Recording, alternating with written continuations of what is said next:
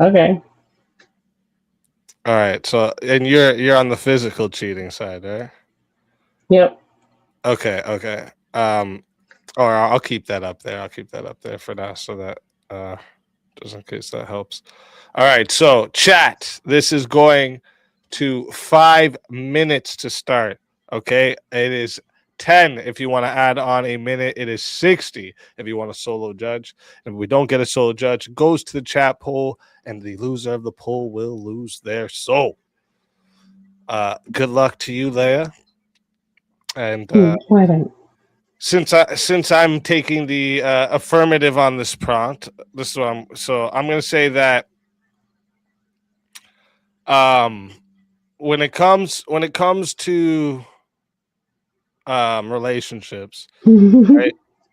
Betrayal of the core function of the relationship is actually worse than a betrayal of some like physical action, right?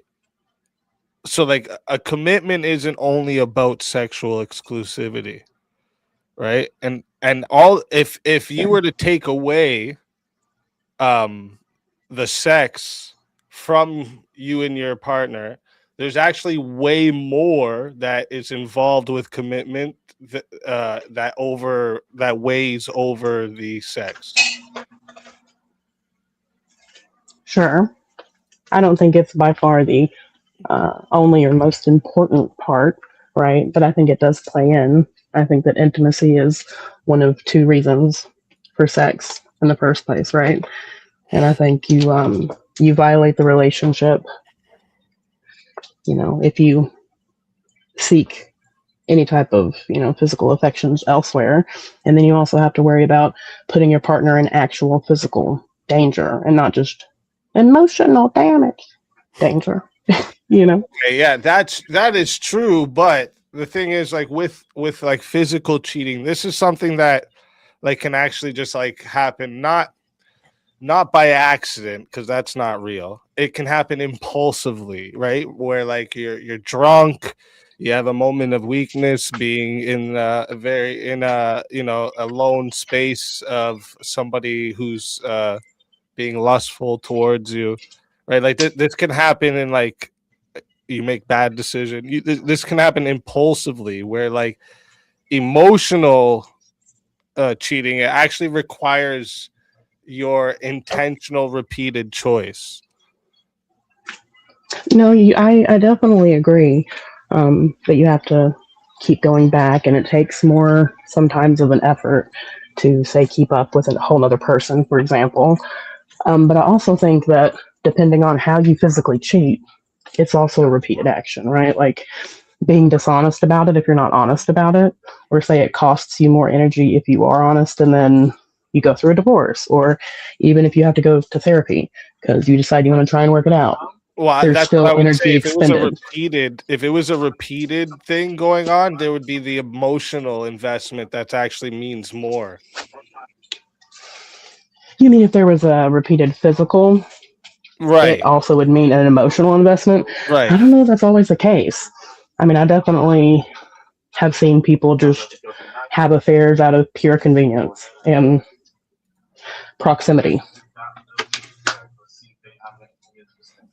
Sorry, I just laughed. I got distracted by Avarice and his wife taking solo judge on this one. You fuckers. um, sorry, could you repeat that last part again? Sorry. No, you're good. I was saying that I totally agree that if it's like a long term thing, perhaps it does also require emotional uh, attachment at least. Right. But I It think that, requires like a loyalty to that person, which is an well, emotional investment. well, maybe in some instances, but I've definitely seen people that have had affairs just for convenience and proximity. Like the person they chose to have an affair with was just, say, their secretary or someone that goes to their gym. And that was really as deep as it was. And they didn't care about him at all. Yeah, but the whole thing there is because of the emotional intimacy that happened before. right? That's usually because this is the whole thing, is that the emotional intimacy is usually what leads to that physical cheating. Do you mean like there has to be emotional cheating for physical cheating to happen? Because I don't think that's the case. You just gave an No, example it doesn't. earlier where you get It, drunk. for the repetitive physical Oh, cheating. sure. But yeah, I think that's what I was saying, that like when it comes to like physical cheating, like this is why like when like if a dude if a dude physically cheats on his wife, the wife will ask something like, "Do you love her?" Because that's actually more important to her than what just happened. I would argue that they're equally important. I don't think either one is worse than the other or better. I think they're equally shitty, basically. But in Oh, my opinion, it's like they it, definitely both suck. I agree there. yeah, They're both for sure. garbage. Right. In my opinion, it's like you have the emotional cheating and we look at the consequences, right? Like you're going to blow up the relationship more than likely, or at least hurt someone, make them insecure, make them question themselves, have issues in the future, etc. Right. However, physically cheating is going to accomplish that exact same thing. Plus, then you also have to worry, say it's a But don't situation you where think you're a that's female. easier to repair? Like if you found out your husband, boyfriend, whatever, you found out they cheated on you one time, and wouldn't that be easier to repair than finding out like he's messaging this woman that he has a whole nother relationship with, and he calls her his wife or his girlfriend or all of it? Like, wouldn't it be easier to repair the physical thing rather than the emotional? If it truly was a one-time thing in a situation like you talked about where you're like drunk, somebody at a bar, you never see them again, possibly. I won't say yes because it depends person to person, etc. Right? But maybe. But what if this supposed to be one-time action gives you, gone harbor some blades or get somebody pregnant? Then that's going to be a whole lot worse than just speaking to someone else, right? Yeah, so yeah, if there's an outcome like that, it could seem a whole lot worse. But even in that sense, I still think if they're choosing you still emotionally, this is this is a this is a deeper attachment than just the physical attachment. And I feel like when it comes to physical, and we see it all the time, that like it's easier to get past a physical bad decision than it is to get past finding out that the person that you love loves someone else. No, I can't disagree with that. Like I said, I would definitely put these about the same level, which is why I think I'm, personally doing all right here because the prompt is emotional cheating is worse. And like I said, I put them level because I'm just thinking we're like in the situations we're discussing right now, they're not apples to apples, right? We're talking about a comparison of somebody having a continuous emotional relationship versus a one night stand. Those are very different. If we compare more apples to apples and it's more of a continuous physical relationship and ongoing affair, and especially if there are other consequences, right? Because also, like we already kind of agreed to, it would seem that there would also be an emotional attachment if it was ongoing like that. Or would it be that they could possibly just like having sex, right? Like it'd just be like addicted to the sex and I have mean, no possibly fit. Like true, this is but why then like why? hookers exist, right? Like dudes pay hookers to dip. They don't want to hang out Right. with them and love them. And why not just do that or even have sex with your partner then go seek it somewhere else? It's just going to be more trouble if it was just for sex, right? Well, yeah, no, that I agree. They shouldn't do these things, but my point is that like finding out that your boyfriend, girlfriend paid someone for sex would be worse than finding out. I mean, or would be better than finding out that you're the person you're with has a whole nother relationship. I don't know. I'm still just not 100% convinced because when I'm thinking in my head about more apples to apples comparison, and I'm thinking about like a long-term affair, right? I'm just thinking about all the things that could possibly go wrong during a long-term affair. And for me, pregnancy and STDs would be the number one thing. And all it takes is to contract something or get somebody else pregnant. And that's 100 times worse than any of the emotional things we've talked about, in my opinion. Well, unless like the emotional attachment comes with a woman that's willing to come like try to like take out your family so that she can be with you, or the other way around, right? Sure, women have done that over a one-time sex partner too.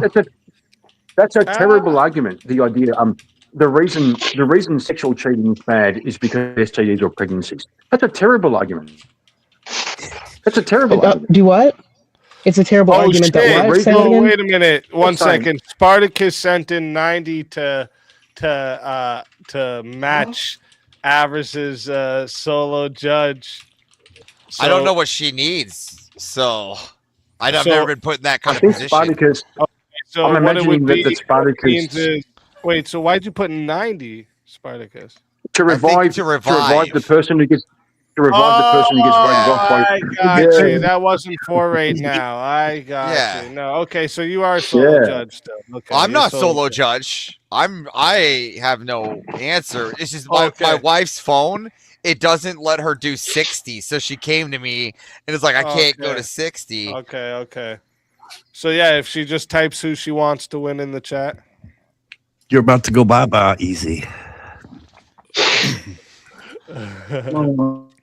I don't even know where she's at. I still think the argument that the reason physical cheating is bad is because of STDs.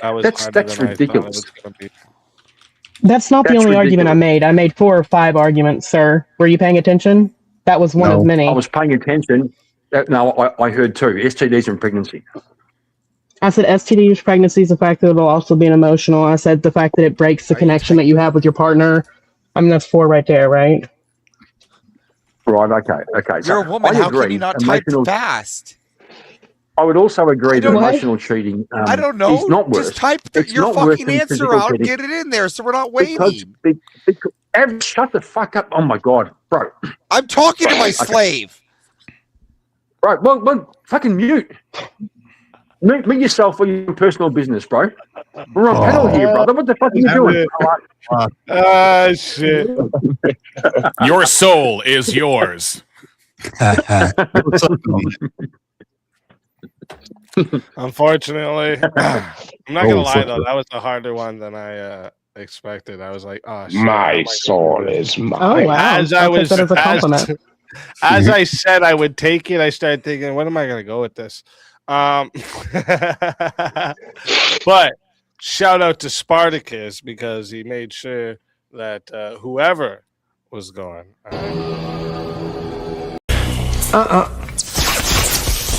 I don't think so. Shit.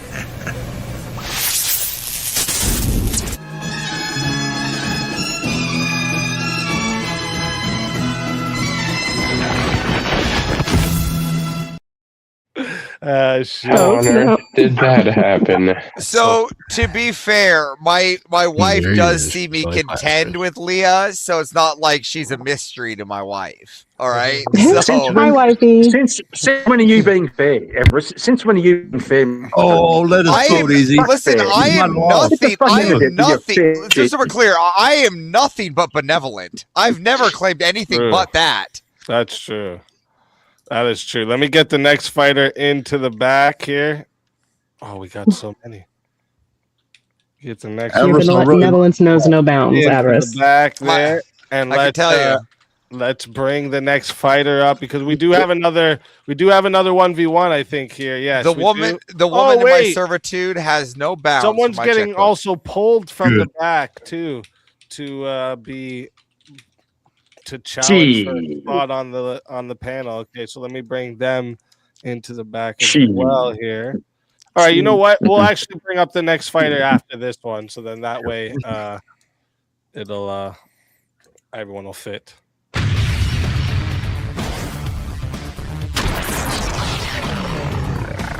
Time for 1v1. All How's it going? right.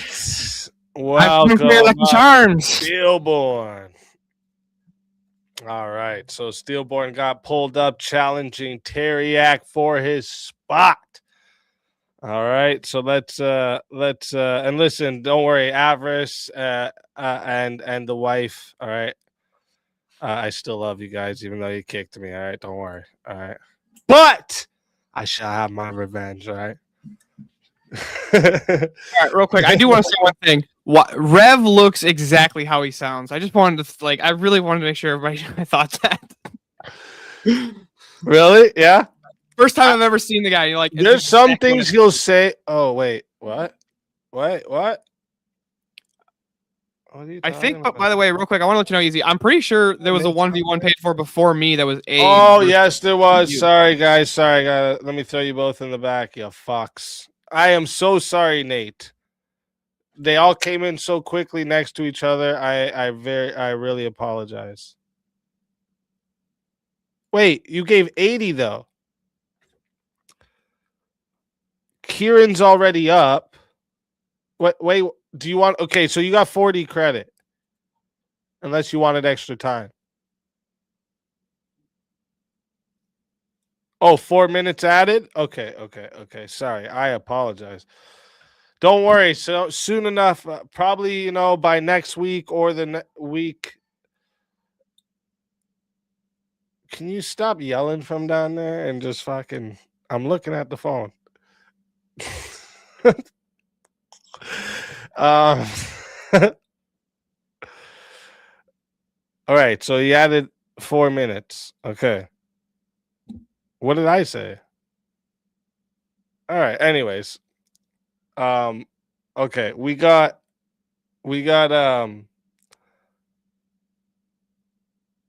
Abe and Kieran. Okay, so let me bring up Kieran. You guys, don't worry. By next week or maybe the week after that, I'm gonna have someone in the back taking care of this kind of stuff, so I don't get all fucked up like this. All right, sorry. So, sorry, Kieran, you got to come back up. You're gonna hire a producer. You're gonna hire a producer. Yeah, it's gonna happen within the next couple weeks. I'm gonna have somebody taking care of all this behind the scene here for me. If you want a reference, I can send you a reference. No, I got it unlocked already, bro. I got it unlocked. I'm playing. I'm not hiring your mom, Kieran. I told you. Fuck, bro, I'm talking about Are We Not Men? I'm talking about Are We Not Men, bro.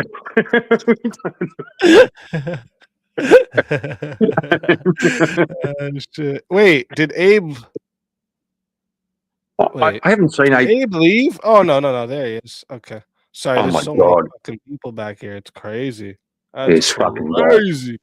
Welcome in, Abe Dinkus. Challenging Kieran for his spot. I like it. Hey, Dickus, how you going? All right, we got and it'll be 8 minutes. So let me get the ticker for God. Oh, it already says it. Okay, perfect. So, oh no. 9 minutes, not 8 minutes. What am Holy I saying? crap, you people. I fucking hate you people. I love you, but Yeah. hate you. Yeah, I know. You know how it goes. We know. All right, what do you guys think of stability requires limiting freedom? Yep. Yeah, it does. I win. That's not how that works, Kieran. Well, he conceded. Tribalism is unavoidable and necessary. Yep. True. That is absolutely true. I win again. You got to be quick, bro. You've got to be quick. He wins again, he says. How about monogamy is unnatural for humans? Ooh. Monogamy is unnatural for humans. I would say no, it's not unnatural.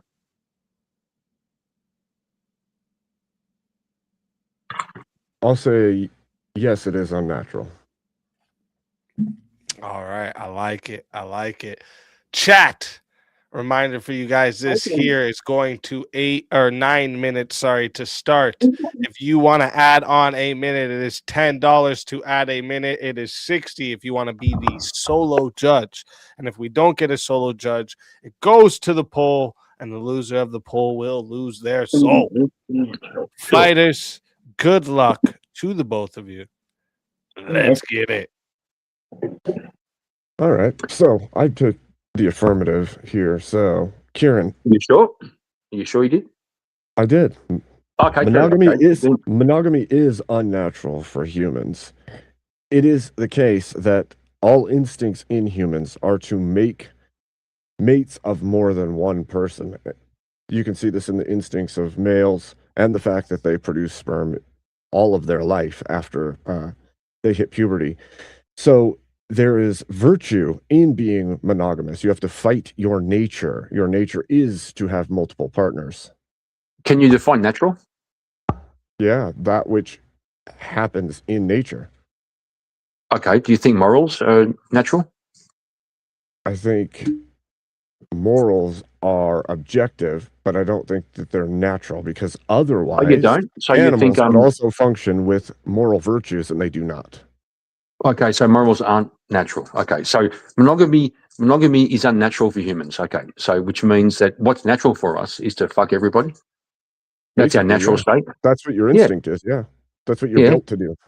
So as a human, do you think morality and virtues are also natural for a human being? Not for a fucking animal, not for a lion. No, they're choices. They're choices, really. Yes, you're a subjective being who has to abide by the objective morality or truth. You have to apply yourself and make choices to act within them. They don't just happen. You don't just be moral. You have to choose to be moral. It's what gives it virtue. So you don't think we can be naturally moral? Like there's no way we can do that? No, I think you're in a fallen state. So you would have to somehow become God to do that, Karen, which you are not. So we have. Well, who can become God to do that?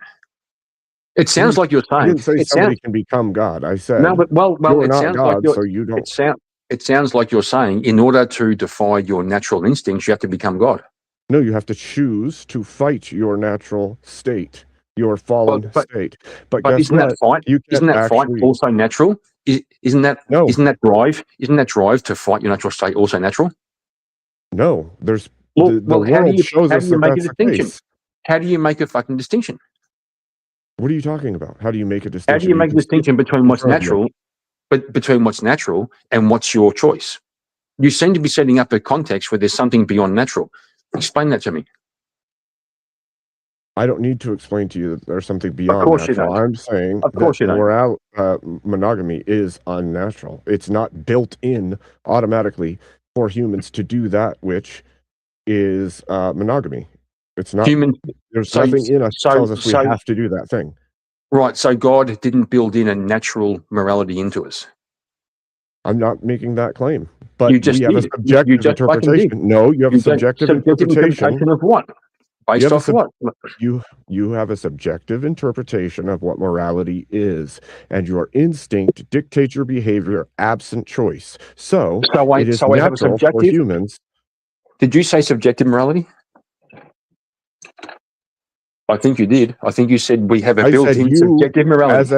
I said you as a human have a subjective representation of what morality is. Correct. Which is what? Natural? That sounds kind of natural to me. That doesn't even, this is completely incongruent with what the entire topic is. No, you're incongruent. You're trying to drag it to something that it's not even about. Well, go on then. Explain it. Your natural biological state is to have multiple partners. Your instincts drive you to do so. Prove it. Prove my natural biological state is to have multiple partners. It's apparent within nature. Okay, so who made me that way? Absent choice. No, right? Actually, better. Who made you that way? Who made you naturally inclined to fuck multiple bitches? The fall. No, really, really. Do you have a perfect nature, Karen? No. Do you have a righteous, perfect nature? Yes or no? Absolutely not. Okay, so can you function within the realm of pre-fall man? Well, the question is the righteous nature natural? Did God put a natural? Did God sign His name on the heart of every human being? He wrote things into your heart. Correct, But that which doesn't would mean make it you have. natural, which means He put the natural conscience into you. Does that? Okay, again, you're trying to drag. Is it natural, as in physically in our world today, natural? You're trying to drag it to a transcendental argument, which is disconnected from your Yes, I am. biology. You have a Well, subjective interpretation of what that is. If The the reality is if the physical body, physical functions. if the transcendental can't connect with the physical or the empirical, then it has no value. There has to be a Didn't say crossover. it couldn't connect, but that's not the question we're even discussing. You were kind of going that way. You were kind of going that way. No, you are trying to drag it that way without Yes, a I reason. am. Yes, I am. Yes, I am. No, I have a reason. I have a reason. Okay. Because the transcendental embedded in our hearts is natural. That's my claim. Okay, that still doesn't tell you that the natural state of human biology is to be able to have multiple partners. Well, It's you're not, separating. It's not you're inherently you're natural. separating- Otherwise, we would see all of humanity functioning that way, and that is not Correct, the case. because you're separating. Because you said human biology. You left out human spirituality. They walk hand in hand. You're Well, you can't prove human isolating biology. spirituality. You can't even prove anything beyond the natural, beyond the biological. You can't prove it. Can you? Can I prove what, Karen? Anything beyond the biological part of the argument, and actually the thing you just said. Can you prove the argument. thing? Can you prove the thing you just accused me of not being able to prove? I'm not going to prove what you can't prove for you. Right. So, are you a Christian?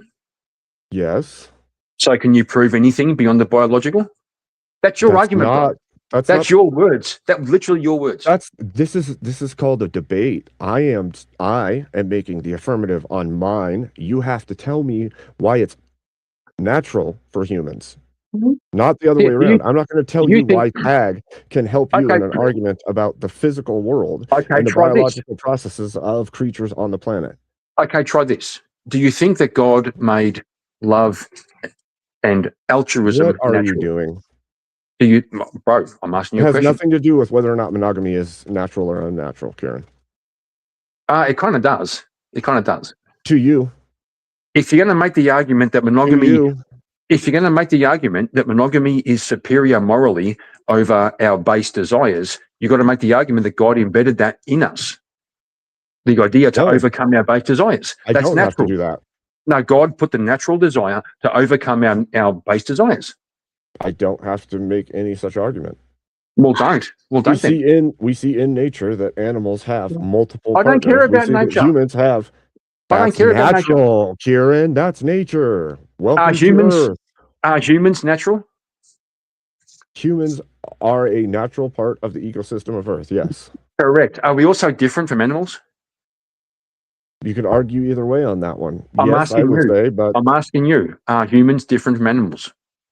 I would say that we are different in ways than animals. We also still have the same genetic structures. We also have physical bodies. In which ways? We fit within the mammalian family. Sure. We're all fucking mammals. Yeah, sure. Okay. But how are we different from the animals? Did God breathe life into humans and not into the fucking animals? Oh, I would say it's the capacity of our minds, the ability to make choices. No, made in the image of God. And made those in the choices image of are God. what make us fight against the fallen nature of the world.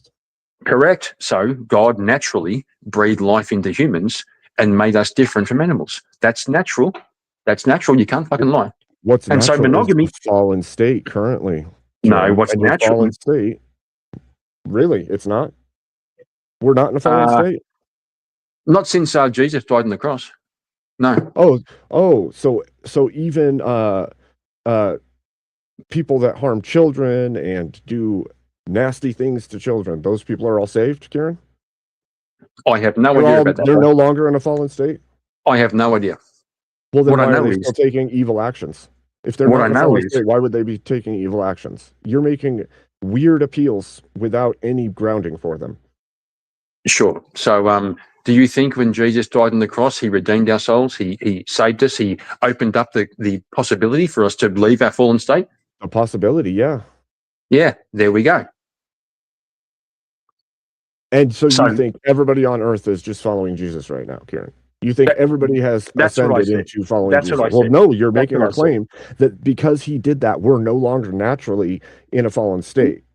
You would have to actually make a choice and move that direction to change anything. So it means that it's natural, and the only way out of your nature as a fallen state would be choices, not nature. Nature is to be non-monogamous because your instinct and everything in you is telling you to just go do that thing, to procreate, to make more of yourself. No, bro, not at all. My nature is to avoid that.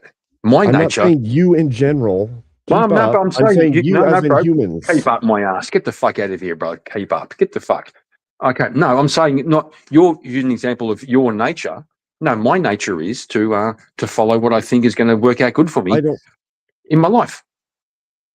We're talking about nature in general, not your particular nature because you're Kieran and you think you know what the nature of all things is. I'm talking about the nature of the planet and, the billions of human beings and however many animals.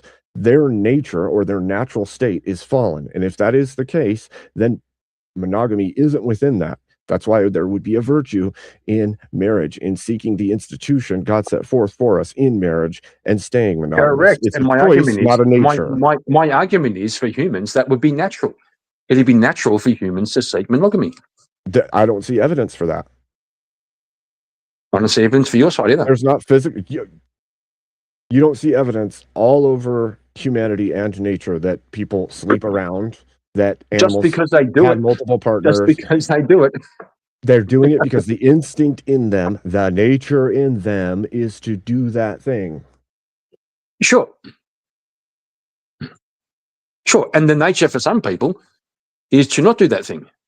You're making the fucking a choice for some people. The choice for some people. No, bro, you're what's saying the choice, nature, bro? like there's some magic in some people that makes them better You're than saying everyone else. nature like it's some fucking magic, bro. You're saying all these fucking animals, all these people I'm saying are biology being ruled has a by their function. fucking nature. Like, and then I'm saying choice is also nature. Some people have a nature that says, I'm going to make a choice. I think you don't understand what nature is. Yeah, I think you don't understand what nature is.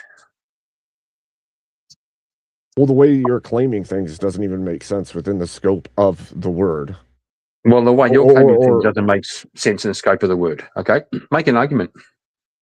Why do you just keep saying whatever I'm saying and then acting like you have Because your arguments are saying it? Because your arguments are fucking pointless. No, Like, I've laid it all out. I've laid it all out. You have So have I. biology. You So have have I. nature. So No, have you I. haven't. And you come No, you back haven't. and you keep come trying back to drag it somewhere, and then you fail at dragging it to transcendentals. No, you tried to bring it back to. I don't think you understand what I'm saying. I don't think you understand what I'm saying. Okay.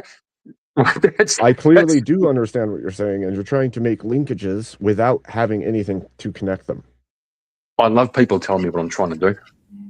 I'll let it get to 14 minutes. See if we have a solo judge. Hey, thanks, brother. That was fucking awesome. Dude, It fuck was actually pretty YouTube chat fucking good. filters, dude. I literally spent an entire fucking time just trying to come up with wording. I removed words, I added more words, I removed more words. Nothing, no variation. I don't even know. I didn't even have bad words in there. I'm so fucking mad right now. Dude, you know how many times, there'll be times I'm sitting up here trying to type something to you guys in the chat, and it just says, YouTube didn't let this, YouTube didn't let this, YouTube didn't, and I'll write it 500 different ways, and it doesn't go through, so I'm just like, fuck it, I don't even want to say it anymore. Pain in the ass. Hey, Kieran, am I redeemed? Hey? What the Am fuck I redeemed? at me for? How would I fucking I don't know. I just listened to your debate, that's all. Yeah, bro, asking me about redemption. How the fuck would I know whether you're fucking redeemed or not? Ask God. Didn't you just say that Jesus redeemed us all by his death? Well, that's the idea, isn't it? Okay, so I'm going to heaven, right? That's between you and Jesus. Imagine that. Slippery. What he did was... No, hey, just so you know, examination, though. Hold on, examination.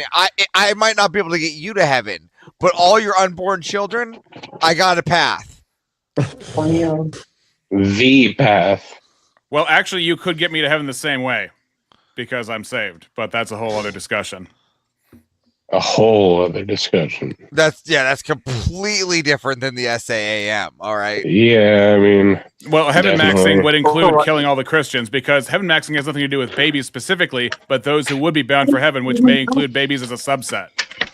Whoa. Okay, look, I don't know why you and Steelborn. Hold on. Before they do this, I don't know why you and Steelborn conflate what heaven maxing is. All right, heaven maxing is wanting just a max amount of souls to heaven. All right, you keep conflating and adding this ad hom and red herring that it's some fucking baby killing. Where's the ad hom? Where's the ad hom?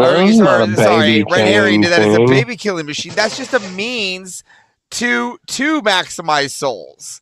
All right, so make sure that you are clear about what heaven maxing is and what a solution for heaven maxing may be. Okay, so I just said it without juice topping this at my lifestyle. I just said it for true that I don't even know if you go without the beginning. And on that note, what does heaven maxing have to do with spreading the gospel? Well, no, I was just saying Just gonna say. I was muted. I was singing. Hang on, bro. Just got to say, hang on to you for a second, Kieran. All right, I'm putting the poll into the chat right now. All right, so if you don't see it, make sure you hit refresh so you do. Okay, if you want to vote for this man right here, you're voting for Kieran Markin on the poll. What up?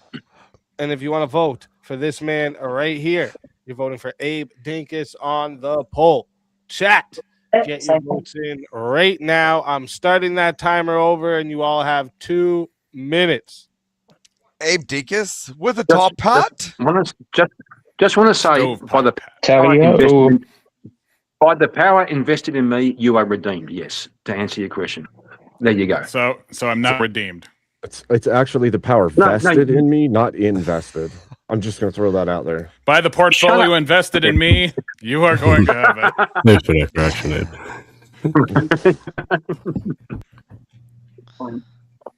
I'm just going to say, you are redeemed. You are redeemed. Prove me wrong. From what? I'm not going to. From the fall. All right, I'm going to go get my sawed-off shotgun and go on a rampage now. Damn. That's a challenge.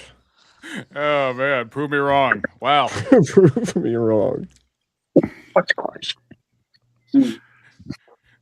Now every time I commit a pew pew, then you're just gonna say you're redeemed, and I'll look over my shoulder and be like, okay, and then the next one, and then we'll just keep repeating over and over, right? And that will be true heaven maxing at that point, right?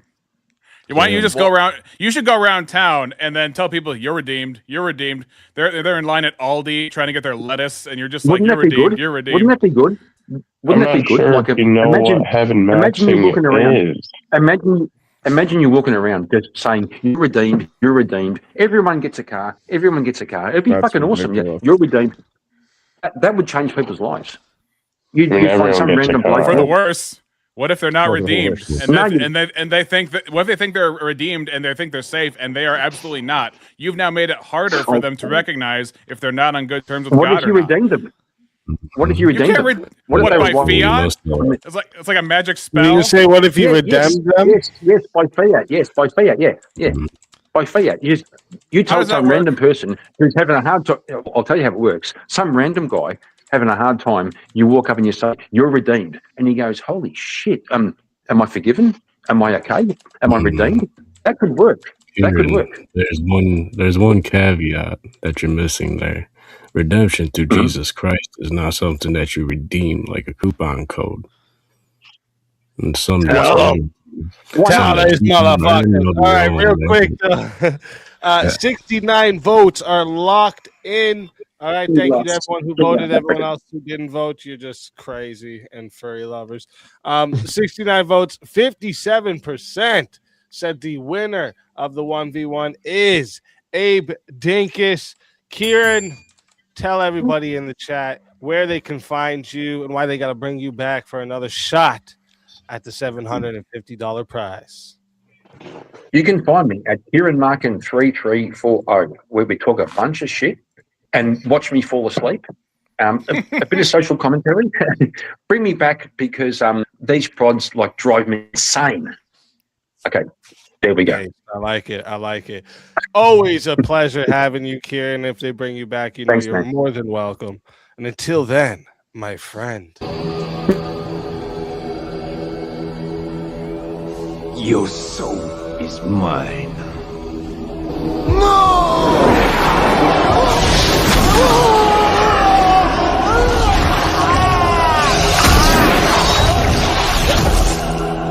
Fatality.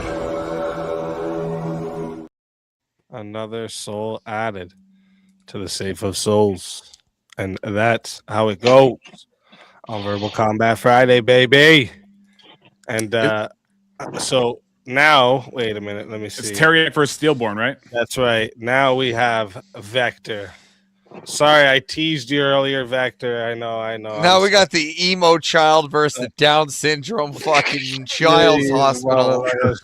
Oh, damn. Damn, son. Oh, fuck. Not this time, motherfucker. You mother. I learned the first time. Hey, blame the chat, guys. Blame the chat. Don't blame me. All right, they're the ones sending these in. All right, I'm just I'm just giving what they do. All right.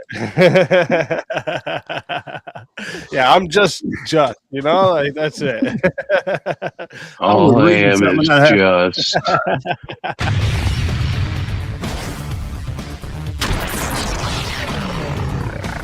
Time for 1v1.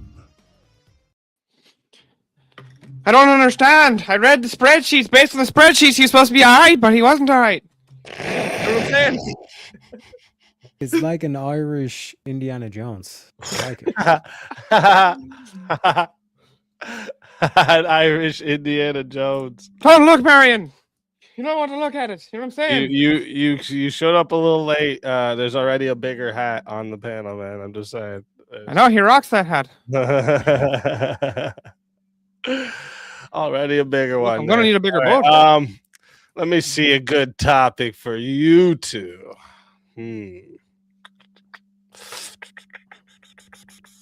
Let me look at my list over here. Get something fresh. Something. Or should I just drop the Aussie accent for our Rue that just got kicked? Which one should I go with, chat? Aussie accent.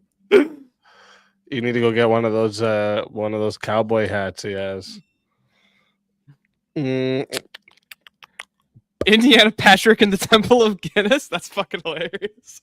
What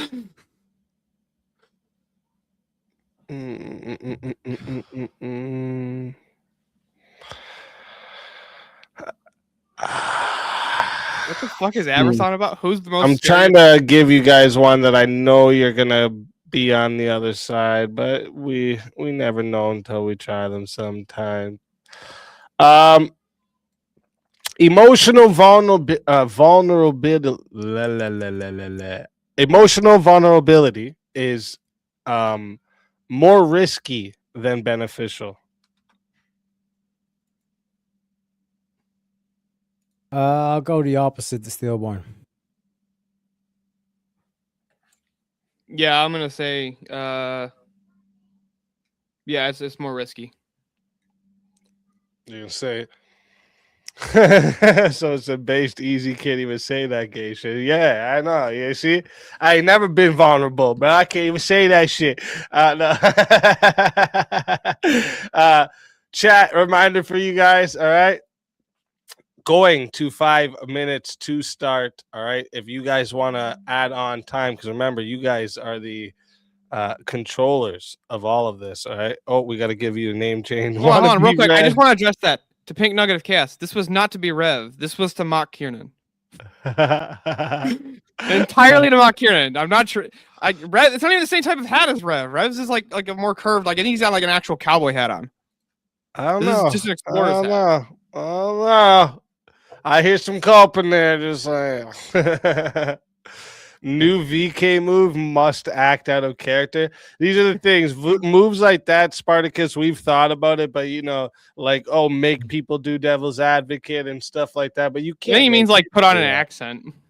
Yeah, I know that, but like I'm saying, even that, like you can't make someone do that. They don't want to do that, and then like it kind of like makes an awkward moment for the show where someone's like, "Oh, I don't want to play devil's advocate." Like me, I'll never do devil's advocate for abortion. I would never do it. Yeah, I was about to say this exact same thing. Yeah, so like I would just take the L, and that would just be a way for people to find out how to make everyone take the L. Is just force them into a topic and then they're gone. We've thought of that, Spartacus. We thought of that. Trust me, I've brainstormed a lot of shit about VK. All right, I'm constantly doing it. But yeah, I get it. It would be fun. All right, so chat, and then we had a couple fives here too. So we'll add a minute. All right, because we had a couple fives. That's 10. We'll add a minute onto it. So chat, we're starting at 6 minutes. Okay, if you want to add on a minute, make it go a little longer, it is $10 to add a minute, maximum being 40. It is 60 if you want to be the solo judge of the 1v1. And if we don't get a solo judge, it goes to the chat poll, and the loser of the poll will lose their soul. Fighters, good luck to the both of you. Let's get it. Yeah, so I have a question for you, Teriak. Yes, sir. Is somebody easier to manipulate if you know what makes them emotional and what things that they're emotional about? Sure. So would it be more or less beneficial to be emotionally vulnerable with people who like to manipulate or manipulative? Like, I don't know, let's say women. Should you be emotionally vulnerable to women? It can still be beneficial. That's not it can be. Is it more beneficial? Yeah, I would say it's more beneficial because by being what the fuck's the thing, emotionally vulnerable, you can use that as a way to test the woman, and if she uses it against you, then you know she's not the right choice for you. Well, hold on. You don't actually have to be emotionally vulnerable. You can just make up a story that you can fake the emotion, right, to do that test if that's the way you want to go about it. But why would you give her actual information to test that? That's actual stuff to blackmail you against. But if you just make something up, right, then she can't blackmail you with it later on. Like when you're in a fight and she tries to bring that shit back up, because women should be archaeologists because they love bringing up shit from the past. You know what I'm saying? Mm-hmm. Right? They're always on that shit. They're like, FBI agents as well. Yeah, they're like, but you stole that cookie from your grandma's, and you're like, I was 8. Yeah, but what I'm saying is that you want to be truthful to your partner. You know what I mean? So let's say, because I had the debate earlier in terms of jealousy, it's like if you're emotionally vulnerable and let her know like this is, I'm experiencing this emotion of jealousy whenever you do X, Y, or Z, it'll be more beneficial because then you know her true intentions. Like you'd want to be with a woman that wouldn't use your own emotions against you. So the fact that you're being honest, you're actually being good faith in that situation. And well, I can just grant with you. I can agree that there can be times where it can be beneficial, but the problem is whether or not it's more beneficial or less beneficial to be emotionally vulnerable. And in almost any scenario where you try to use emotional or you're trying to be emotional, try to be vulnerable. I'm fucking totally just fuck. I don't know what just happened there. When you try and be vulnerable with your emotions, right? If most people are out for their own, and it seems that actually seems to be the way most people operate, they're out for their own. They're out to get their own. They're always there for number one. Then all you're doing is just giving them shit to fucking manipulate you with. Yeah, but then if they use that as manipulation, then you know that she's not the one for you, bruh. Well, I'm not talking about just women. I'm talking about in almost any other even example. Then they're not the person for you. If it's say a business transaction, then they're not the business partner for you, bruh. You get to the answer quicker. Yeah, so But hold on. But if you've never been emotionally vulnerable with them, then they didn't have anything to manipulate you with. But How does then that, you're and doing, if you're just yeah. costing yourself business relations, and if you're costing yourself customers, or if you're costing yourself stores that you can go to, or if you're costing yourself friends, and you're costing yourself all of this, but you could have avoided all of that costing, or all of that, manipulation, loss of friendships, fights, all of that stuff by just not being emotionally vulnerable and instead just being a stoic, right? Then Yeah, how is that yeah, not more beneficial? because like doing business with someone with that like will like try to manipulate and all this kind of stuff. Like I said, like why would you continue a business relationship? Well, what I with a mean is, like, manipulator? everybody tries to manipulate, right? Like, okay, I'll give you an example. Like, if you're in an argument with somebody and you're mad, right, and you want to win that argument by any means necessary, you'd absolutely bring shit up from the past that they've told you to try and discredit them or whatever, or like to, for example, women when they like get into it, or like when they're thinking about a divorce, right? What they do is they go poison the well of everybody, right? They'll go tell this man's friends, her friends, his family, her family, his work, that he's abusive or he's been cheating on her, or all of that kind of stuff, right? Can you explain to me how that's gonna benefit him if he had been emotionally vulnerable? But if he'd been a stoic, right, and just maintained his duties, you can still love people, right? And you can still have emotions, even, but without being emotionally vulnerable. Yeah, Right? because Like, I wouldn't want to be with a manipulator. Then you just shouldn't date women. No, like in terms of like there are good women out there. I agree, but would you agree that in modernity, is it going to be more beneficial or less beneficial to be emotionally vulnerable with women? When they make websites like tinydick.com or shit like that. Yeah, that's a mark on her character, not on yours.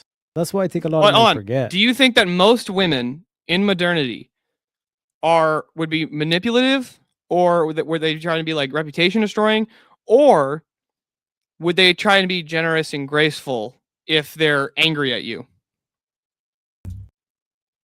That's where you play quality over quantity. I asked you, do you think most women? I know most women, yeah. But like, yeah. So if what you're saying is that right now it would be less beneficial to the majority, it would be less beneficial with the majority of women to be emotionally vulnerable to them. It'd still be more beneficial because How they'll would reveal who they are. Yeah, they would be like everybody though. They'd be like everybody at that point. They would literally just be like everybody else. So like in the whole like Iran situation with Trump, when it looked dark, do you think that men should be telling like a women their feelings? Like, do you really think that men should be like just like being like, it just makes me so sad when you don't do the dishes on time, like, or like, what the fuck, like. That's not like that. That's also a massive turnoff for women, right? Women hate seeing men that are super emotional, right? They hate actually, like, they might say that they like it, but they don't like that shit. Some more minutes. They don't like that shit. Yeah. Right? You don't want to see no chick wants to see her husband fucking crying because he got a flat tire. All right.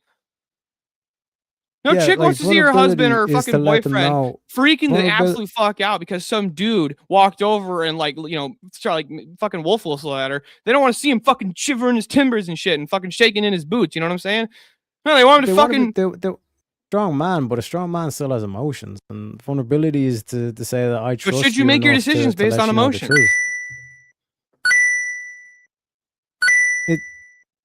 No, like in terms of like vulnerability is to open up the gates and to let them see the real you, and it's like, why is emotional the real you? Are you your emotions? Like stoicism, but and that's like your own kind of like internal battle of like controlling your emotions. You know what I mean? Are you your emotions? Even the stoic would still have like emotions. Teriak, are you your emotions or are you your reasoning? Like, both. Which one's the actual you? Which one do you use to do decision making? Both. Do you make most of your decisions based on emotion, or do you make most of your decisions based on reason? Yeah, but like your whole view is that morality is from reason. Yeah. When you're looking, because morality is going to affect your emotions. That's why like the immoral people are the ones that are on psych medications. They can't even get through the day and all this kind of shit. But I mean, your emotions are there to like tell you it's like this is something that's good or this is something that's bad. Hold on. I mean, and to be Can emotionally can your emotions deceive you? especially to a partner, like that's a key thing because if you're like again in your debate, if you're just to act like oh nothing gets me, it's like even if she's like flirting with guys or she's getting too friendly with other guys, sit there and like not to be vulnerable and like let them know it's like listen, I don't like this shit. Do you know what I mean? It makes you feel jealous. Why is it being? It's not being vulnerable to put up boundaries and say you're not allowed to flirt with other men. That's not being vulnerable to establish boundaries. You need to reveal that like your emotion of like I feel jealous when you do X. On. No, it doesn't have to be a matter of I feel jealous. It's this is a fuck. You're not allowed to flirt with other men if you want to date me. Sorry, that's a standard that I hold. And that could be a reasoned position. Like it doesn't even have to be based on emotion. It could be a reasoned position. But then she be like, why? And it's because it fucks my emotions. It makes me feel jealous. Being emotionally vulnerable. Or she says why? It's because you could just be like, it's the fuck yeah. If it doesn't have to be based on emotions, right? It doesn't have to be. You could literally just say that it's based on the basic fact that if I see you flirting with other men, it shows a lack of loyalty on your part. So that's a reasoned position for why I don't want you flirting with other men. I'll let it get to 10 minutes. See if we have a solo judge. Well, that's what I'm saying. That was fun, Teriak. By the way, that was fun. Yeah, 100%.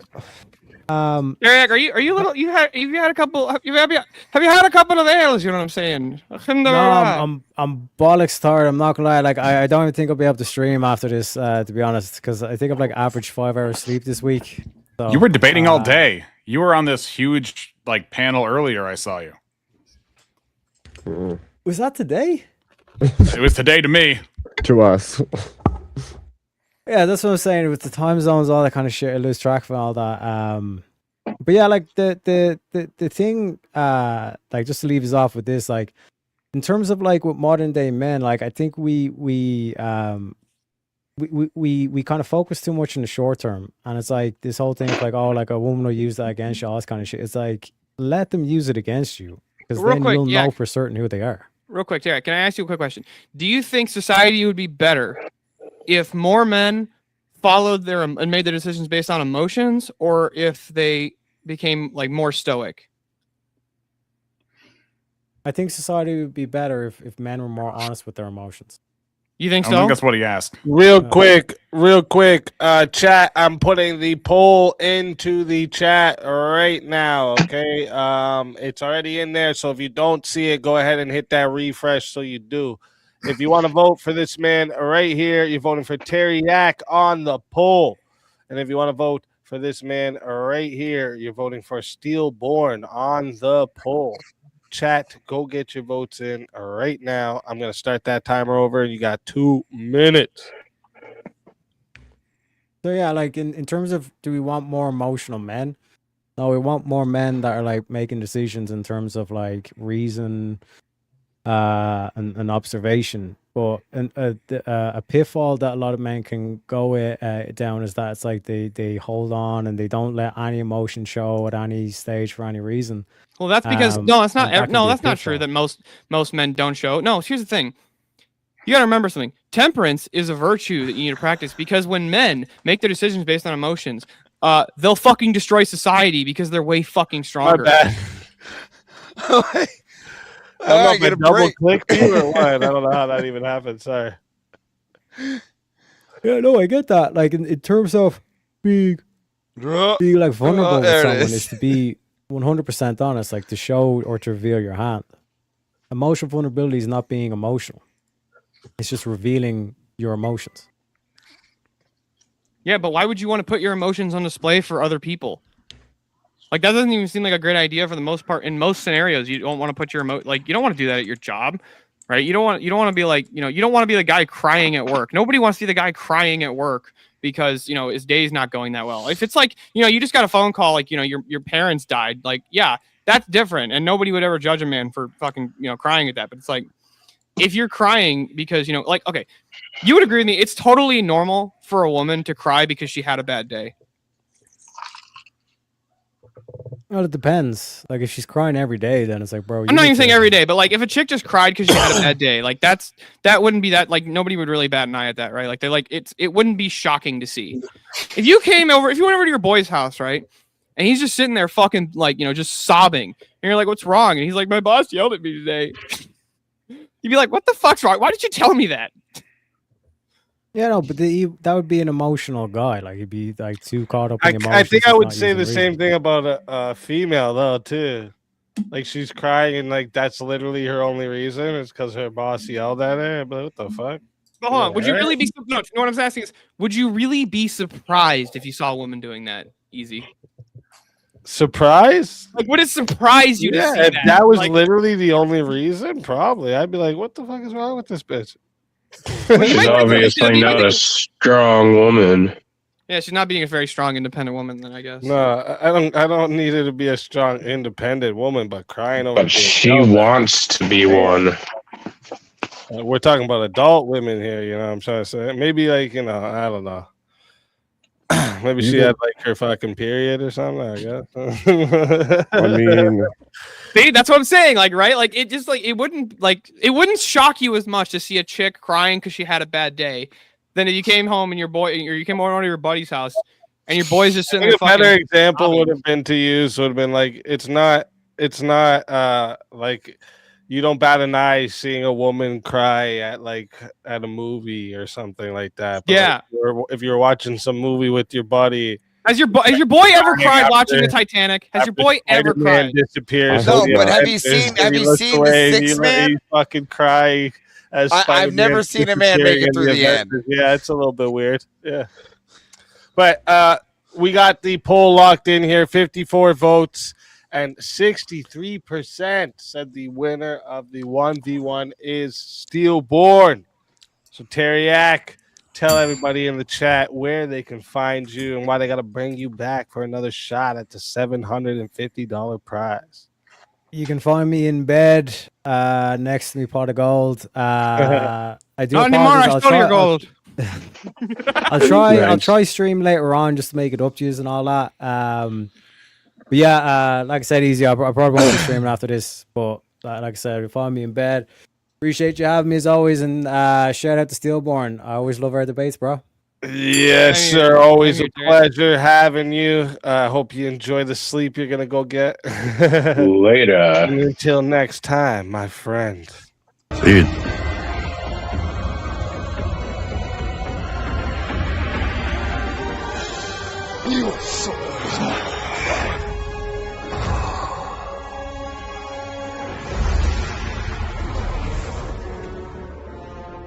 Fatality.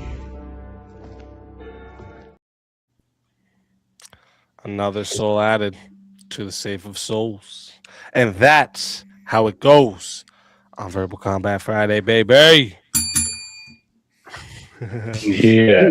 You asked about your boy watching a movie and crying. Who's a father here, first of all? Okay. Did you guys ever watch the Denzel Washington movie John Q? No, but I have long cried. ago. I have cried at pulled on my heartstrings because that's a movie about a father whose son's heart is failing, and he goes to the hospital. His son's next on the freaking donor list. He can't get it, so he ends up taking the whole hospital hostage because his son's going to die if he doesn't get a heart. And by the end of the movie, it gets really, really, really wild. And it's like, dude, that's a father's love for his son, and it will tear at your heart. Dude, there's one that's get even what worse. you're I think. saying. There's things that like pull on my heartstrings, but like, see, if you were seeing a dude sitting there wiping his tears, oh no, not like that. But Kleenex and shit, you'd be like, okay, bro. Dude. But real quick, hold on. I think that the Denzel Washington movie, Man on Fire, is like way fucking sadder. Maybe. Have you seen it? I think if I Man on haven't, Fire is a way sadder movie. Is that what you just said? Yeah. Okay. I would have to argue the ending of the movie Armageddon. You guys see that movie Armageddon? Listen, I'm telling you, the Sixth Man. I'm giving an underdog. All right, sacrifice, man. The Sixth Man. All right, basketball But, movie. I have to ask, always American, real quick. who do you want? Because both Abe and Steelborn won their debate. So Gotta pick. Gotta pick. Who would Two you versus like? one handicap. Now, hold on a sec. Real quick, Craig Mod just made a really good point. To those of you who've watched Futurama, Nah, bro, don't do it. Jurassic Bark, dude.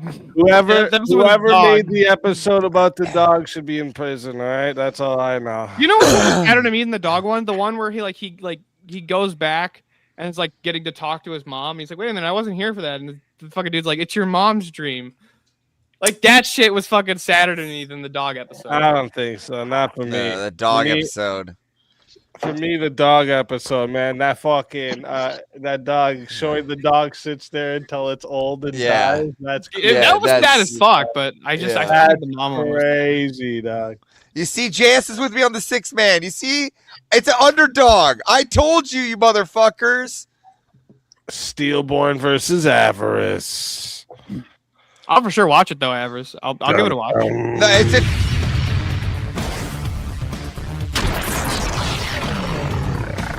Time for 1v1. Dude, yeah, it's the only movie I ever cried to when I was a kid. I remember it. The 6 man. You didn't cry when Mufasa dies? You weren't a real kid. No, I'm just kidding. No, not at all. No.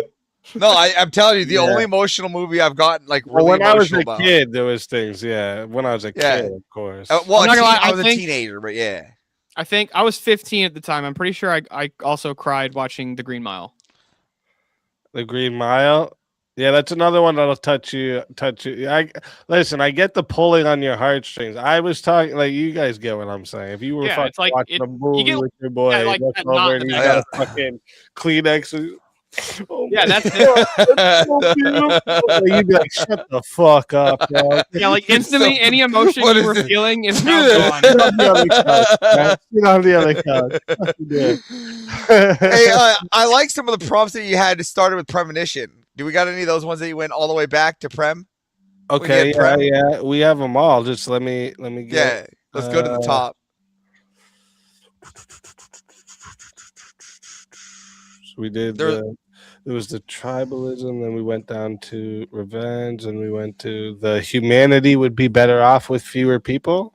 That's the one she actually debated.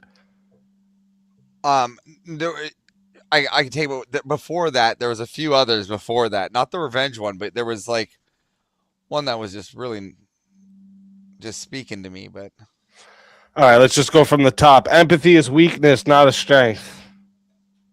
No, that wasn't it. Guilt is a learned behavior, not innate. No, that's not it. It's about people are more motivated by hate than by hope. No, it was about like sin outside or something. Like evil acts can be morally justified depending on outcome. No, parents learned. It's about their parents and like is it has less impact than genetics. That one. I want that one. Genetics has more impact than parenting. There's one. I'll take that. Steelborn. That's opposite side. Just remember you're on YouTube. I'm just. Yeah, what? I was about to say. Give you a reminder, Average. We knew where that was going. I'm just saying. You guys know what I'm saying? We knew where that one was going. No, actually, you guys took it there. That's not even where I was going. All right. Yeah, I'll go with parenting. I'll say that parenting has more of an impact than genetics. All right, let's fucking do it, chat. We are going to 5 minutes to start. Remember, you battle of the new fathers. You control. I like it. That's good. You control how long this goes. Okay, here's another 5, and I'll add that with your last 5 as well, Nate, because you've been sending in 5s every now and then here. So we'll put it to 6 minutes to start for you. Okay.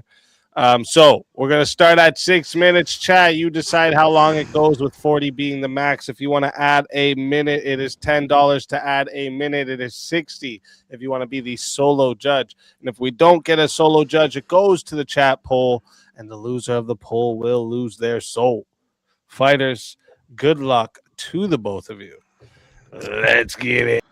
Yeah, can I ask you a question? No, because I have the affirmative. I'm going to go first. So you always go. No. Parenting has less impact, which means I have the affirmative. You always start with this, Avarice. Can I start with a question? I deny you this beginning question every single time. No. Avarice, I don't care about your positive claim. I'm denying. Listen again. I'm taking the positive here. We're both taking a positive. We're both making a positive claim here. You always start with this question. Okay, I want to Avarice. Let me start with a question. Avarice, let me start with a question. All right. Okay, give me what do you got? For a second. I'm just going to go with what I'm going to say here. Okay. It's clear that parenting has a less impact than genetics. Are you what your dad did back when whatever job he was? Yes. Oh, you're exactly what your dad does.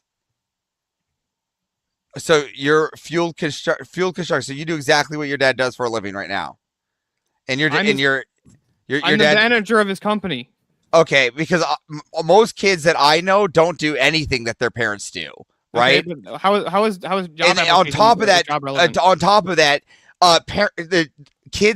most kids get ran through public school today. Public school, which means other people teach their kids, right? Other people.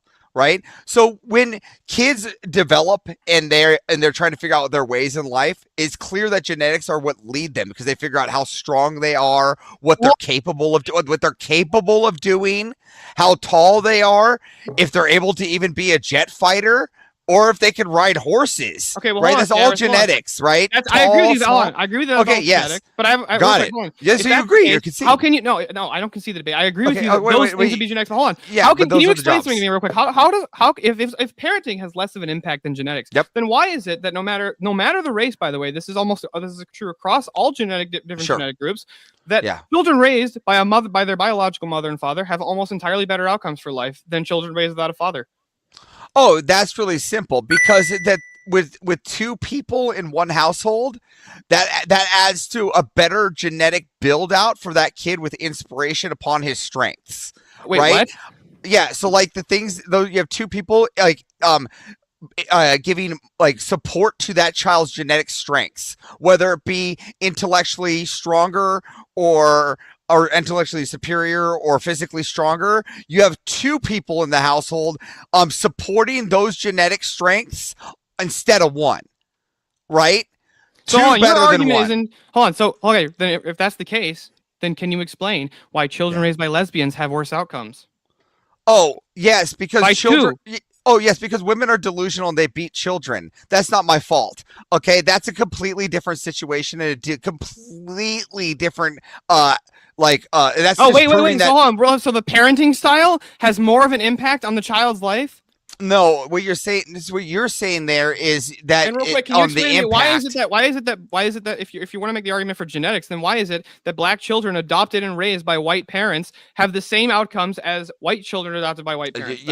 Again, because you're just proving they have the same outcomes as adopted, right? Again, genetics, and they don't. Again, genetics just shows that less criminality, less drug abuse, less alcohol abuse, less mental illness. Just because you put the black child in a neighborhood that has less crime, right, doesn't mean that his genetic outcome in where he comes from and where he can go, his genetics put him probably in a better position there in that area, right? He probably was able to play basketball. His genetics that came from his crackhead mom and dad. His genetics from his crackhead mom and dad put him in a better scenario. His mom was smoking crack while pregnant. That gives him better genetics than the kid who wasn't in that scenario? Really? Yeah, have you seen that his genetics weren't fucked up from his fucking meth head mom? Really? Yeah. Have you seen The Blind Side?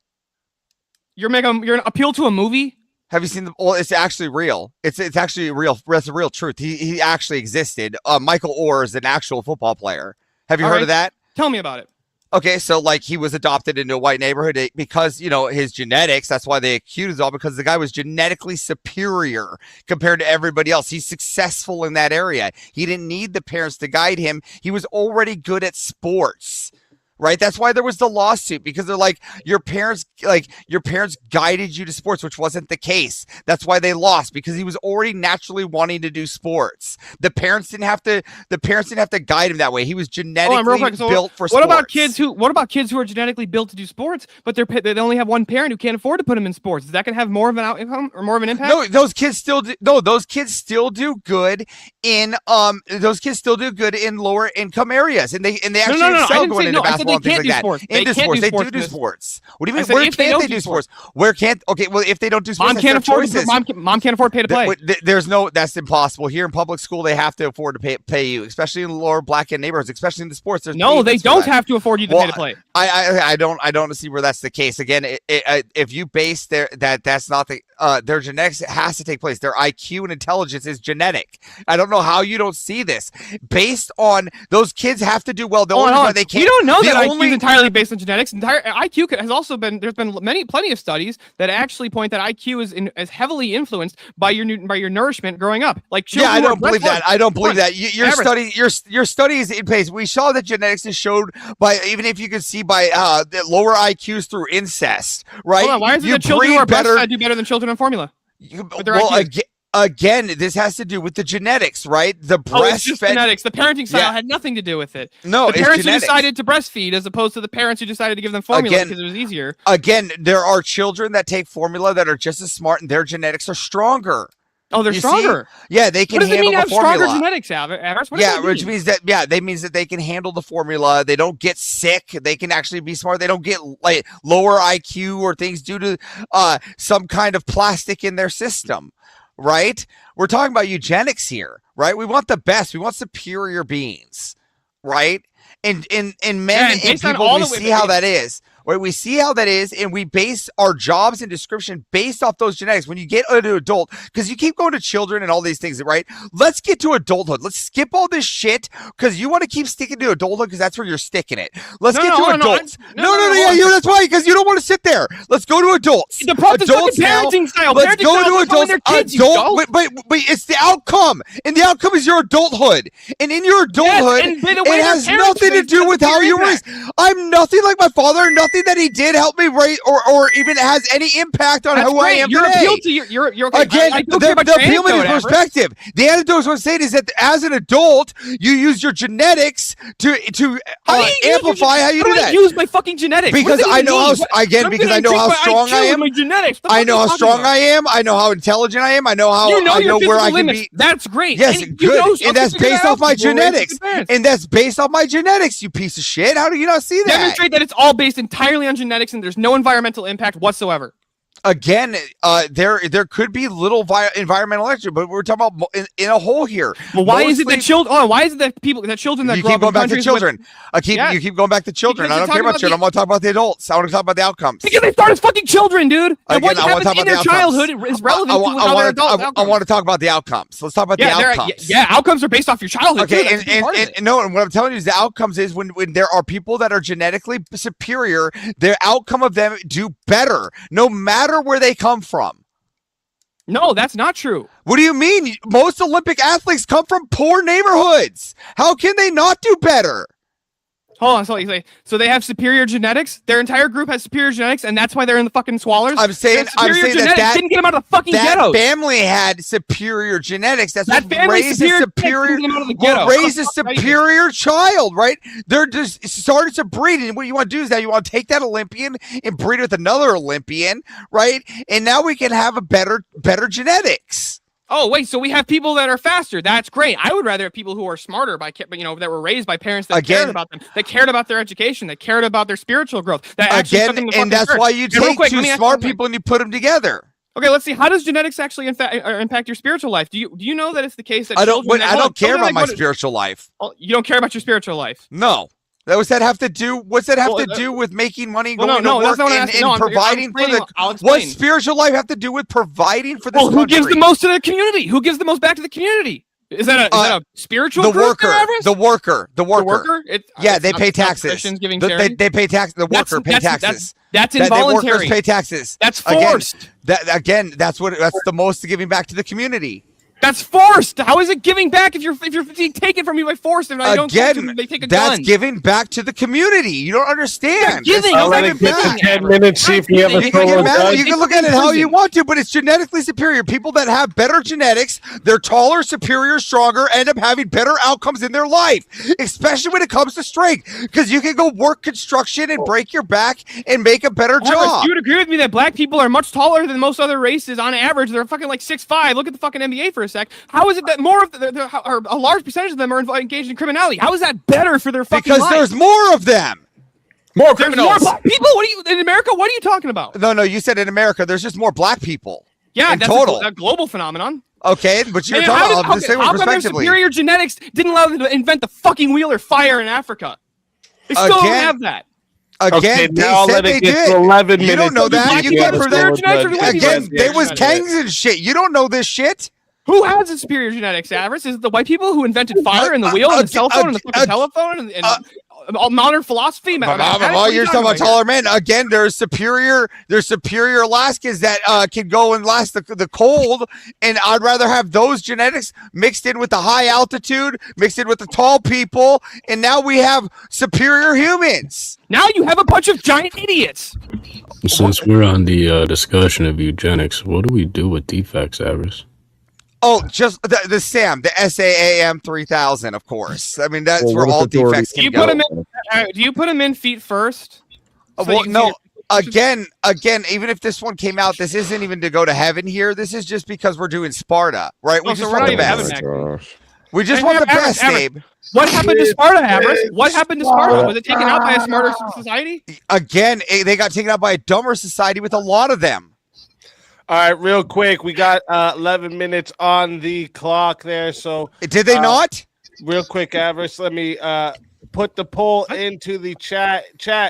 If you don't see the poll, make sure you go ahead and hit the refresh, all right? And then you'll see it. So if you want to vote for this man right here, you're voting for Steel Board on the poll. And if you want to vote for this man right here, you're voting for Avarice on the poll. Chat, get your votes in right now. All right. Now or never. Over. You got 2 minutes. Again, would you not? Again, you said 300. Let's get to that. Who won, the Persians or the Spartans at the end?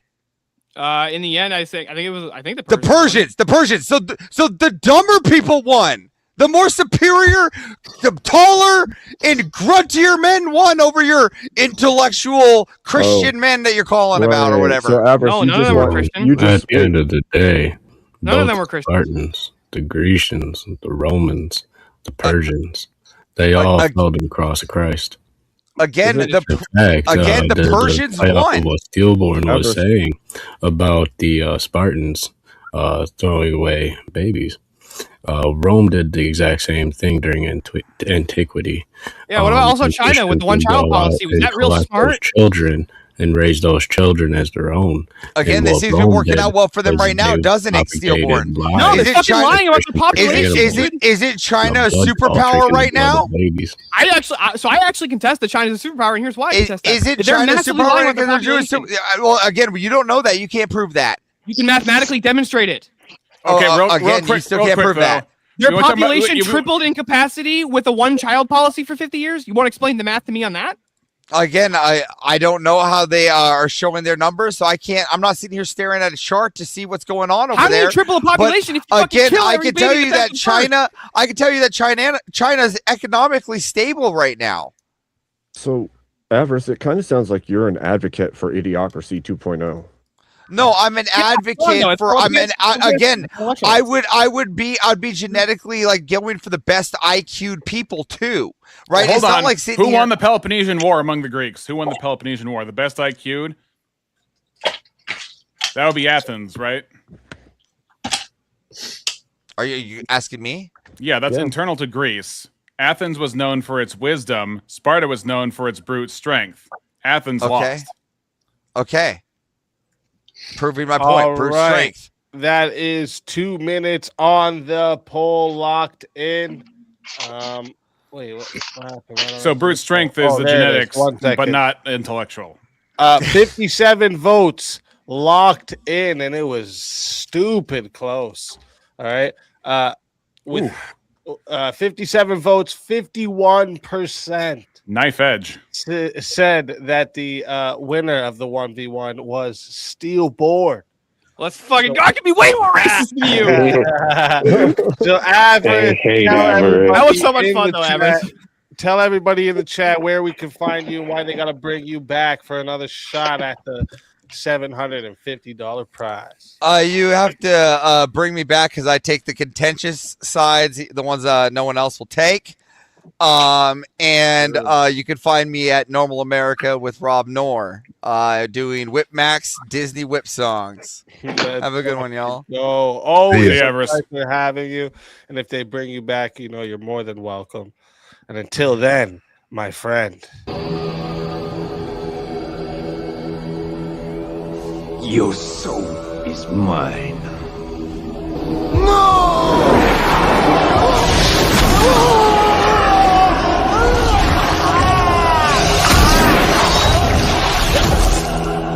Fatality. I don't think so.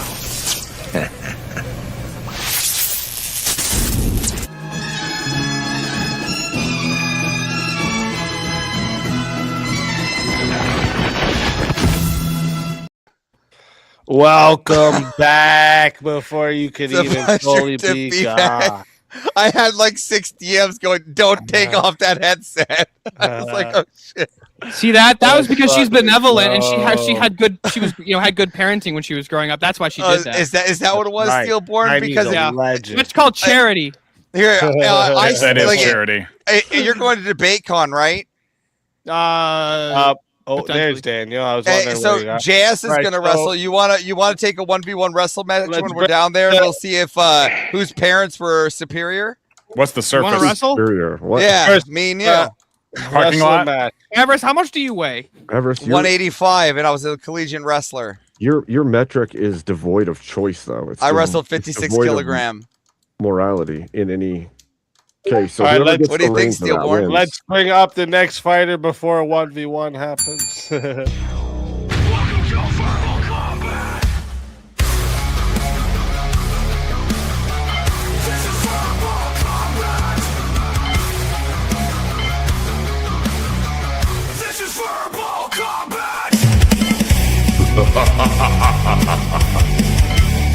Brutality.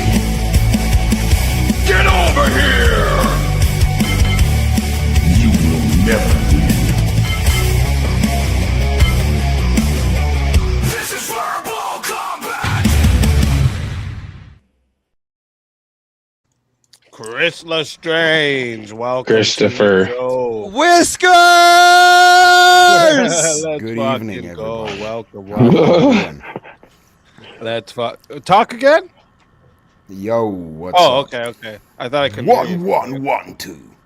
I've been. I in couldn't hear you, but it's hibernation. just everybody else being loud as fuck. All right. I like that toque that he's wearing. It's a good toque. It's a nice toque. Nice toque. Very nice. That shit. Very high good. quality. Welcome in, Chris. I just thought it was awesome that Hello. any American knew that, so that was just good. Avarice versus Abe.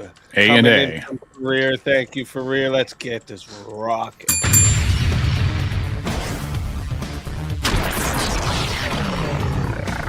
Time for 1v1. That's fine. Oh, I double clicked Chris. I do that sometimes. I try because I have that little couple seconds to click everyone to get them into the back, and sometimes I'll double click on people. All right. Let me see. What's a good topic for you two? I Well, hate going against Abe. where are you guys on?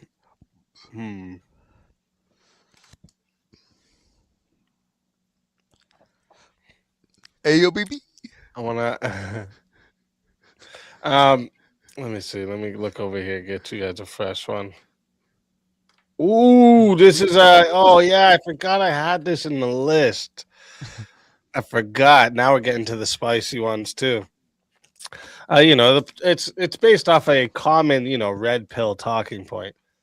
People are only as loyal as their options.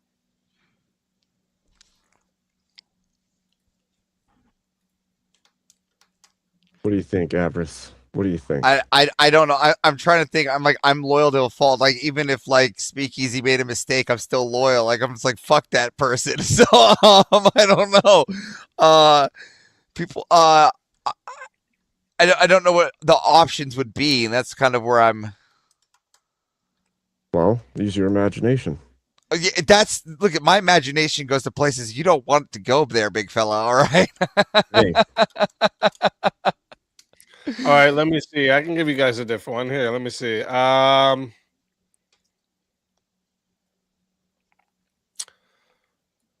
Oh, this is always a fun one. Progress destroys more than it more meaning than it creates. I could take either side on this, Abe. I also could take either side on this. So, you want to just pick one? Progress destroys more meaning. I'll take the negative. I'll take the negative. Progress does not destroy more meaning than it creates. Okay. All right. I like it. Let me reset that timer. Chat. Reminder for you all. Oh, here, let me do this now so we don't forget. McPuffy, King of the Clouds. Hold up. Oh. King of... You know what's funny? That character for the McPuffy, that the VK character, you see him in the little intro there. It actually turned out fucking great. It's fucking awesome. King of the Clouds. Yeah. Whoops. Okay, so chat, one more reminder. Going to 5 minutes to start. If you guys want to make it go longer, it is $10 to add a minute. It is $60 if you want to be the solo judge, all right, and decide the winner. If we don't get a solo judge, it goes to the chat poll, and the loser of the poll will lose their soul. Fighters, good luck to the both of you. Let's get it. All right, Avers, can I ask you a question just before I do a little open on the start? Everybody always wants to ask a question. Well, it's like what we start with. Why don't you just start with an opening? Everyone wants to ask Avers the question. Fine. I would say that progress means to move things forward. And in that fashion, when we see things moving forward, what we see is tradition falling away because of the increase of distractions and the loss of meaning of the past, because people want to recreate meaning as progress is pushed into the future. So instead of relying on our traditional foundations, we lose them as we move forward. And I think you couldn't argue that progress isn't to move things forward. This is perfect. So like I would say that we use progress in to move forward, even with tradition, right? We even use progress as means to monumentize the like some of our traditions, like Mount Rushmore would be a good example, right? The temple, the Egyptian temples. These are all things that we use for traditions of those times, and they get memorialized through time, right? Okay. And so that and those are created with progress, right? And those are the milestones, progress. And they don't get forgotten. With progress, we actually then reinvent those or recreate those with the traditions in mind. Or tear them down. Or we recreate them with that tradition in mind. Right, because what happens with progress is when we move forward, people get a new version of morality, and they decide they're going to destroy the history and the tradition. No, but there's still meaning behind the tradition. There's no. If that wasn't the case, then Orthodox would not be on the rise, right? Because meaning has things when you start making progress, and as we're making progress in today's society, people are making progress in today's society, people are finding more meaning in the things that we're building.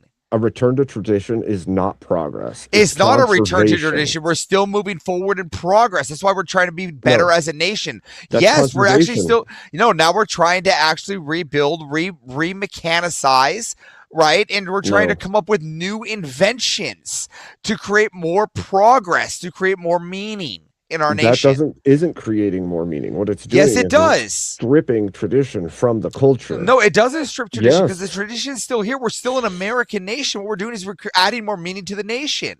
We're adding more.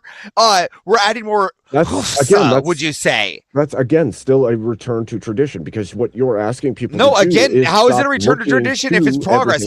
If we're adding progress, how is it a return to tradition? What progress?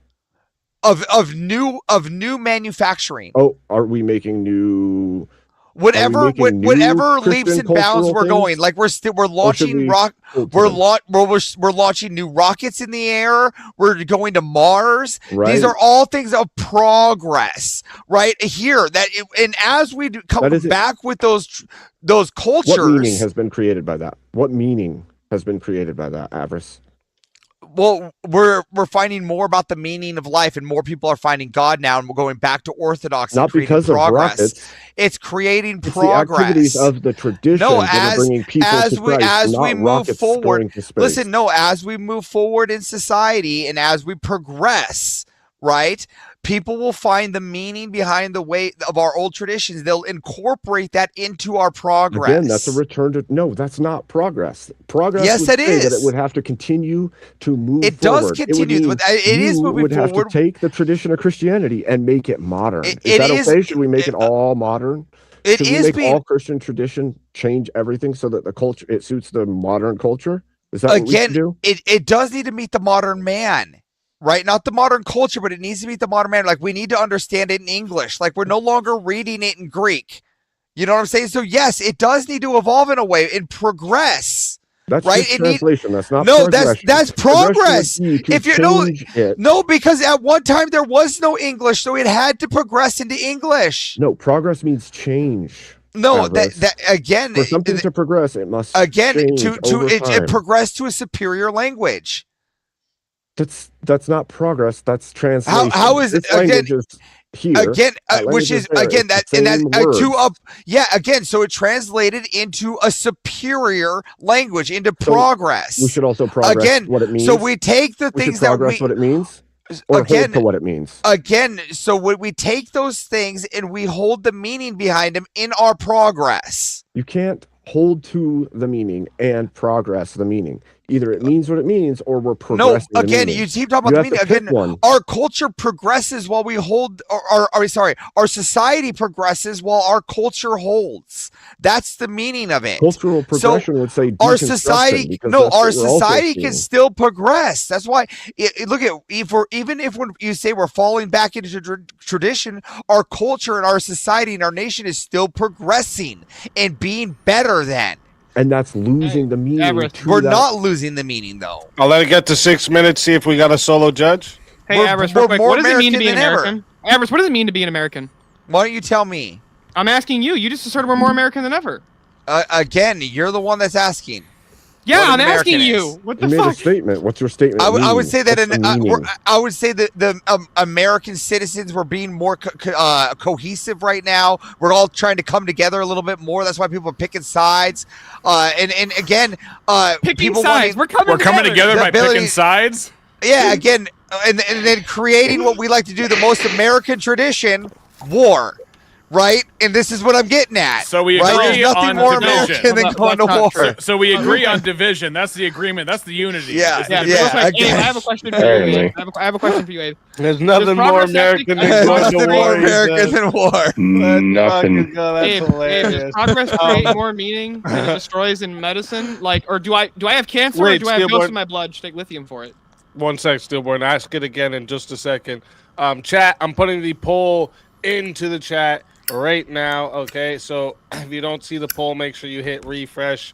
I am trying to work on a way to get a poll in the Rumble side too, guys.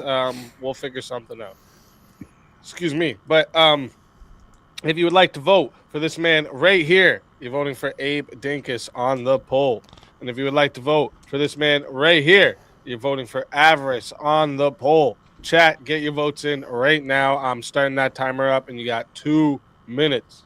Look, if you guys want to be realistic here, everybody who thinks Avarice won should actually vote for Abe, because as we know, Abe Lincoln was a very progressive president. He freed the slaves. That was very progressive of him. That's progressive. That doesn't mean that it's, like, again, having the progress of today in modernity here, right? We're looking at we are always going to progress as a nation, and you can't say because Avarice, we reverted back to culture or we added culture doesn't mean that we're not progressing still, though. Avarice, if two Japanese people want, if a Japanese woman and a German man conceive a child, and then on the due date they fly to America, and then they have a baby. Is that baby just as American as you are? But Christianity can progress through population and make more, and that's the progress. Christianity doesn't progress. Christianity doesn't progress. How does that not progress through metric? How does that not progress about for more people? Wait. Didn't everybody on this panel find out about orthodoxy via the fucking internet? How would the tradition is preserved by progress? If it doesn't progress, it stagnates and dies. There's equivocation here because the progress of attaining a goal is different than the progress of change. Those are two different meanings. Yes. Again, that progress was able to spread the word more. And you guys are subverting. You guys are subverting what progress is. No. Adaptation can be progress. It doesn't need to change. But does it add meaning? Is it new meaning? You don't need to add meaning to the progress. That was the prompt. I get what we're saying is when you're doing is we're preserving that meaning, and then the progress, right, can spread it out, and then when we have like the word and it's going out, right, so the Christian word spreads out through technology, which is a better meaning of it. You write a letter and now you do a podcast. It didn't change, it progressed. What's equivocation? So we're talking about progress of something meeting a goal, but the goal stays the same through the entirety of that thing. It doesn't stay the same. Now we have more people doing orthodoxy. If the goal is the same goal. That's the same goal. Real quick, boys. Don't worry, you're going to have another 6 minutes because 58 votes came in, and it's a 50-50 vote. All right, so we got to throw everyone else back into the back. We got to throw everyone else into the back and give you guys another 6 minutes. No added time for this one, guys, because it's a tiebreaker. Is it the same prompt or is it a new prompt? Usually we go with the same prompt unless you guys really want another one. We can keep going. If you really want another one, we can. No, it's fine. Okay, so this one's going to 6 minutes. I don't have my tiebreaker ticker. All right, no ticker for now. We're going to do this one. This one's going to 6 minutes as a tiebreaker, so no added time, but you can still solo judge. So if you want a solo judge, it's 60 to solo judge.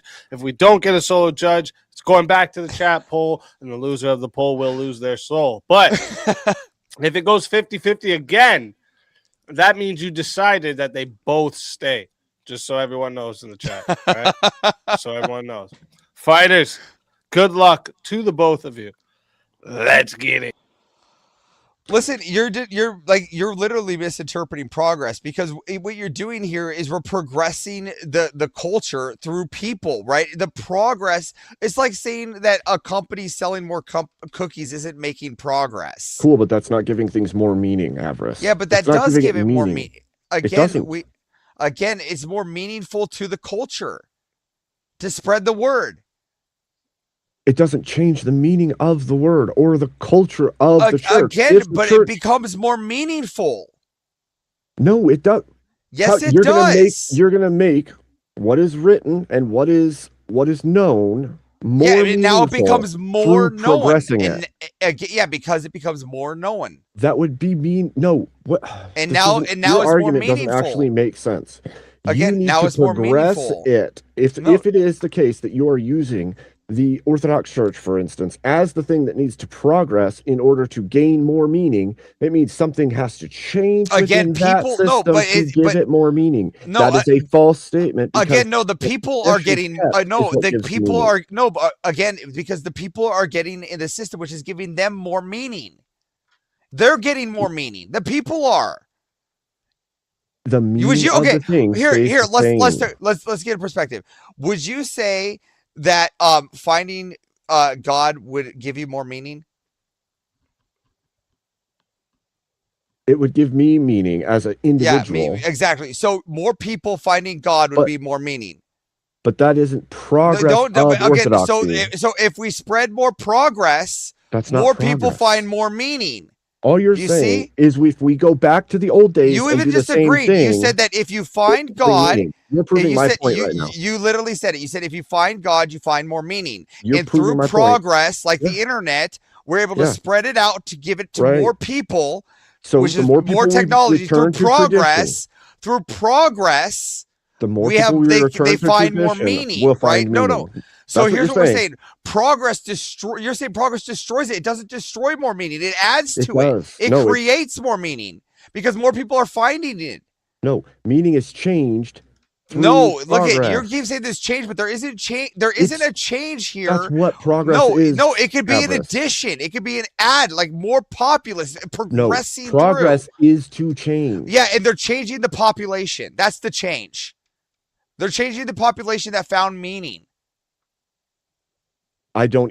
What you're saying doesn't actually track as Okay, as a compute logical here. statement. So if more it is the people case that listen, progress needs to if change more things. people find Christianity, right, because of progress, then that means that there is more meaning. It also is the same technology that brought us Okay. OF and internet porn and it has made many walk You away said from tradition and walk there away are, from meaning. You're saying all these things that are possibilities, but all No, I see it are has that happened. more I'm not people, saying can. I'm more saying people, has. again, and more people have also found Christ because of it and more meaning, which is because of progress. Would you there say is more meaning, right? Because there's more people finding God, right? okay? Because Okay.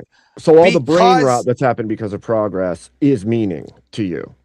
Like Again- all the brain rot and people Again- losing their minds and nobody again, understands that the was world part of and all of that. I got that. is Yes, better. that was part of the acceleration system to get it back to. We're not giving it back to acceleration system to get the system. You already to said a- it back to. No, You're no, right. no, hold on. Tradition. No, that was to get to an acceleration system to get our progress to a state of which more people can find meaning. I don't believe that's the case. It's just a I believe that's distraction the circuit case. that has created a loss of meaning because no, all of the traditions, all of the I meaning, believe that's a things case. aren't being done in meaningful ways. No, Instead, we it's had to just accelerate. race forward, We had change to everything. we had to accelerate to a place to find more meaning. There's not more meaning from progress, though. Yeah, yes, there Progress was. That's is why we had to change, create. We had to meaning find. is We had to lost. make more progress to find that meaning. Find what meaning? The meaning of how to spread. That was already there. That was already No, there. again, it wasn't. It wasn't in It's the a different system. method, but it's again, it already wasn't there. able to be spread out. And you're not the people changing- weren't you're finding not- that meaning. The people weren't going to it. I don't know how you can't see this. Through more people finding God, you find more meaning, and through the technology we have today, But more people are able to find Everest, God. You're equating like 5% of the population to the other 95% that is walking away from all forms of meaning through Again, progress. the 95% that would have never known it at all, even if there wasn't progress. So more meaning is lost through progress than No, is more meaning is gained, which means found. it Again, does, in fact, again, destroy it would have been progress, lost Everest. entirely. It would have been lost entirely. Progress destroys meaning. It would have That been is lost the proof, entirely. is No, in it the would pudding. no, it would have been lost entirely. Progress is saving it as well. It's doesn't also say that. it's also preserving That's it. not what the prompt is. It is. Progress does, in fact, destroy progress meaning. preserves it through how we build it. Is any of it destroyed, Avarice? Is any meaning destroyed through progress, Avarice? Is any meaning destroyed? Some might Is be, it? but Okay, But again, some then- could be. Some, but again, Then some things get progress destroys meaning. Again, you're you're conflating how much. It's like putting your monolithing here. that That's has nothing because to do with the you top. monolith. You No, used the that's no monolith, so I flipped that monolithing here. monolith and No, asked you. I does didn't it monolith destroy here. What I'm any? saying is the perspective of if there's more people finding God, whether or not there's people that aren't. Through progress, they're finding more meaning, and you've yet to contend with that I argument. have contended with that. Deconstruction has done the exact same thing. The progress of the internet has led to more and more deconstruction from Christianity. Again, people away that from would have God. never So you found couldn't make the Christianity and it claim would have that died. People that would never would have found it and it would have died. But some meaning is still being People, destroyed by it would have been progress, so dead then. It would does, have been in fact, dead. It would have been destroy. dead. It just would have been dead. Avarice, There would have been no Avarice. Christianity in your worldview. Avarice, real quick, hold on. Monolith. What about countries with no internet? Is there still Christianity there? Again, they're using progress through the paper. There's no internet. You mean They're like hundreds of using years progress ago? through paper.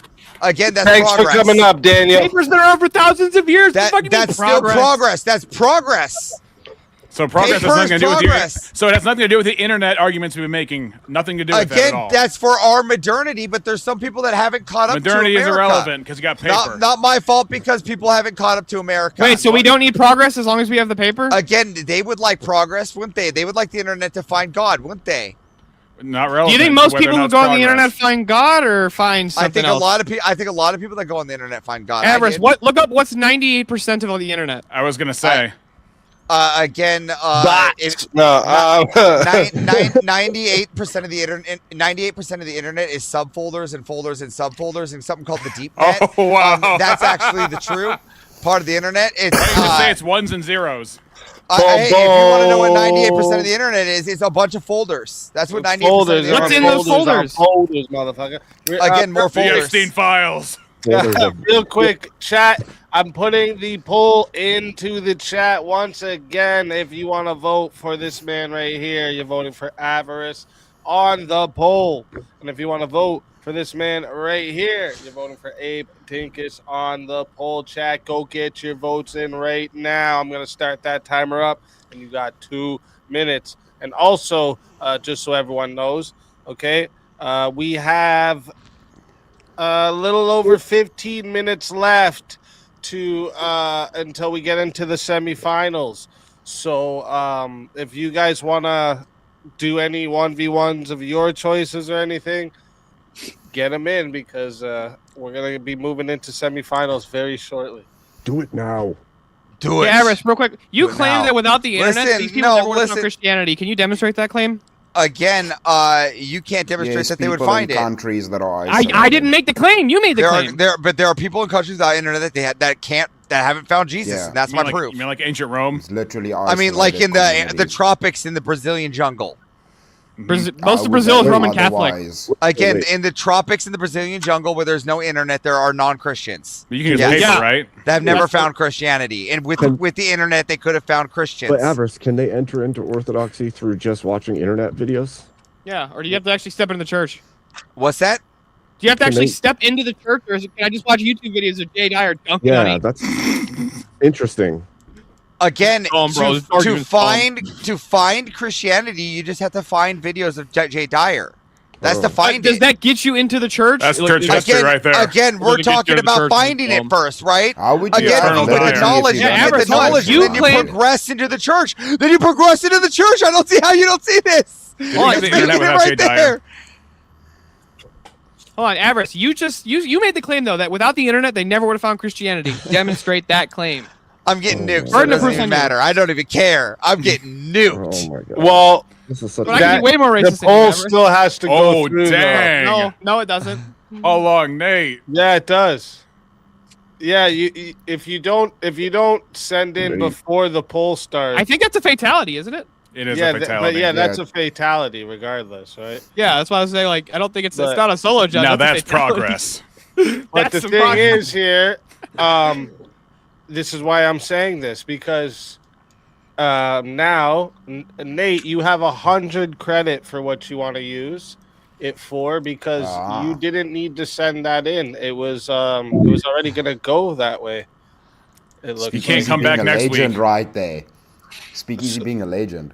So yeah, Yeah, what because you now, did it Nate? you did it after the. What now, Nate? You did it after it, so you You're got still one of my $100 favorite credit. truck drivers. You're still one of my favorite truck drivers, but still, Fucking Keep legend. joke's on you. That is legend though. Legendary move over here. I like it. And it's for whatever you want. So just let me know what you want to use your 100 for, and I thank you big time for that. All right. I'm just gonna But quickly run to the bathroom. the poll is Bathroom locked quickly. in. 54% said the winner of the 1v1 tiebreaker is Abe Dinkus. Avarice. Tell everybody in the chat where they can find you and why they should bring you back for another shot at the $750 prize. I've already done this. You can find me on Normal America with Rob Knorr doing Disney with songs. Get the donos in. Go. Let's fucking go. Always a pleasure having you. And if they bring you back, you know, you're more than welcome. And until then, Welcome back. my friend. Welcome back.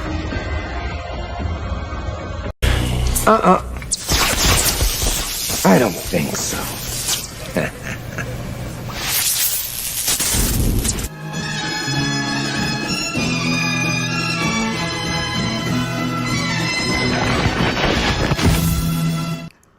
Welcome back before you can even go. Let's fucking go, you legend. You legend. Thank you, guys. Gee, I wonder how tonight's gonna go. Avarice is immortal. Thank you, Spartacus. You legend. All right, so one more reminder, Nate, you have 100 credit. I see that Tiny put in 20 here, plus Spartacus's 20. 1v1, Chris versus Average. Oh, that's why Spartacus was like, no, we're getting there. I want my So who's first then? Who's Spartacus was saying, no, we're getting that 1v1 we wanted, motherfuckers. That's how it goes, okay? And here, before we even start this, though, let me bring up who's next in line, too, just so that, I don't know, maybe someone will want to pick that person for a 1v1 or something, you know? And I'm sure they're itching to come show their face. So Look, I'm convinced at this point, Spartacus, and, I think Spartacus is just Avarice's alt account. Yeah. There's no way somebody likes him this much. Yeah, and Tiny's me. That's actually what's going on. Are you gonna play? Are you gonna? Spartacus is Avarice, and we just pretend we're a married couple. And are you gonna say Jungle's me when Spartacus is away? What are you gonna do? Oh no, I know. I saw Jungle, and he's got a legendary shirt, right?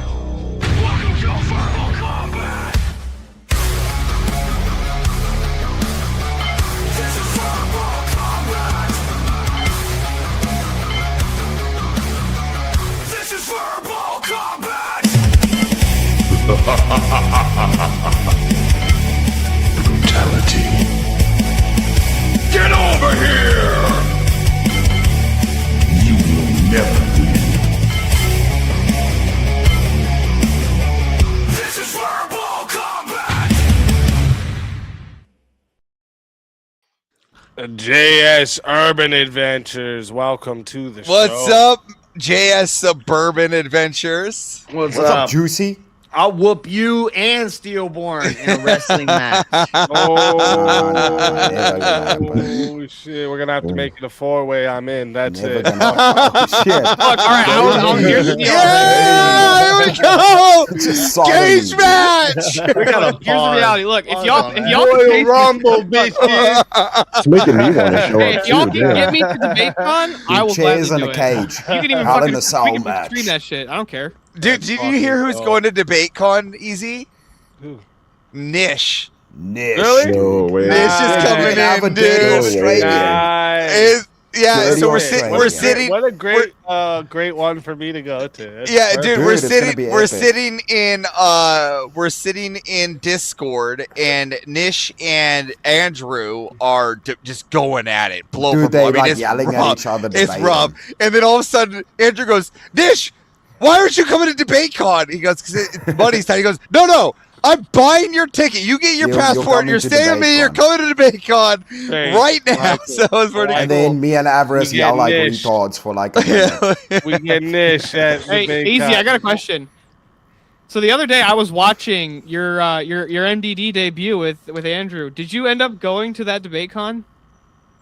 The DebateCon after that? No, Yeah. I didn't. No. By the way, did you ever get your I mean, $100 for proving that questions don't have premises? No, I don't. I didn't get the $100. I had a feeling either. you did get the $100. Unfortunately, it's kind of sad. It's kind of sad. Some bullshit, if you ask me. That was an epic one. And the way that unintentionally, Andrew just gave me the perfect layup, right? Because Andrew started asking about the laws of logic, and then I look like somebody who doesn't know what the fuck that is, right? Most people that look like me probably don't look into shit like that. So, you want to know speakeasy? So it was just a perfect layup. Just that clip is forever. I love Andrew after just instantly. Anything else, dipshit? Yeah, he fucking anything else, anything else, dipshit. That was great. All right, let's get this popping. What do we got here? What was it again? It was Whiskers and me. Whiskers. Chris versus. Yeah, whatever. Avo. Avo toast. Avo rice. Avo toast. What's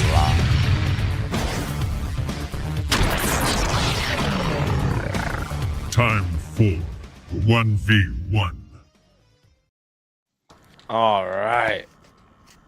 I'm sure we can. And Chad, I also want to say, look how close we're at. 93% of the dono goal. Shout out to you guys. All right, hit the fucking crowns and W's in the chat for chat. All right, you guys are fucking amazing. Can't thank you all enough. Everyone who's been participating tonight too. I can't thank you all enough as well. Let's see what we got for you too. Speak, I heard you. The Puffy character is awesome, bro. Legend. Right? The right? OG character up here, bro. Yeah, and like if you notice he's one of the characters in the selection screen. And he's with me as well, the which is sword cool. around himself. Yeah, it's cool, man. I was like, this is. Yeah, I appreciate. He's one of the cooler characters that turned out like that.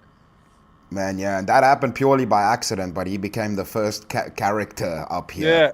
Yeah, exactly. And then we got one for Chair. I mean, Chair, and then we also had Jason, and then Juicy, and we had Mr. Potato from Shiva. They all spawned. Yeah. Oh man, that's great. Let me see it. Let me see a topic. Let me think if I could guess one that maybe you guys could fight about.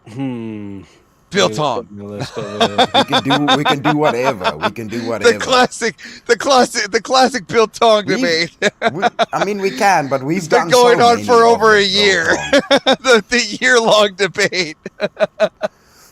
No, we can do whatever. You know me, I'm easy. What about this one? I got a PowerPoint for the Bill Tong one. If you ever want to do the PowerPoint one, I can bring that up. What about this one? Corruption is inevitable in any system because of human nature. Hell yeah! I can't say otherwise. I'm avaricious.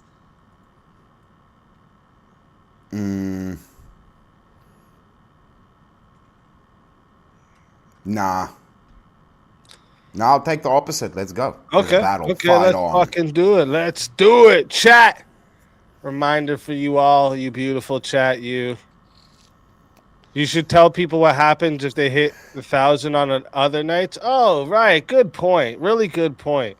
So we do a thing now here called Verbal Combat Origins. Okay, it's a prequel, so to speak, of Verbal Combat, and what it is any night other than Verbal Combat nights that we hit $1,000 in the dono, we do a Verbal Combat Origins. So you could basically think of it as a mini version of Verbal Combat, right? But it's what it is. It's like only 4 to 8 fighters. We start off with all 6-minute matches, 1v1s, no like added time, all that kind of stuff, right?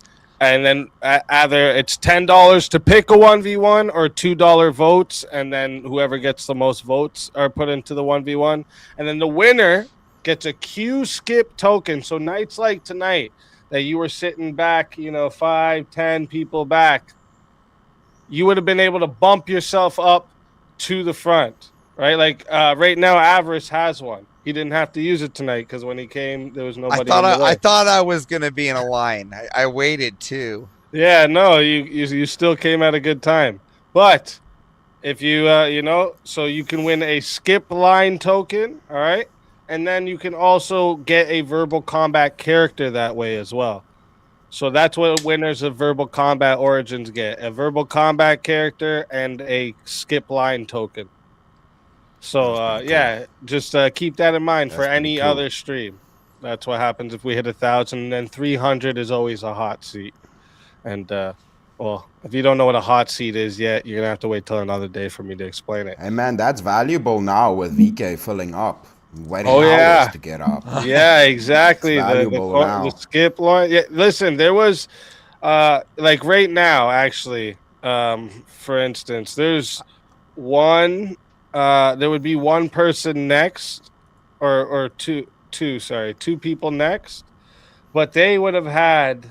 I had 21 in the studio at one time. They would have had 4 people ahead of them, but those 4 people left because they didn't want to wait, I guess. Dude, I came in like just after or in the first hour and was waiting 3 hours. Mm-hmm. That's like, it's useful to get that token. Yeah. It'll be exactly. So keep your eyes and ears out there for extra minute for Spartacus to lose. Okay, so we got an extra minute. Hold up. Let me make sure I put the extra minute on the ticker there. Oh, I don't even have the ticker going yet. Okay, so chat, we're going to 6 minutes to start. If you want to add a minute, it's $10 a minute. It is $60 if you want to be the solo judge. And if we don't get a solo judge, it's going to go to the chat poll, and the loser of the poll will lose their soul. Oh, there was a name change I missed? I'm sorry. Let me see. First off, $5 goal from Tarkazar. Thank you very much. You legend. Nate said 12 minutes to finish the goal. Thank you very much. Name change. Oh, Sparta Rice. Spartarus. All right, Chris, let's give him a good Foundry one here. All right. Let's fucking go. Honor the crucible. Imagine that, a Foundry meets verbal combat. The crucible of combat. It would be an epic show, don't you think, if something like that happened? All right, chat. 6 minutes, $10 to add a minute, $60 to be the solo judge. And if we don't get a solo judge, it goes to the chat poll, and the loser of the poll will lose their soul. Fighters, good luck to the both of you. Let's get it. Avarice, let me ask you a question. No,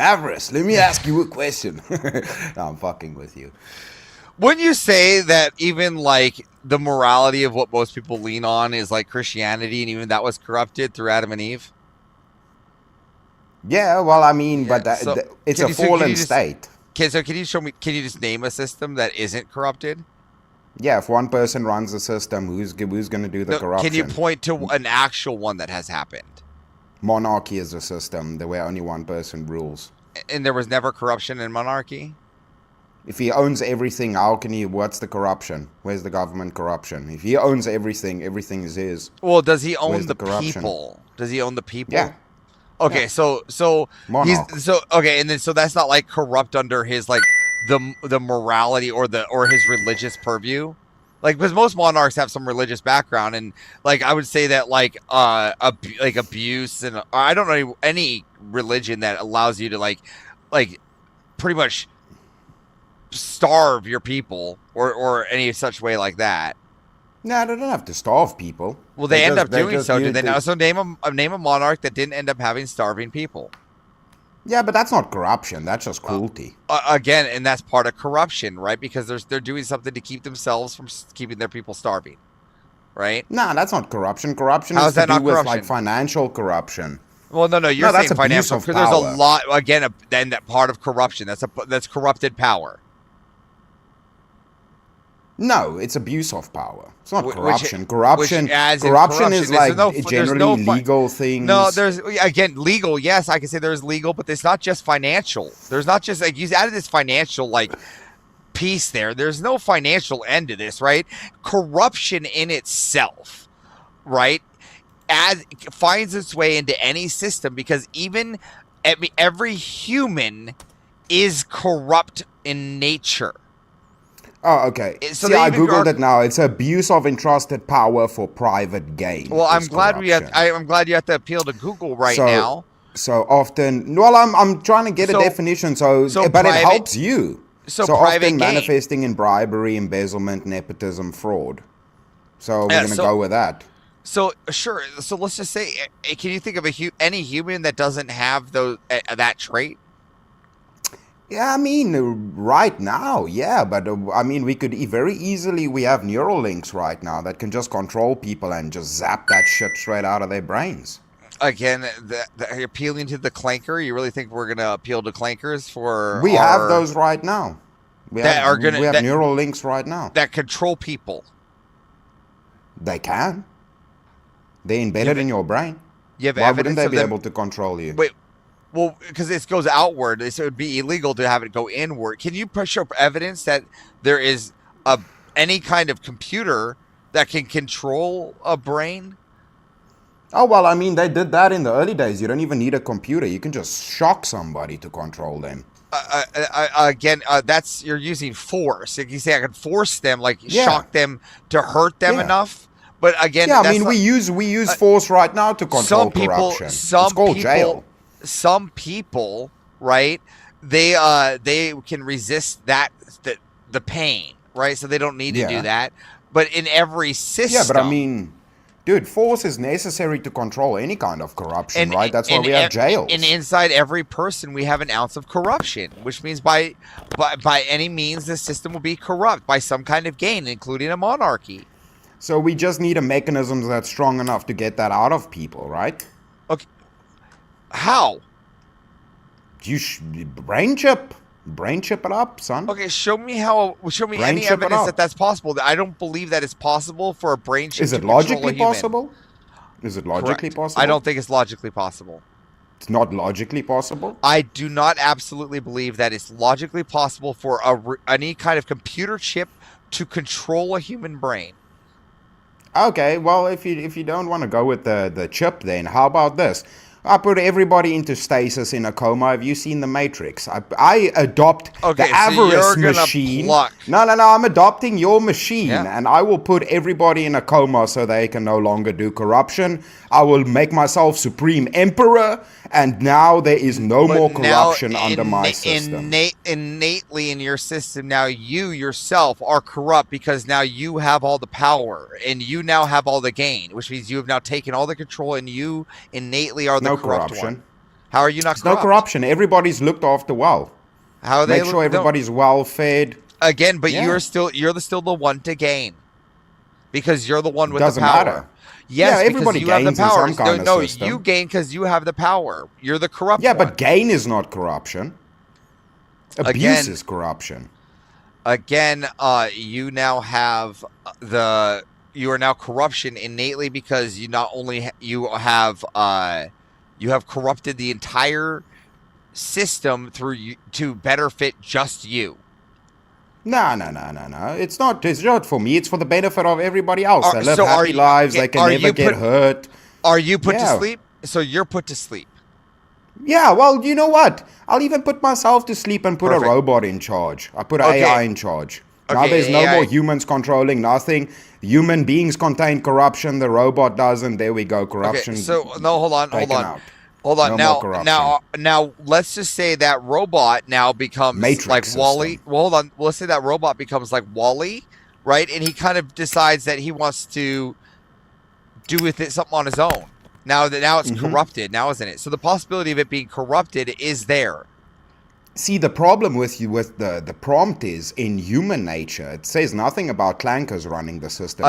So once they're because opened up of human in the system, nature. Once they're opened so up. So corruption is inevitable in any system because of human nature. My system negates humans running the system. So now it's a clanker run society. Remove the corruption. Oh my God! But again, once the robot opens up the pods, then the humans can come out, and the system is now corrupt. Why would it open up the pods? It's programmed not to open up the pods. Well, it sometimes computers break their programming. Have you seen Wall-E? No. There's multiple computers. There's multiple computers diagnosing the one computer. There's fail-safe systems. Yeah, you're talking about the Matrix. Remember the Matrix? Did some of those software, didn't they rebel against the system? Yeah, but those were pesky humans. And then the people inside, and then the humans inside that system, they also help rebel, right? This is the system you set up, like the Matrix, right? So the humans inside will then rebel against that system through corruption because what they want. We can just take all of them out, right? We could just theoretically take all of them out. No, you said like the Matrix, so these people will be corrupting the system from the inside. How would they? If I take all of them out. See, that's the fatal flaw that the Matrix system had. So you're just going to kill all humans. Yeah. Then there's no more system. Then there's no system. Yeah, there is. Yeah, there is. What system then? Heaven. Yes.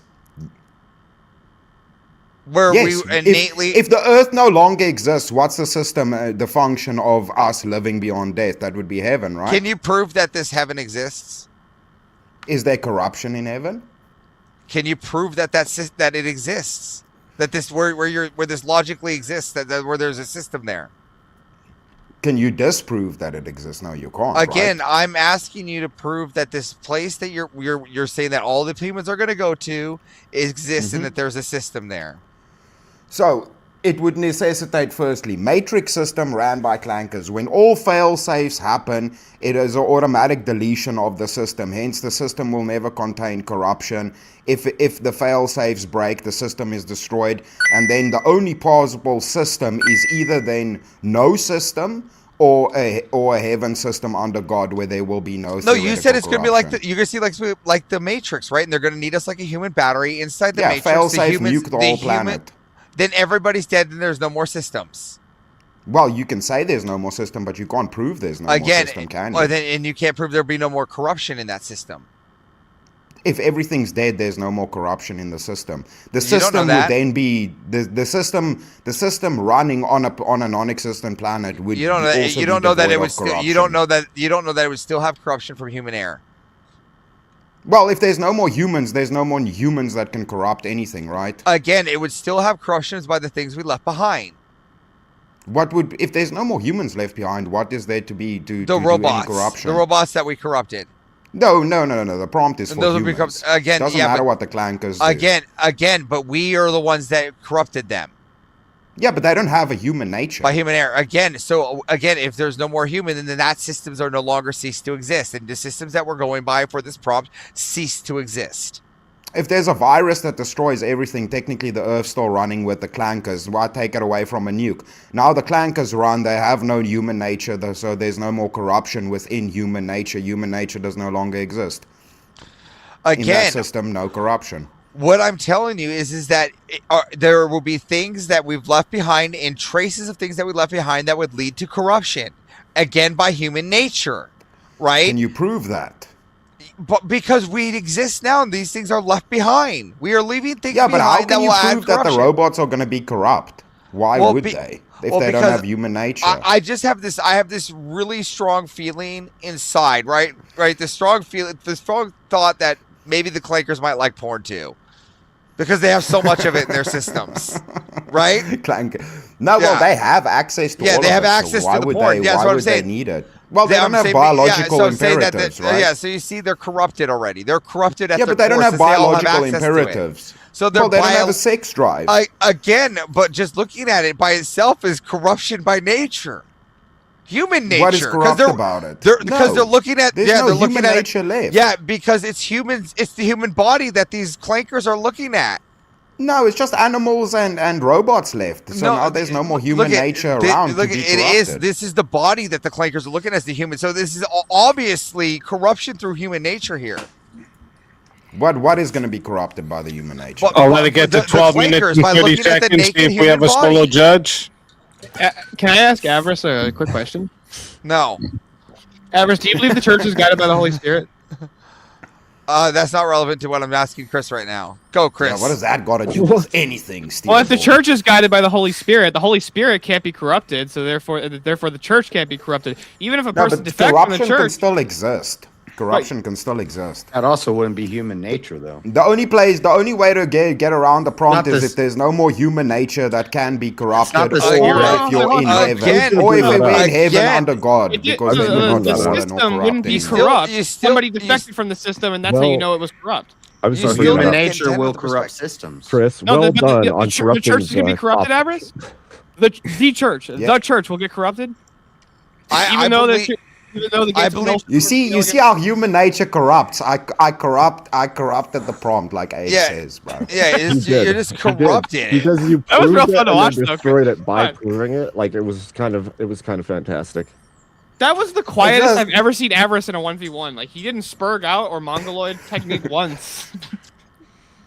Well, that's what happens when you earn my respect, Steelborn. I think. Yeah, I was. No. He's giving me credit. We've spurged out on each other way more than he spurged out on anybody on this panel. Me and him have spurged out so much on each other, dude. Real quick, chat. I'm putting the poll into the chat right now. Okay, so if you would like to vote for this man right here, you're voting for Avarice on the poll, and if you would like to vote for this man right here, You're voting for Chris Lestrange on the poll chat. Get your votes in right now, okay? I'm starting that timer over, and you all got 2 minutes to vote. Chris, do you have a cigarette in each hand? Two fist it, man. Oh, because look, you did this and you had it here, and then you brought it up with this finger, and I was It's like a magic trick. Avarice, look. Oh, wait, no, JS, look. I take off the thumb. Look. No more Theo, see. Bro, you need your thumb. Don't be doing that. That's hey, true. Easy, I got a question for you. So I have to go. Is there a chance that I can give my spot to a specific person in the back? Who is that? I don't know. I was gonna ask who's in the back. Oh, well, The normally maybe, self-sacrifice. but actually, there was only one person left that was in the back to come up because a lot of people ended up leaving. But they left too, so now there's nobody? No one's left. All right, I can show you for probably like another half hour or so. But here, let me give a quick little shout out to, because I saw you all. Life's Good, Darth Jeff, TV, Marte, and Dogs. I saw you all back there. All right, we just couldn't get to you tonight because it's been packed. And like I said, you gotta get up here early. If you don't have a skip line token, you gotta get up here early. All right, it happens. Well, I think Dogs got preemptively Dogs, eliminated yeah, by how Dogs long? would have been eliminated right when he came up, anyways. Did somebody just like instantly fatality him? Yeah, I think it was Nate. From the back. So Jeremy now has 100 credit. Oh, Jeremy. But yeah, Jeremy prepaid his. Jerry says you stole me Dogs' soul, Easy. Dude, All right. easy. Has Don't worry. anybody ever fatality'd somebody in the back? I think that's a first. That was the first. Yeah, that was That's the the first first time time. that's ever happened. That was a It's like, VK nah, I don't want to fetus see this guy deletus. even come up here. Dude, Wait, didn't Average- Jeremy Average also have the that- wait, fastest fatality ever? He He did. fatality'd at the start of the show with the dude's like first 3 words. He said he fatality. He said the Yeah, and I'm pretty second. sure he was like the first one to like eliminate the rest of the panel just so the prize Yeah. would roll over instead too. Yeah, Jeremy's he said the Keeping up with second this- person to join, or the first person to join, gets eliminated. Yeah, And yeah. I was the second person to join, and I was like, "Oh, I'm so glad I waited." So hold on. Have we considered like Safe of Souls maxing? Right? Like Oh, that's we're what talking, Jeremy's you doing, guys are right? distracting me. maxing. Jeremy is trying You guys to are max the distracting number of me. souls in Easy Soul. Or an Easy Safe. You know what I'm saying? True. Oh, that was King. That one. The Oh. one that you mentioned, JS. Yeah. By the All way, right, I lost the bet this morning. 58 votes are locked in. All right, 58 votes and 62% says the winner of the 1v1 is Chris Lestrange. Avarice, tell everybody in the chat where they can find you and why they got to bring you back. For the Another third shot. time. You can No, find me again on another Normal shot. America with You Rob made me fight Noor, my friend. Disney Whip. So have a good one. Get the donos in. It's fun being here, guys. Hey, let's fucking go. Always a pleasure having you. You know, if they bring you back, you're more than welcome. And until then, my friends.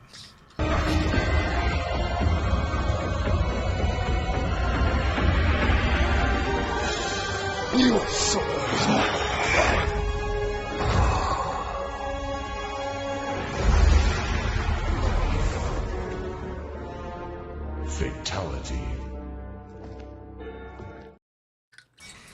Another soul added to the Safe of Souls. And that's how it goes on Verbal Combat Friday, baby. Speak. Why the chat always diabolical, making me want to fight my friends? True. That's it. That's how it goes. This is Verbal Combat. All right. I lost a free Diabolicals. bet this morning. I bet That's that Rev Russ was black. He's white. Shoot. You made a bet? Well, it was a free You bet. sure? It was just like no money. You lost, on the line. motherfucker. And I lost. Yeah. I Hey, honestly, see, I that's had- proof right there So that's proof right there that I was telling the truth earlier when I said I knew all this time because of Rev's account being linked to something that showed his face there. So I knew he was white, but I thought it was more fun for you all guessing it. It was more fun to not confirm it for any of you. No, I knew he was white. I That's said, funny. He sounds white. I think he's white, but then he's like, I bet you guys can't guess my ethnicity. And I was like, a white guy wouldn't say that. See, I'm not gonna lie. I had two pictures of what Rev looked like. I either thought that he was like wearing a polo shirt for some reason and just looked like a nerd, but had like this super deep voice, or he was a cowboy preacher, and I was right on the second one. There you go. Oh, all right. How old are you, Rev? Like actually, 500. How old am I? Like seriously? He's a vampire. No, I stopped counting after like the Fourth Crusade. He's a time traveler. Shit. Man. Okay, wait. I swear we had one more 1v1. Yeah, Abe and Chris. Ah. Oh, That's yes. right. That's right. That is right. Always American.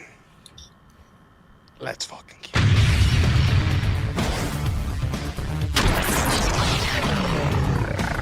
Time for 1v1. I was clicking them all so fast, I almost put Chris in the back. All right, let's see. Let's see. A topic for you two. And I also want to say shout out to everyone who's come up tonight. Shout out to you all in the chat. This has been like fucking absolute crazy. You guys actually made the time fly by so fast.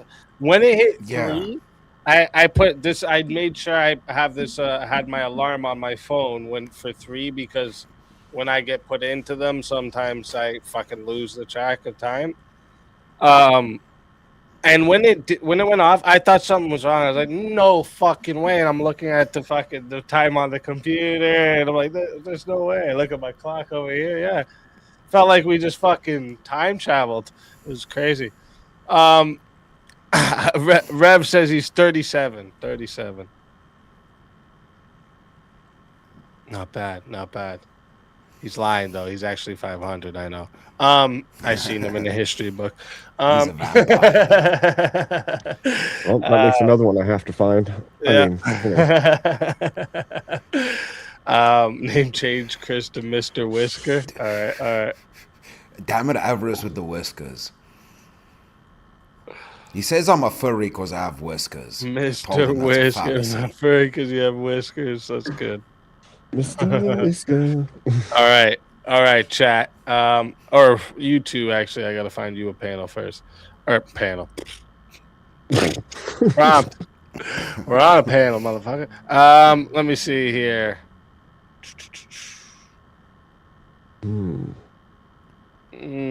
Oh.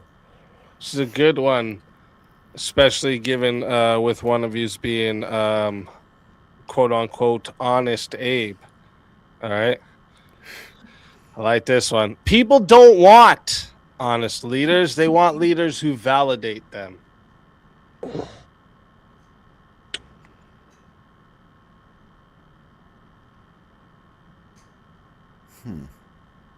I could honestly take either side of this prompt.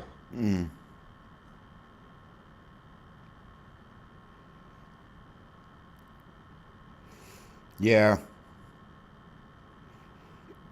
Wait, are you saying yes to the prompt, or are you still thinking?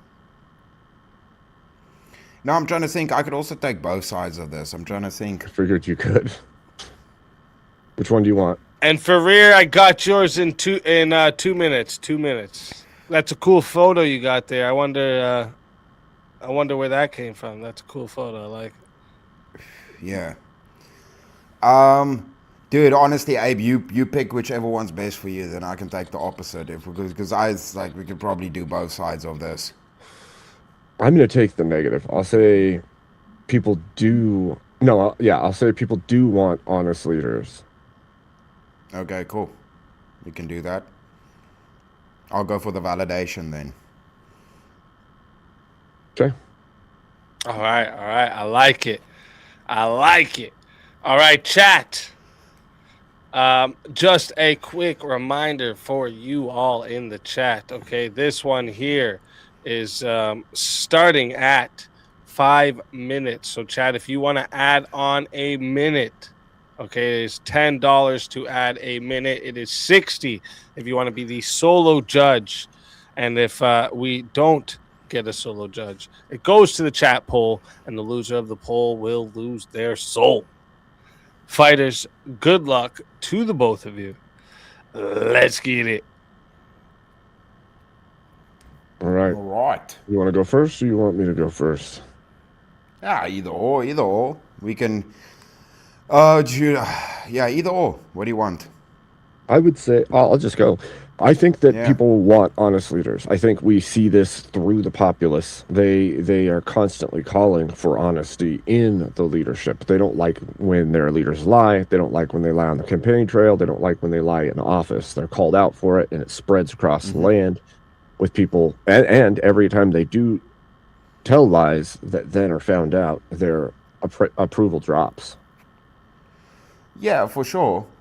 Well, the interesting thing with the prompt is something I've even seen in my own country, right? Is you could have somebody who's completely dishonest, lies all the time. If they validate people and the people are happy, they'll just forgive people lying to them. They won't even care about it.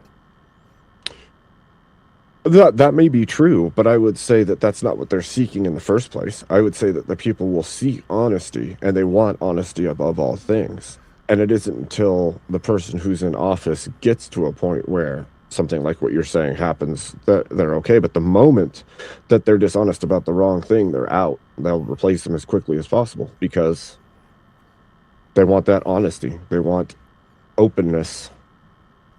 Not really. Like, impeachments and things are very rare, right? I mean, dude, Bill Clinton got more popular after he cheated on Hillary, bro. Like, I mean, people don't really care about honesty. So ultimately, like, I can put it in a very simple way for you.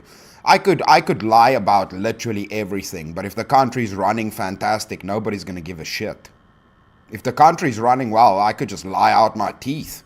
But everybody's like, everything's working. I don't necessarily agree with that because there wouldn't be all these calls for clarity, for opening of files, for looking into things at all times. Like, it's been all of my life. There's been calls for truthfulness and openness and honesty from the government. And you may say he got more popular after lying about his affair, but that was more of cultural popularity and not of governance popularity. So I would say cultural popularity is where you get your votes from, dude.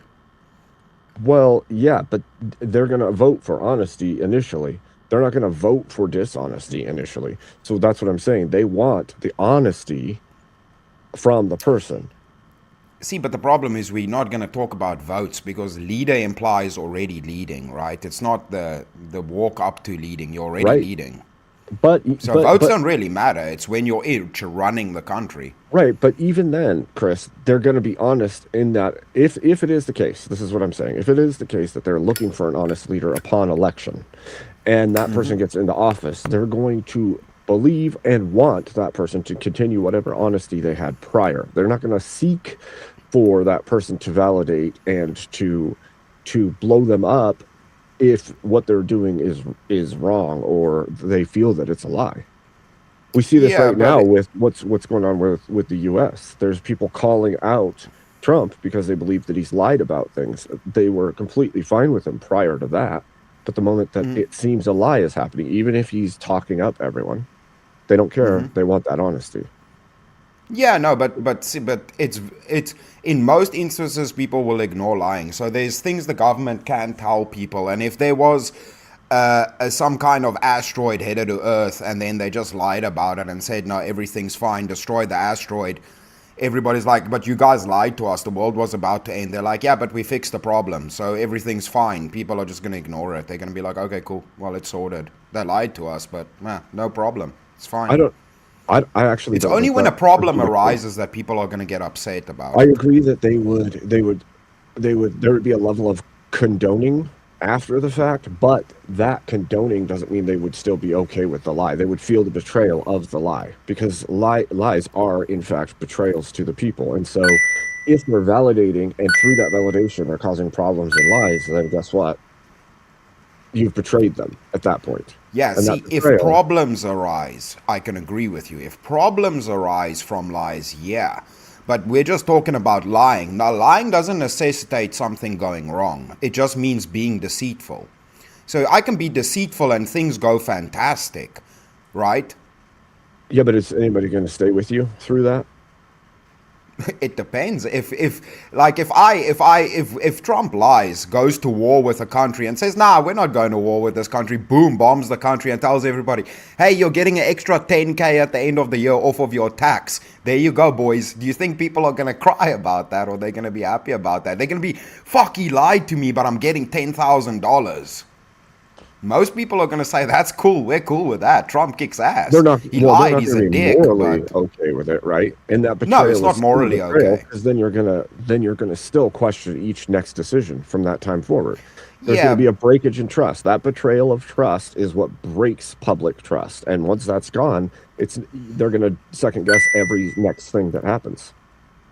Yeah, no, trust. Trust will obviously, if trust is broken, that's obviously not going to help you a lot, except if you keep delivering. If you deliver, doesn't really matter. Like, it's the same thing. If you keep lying, but you keep benefiting everybody with it, eventually people are going to be like, this guy's a piece of shit, but man, the country's doing great. Yeah, but that's and like they're just going to go with it. Because the morals doesn't always equate to... So a lie can benefit you, right? It's the same problem you have with atheists. If you ask them, why shouldn't I lie if I gain from it? They don't really have an argument. Absent morals, if you're benefiting from lies, most people aren't gonna have a problem with it. Okay, I see what you're saying, but I can't necessarily agree. That'd be like saying, as long as a spouse continues to buy their partner gifts, they can continue to act horribly in their marriage. And everything will be okay. They'll just stick around because they're getting gifts. Yeah, the whole red pill is based on that, right? Yeah, and most of those dudes don't have women. Yeah, but I mean, because in theory, it doesn't does actually work, right? No. Well, yeah, it can. You can buy. You can keep buying girlfriends. You can keep lying to them and keep buying girlfriends, right? Trust is more important to people than just what they're getting out of an individual scenario, and the same would be true on the macro. The bigger it gets. Well, we're assuming people's morals feel that way for the most part. No, we're assuming morality on this. Well, even people that don't have a foundational moral structure still can feel the betrayal of trust broken. Yeah, and most people can get over broken trust too. It depends to which degree the trust is broken. So now we're discussing the threshold breaker for where somebody comes disaligned with somebody because of trust being broken. But certain trust being broken and then being fixed or fulfilled by a benefit to them. I don't think most people will overlook the broken trust. It's like breaking a mirror and then gluing it back together and saying, "Oh, it's perfect now. It's completely perfect." That trust is a tipping point because, like I said before, once that trust is broken, it will continue to be second guessed from then forward. And I would say people would prefer to not even deal with that. They would prefer the honest answers rather than the validation and corruption that comes along with it. Yeah, but you can think of a leader kind of in the same sense of, right, if in this instance, right, if we take the morals out of the situation, it would be like your child. If your child keeps lying to you, but you keep if they keep at least to some degree holding true, they're doing things but they're constantly lying to you, but they're at least not a drug addict and selling things out of your house, you're still gonna love them and you're gonna let it go, even though you know it's constantly happening. You let it go.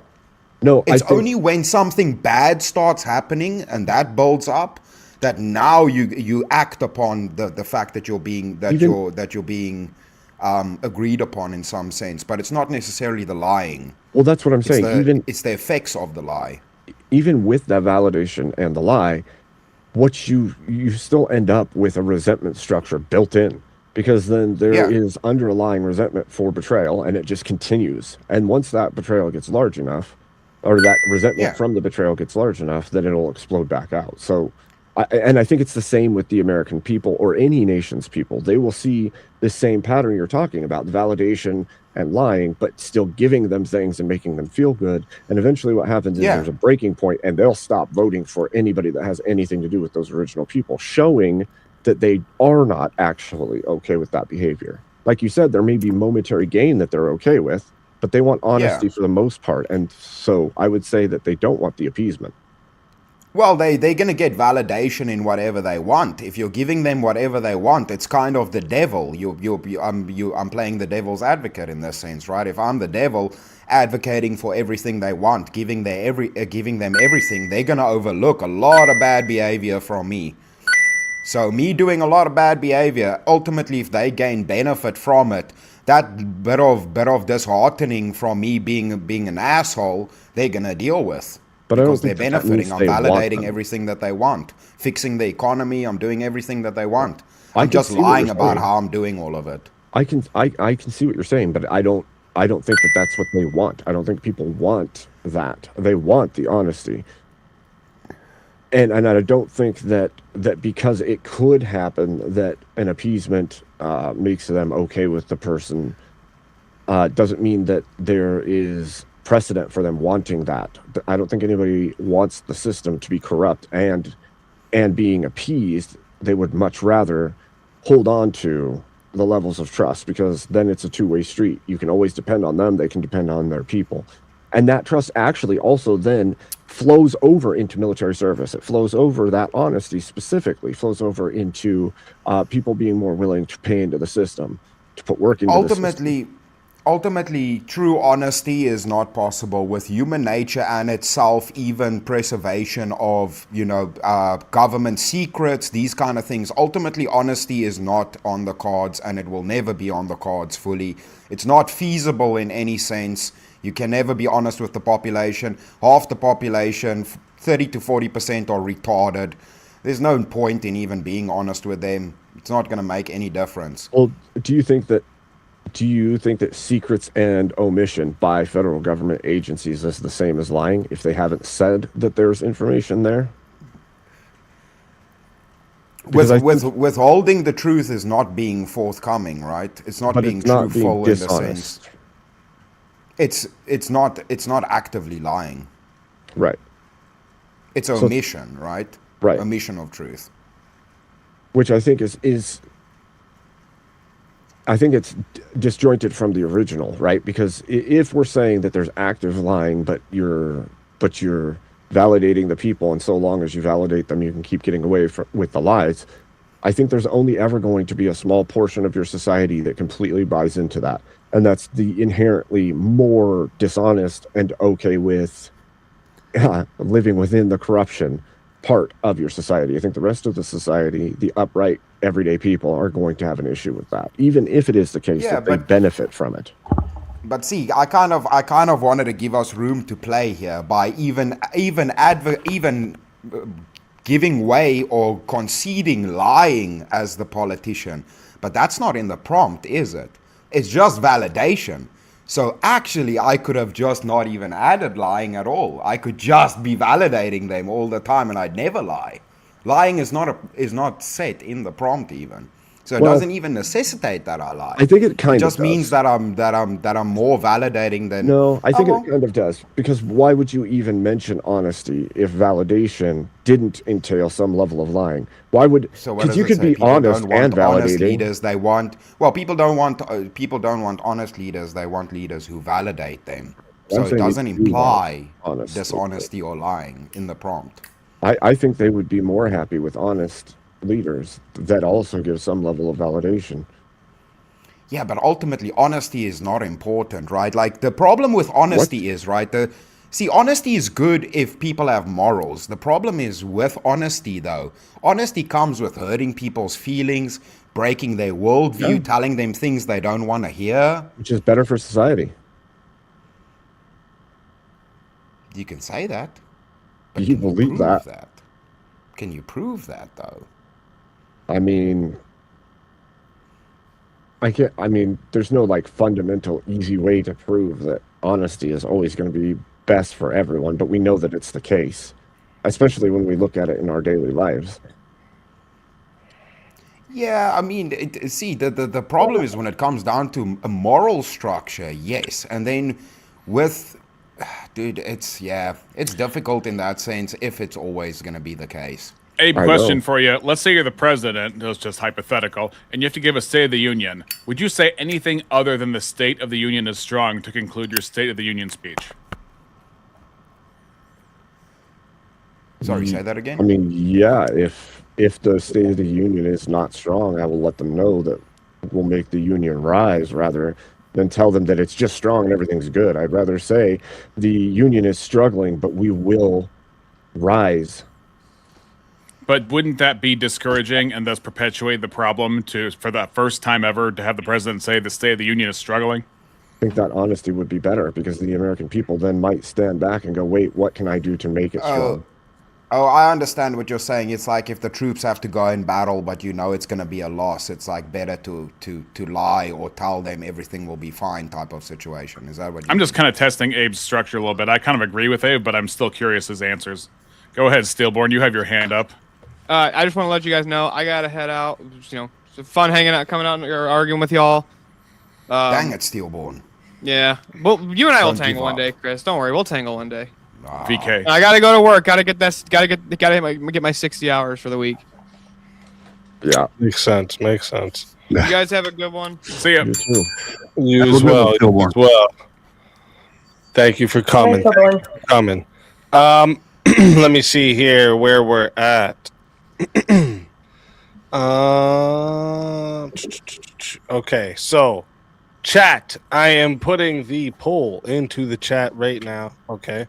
Let me make sure it's there before I say that. All right, yeah. If you don't see it now, go ahead and refresh because it's in there now. All right. If you would like to vote for this man right here, you're voting for Abe Dinkus on the poll. And if you would like to vote for this man right here, you're voting for Chris Lestrange on the poll. Chat, get your votes in right now. I'm starting that timer up, and you got 2 minutes. Yeah. And also, if you guys want to get any more 1v1s in before we get into the semifinals here, now's your only chance. People don't know what they want. They think they want an honest leader. They'll vote for Trump when he says everything populist as he's running. But then once he comes in and he starts being honest, they hate him and they turn on him. Yeah, but knowing what you want isn't the same as actually wanting something. Well, see, Trump is an interesting one with this because, that's one of the main critiques, right? A lot of people say, the things that he said he's not doing. So, like mass deportations, but it's not really mass. He's like leaving some, like the farm workers, or no wars, but now you guys are involved in a conflict. Yeah. Which there's plenty of people very unhappy about. So they loved him when he lied to them. But then when he came in and he started doing what had to be done and was just honest about it, then they hate him. Well, no, that's Chris is saying some of the stuff he said he was going to do, he isn't actually doing, like walking back the H-1B visa stuff and stuff like that. Then people are angry because you made a statement and now you're not actually holding to the original statement. And winning in Ukraine on day one, all that stuff. Right. If he says I'm not going to start any new wars, but he knows if he gets elected, we got to do something about Iran. So when he says there's going to be no new wars, he's lying. So I'll agree, Trump lied to us. Yeah. He lied to us, and everybody loved it. And everybody's like, yeah, let's go. He didn't know it was a lie in the moment. But then when he comes in and he starts a new war and he says, this is something that has to be done. I've been saying this had to be done for like 20 years. And then he does it.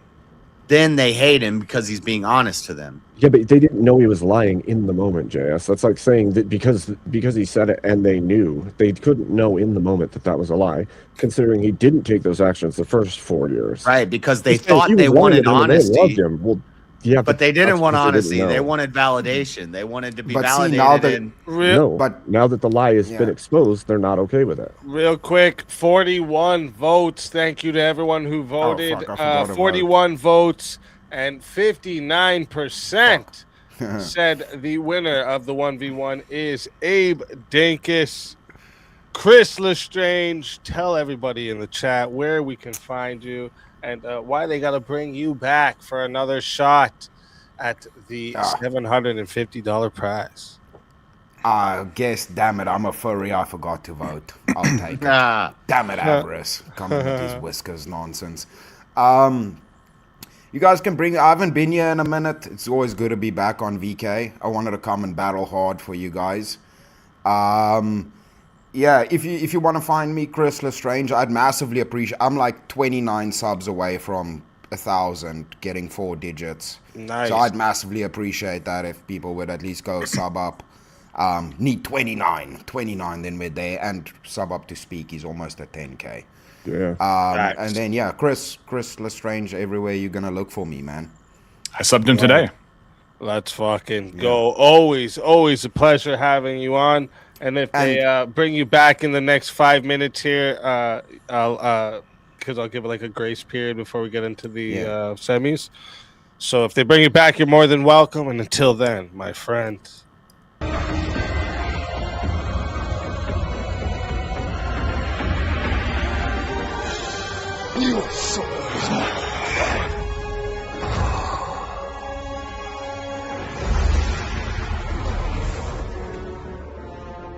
Fatality.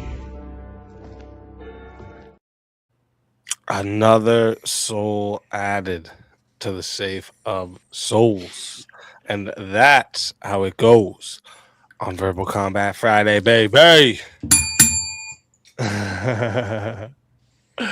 And I'll start up this 5-minute timer here. If you guys want to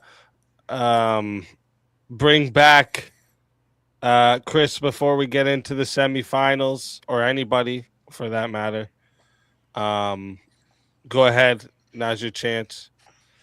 Is it 90? It's 90 right now. After semifinals start, it'll be 180. Wait, yeah. Damn, someone's typing away. You got a typewriter or what? Typing. I'm a stenographer. Clack, clack, clack, clack, clack, clack. Ding! Clack, clack. Oh, shit. I Let me love see. typewriters. While we're waiting to see if anybody, if anyone gets brought back here, where does everybody stand on that? What was just being talked about? Yeah, I think people want leaders who validate them. They think they want honest leaders, but people in mass are stupid. They don't know what they want. The only people they will call honest are the people who validate them, because they think that their opinions are true. So therefore, they think anybody who says what they want to hear is the honest one. Right. I think what you said, though, JS, it would actually be more of a point that they do want, and honestly, so you brought up, like, he said no new wars, and then everyone liked that, and then when he came in and started a war because he knew we had to, everyone was pissed about it. Yeah, because he wasn't honest. Right, they but want the honest one that was saying no wars. If he had been honest in his campaign, if he had been honest in his campaign and said, we're probably going to have to fight Iran at some point, then they wouldn't have voted for him. So he had to lie. I don't think that's true. I don't think that's true. I think if he flat out told us that we're going to need to deal with Iran, things are out of control there, he would have still had the support behind him. It's a flaw to state the opposite at the entry. If he had said it right off the bat, made people aware. That's why we all fucking complain about politics so much, is because they say one thing and do the other. It would have been even better if on the trail he had said, we are going to have to deal with Iran. It doesn't matter if I get elected or anyone else does. It's going to be too big of a problem to ignore. Nobody would have voted for him. I don't think that's true. No, everybody. That's true. You win by saying, of course we're not going to go to war. We're going to keep you guys all safe. It's going to be perfect. No, or you just say, no new wars. This has been an old war that's been going on for hundreds of years. Yeah. You know. I can't read it.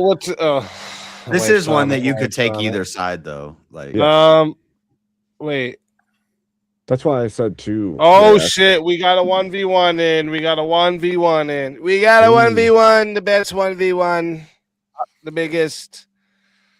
I'm going to drop the bot back. The whole panel's roll button. Be right back. Oh, you're getting the same thing everybody else is doing. Yeah, go ahead. Go ahead. Are you crazy? You're good. Go ahead. And Chris, I'm just gonna throw you over to the green room. I'm gonna throw Chris over to the green room just so I don't forget. Bin Talk. Tell me a name, whoever you want to change a name, because we didn't get to do your Chris's name change. All right. So yeah, give me a name change, whoever you want. Bin Talk, let me know. And could Tiny or my wife pay attention and let me know what Bin Talk wants. Here, let me see. Wait, where? Oh, it's because he's off cam now. So I was like, wait, where'd Rev go? all right. Let's get this 1v1 going.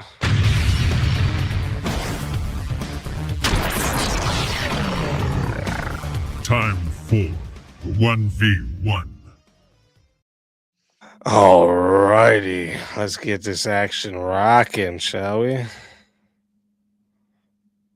is this final? Is this finals, or did somebody pay for this? Someone paid for this one. Oh. All right. Someone paid for this one. Did they pick a topic? Well, no. You have to pay for a forced topic. Okay.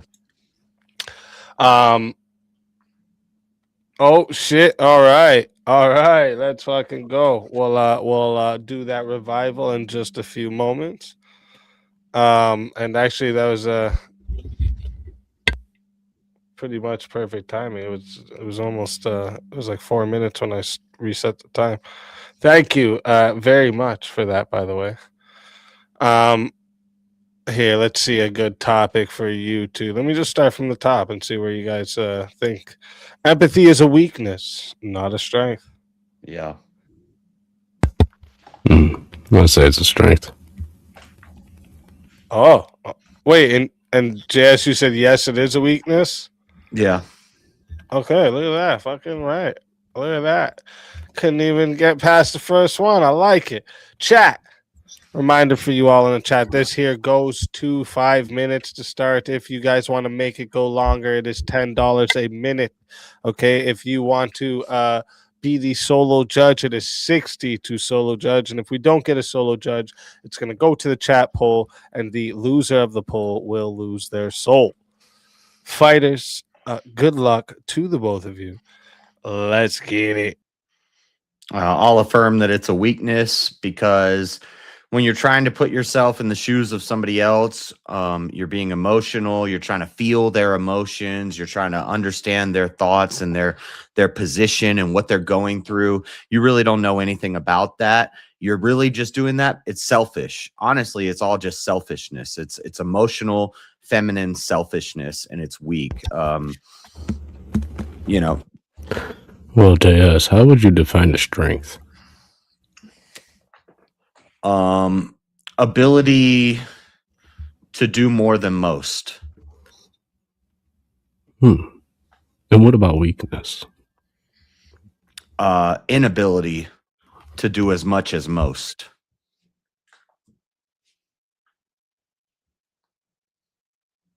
I don't know. I just pulled that shit out of my ass, honestly, but because I'm thinking about like physical strength, emotional strength, mental strength, all these strengths. Like, if you can resist, maybe resist is, or maybe what's the word?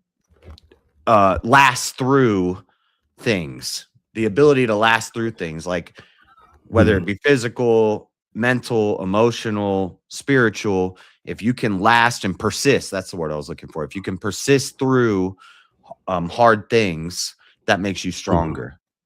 So you would say a strength helps you act rightly under pressure, right? Sure. And a weakness makes you vulnerable to distortion under pressure. Yeah, so I would give an example. I would give of a strong situation would be when the two women brought the child. They didn't know whose child. We know the story. I'm not going to go through the whole story. And Solomon said, "Let's cut the baby in half." Do you think he was feeling empathy for those women?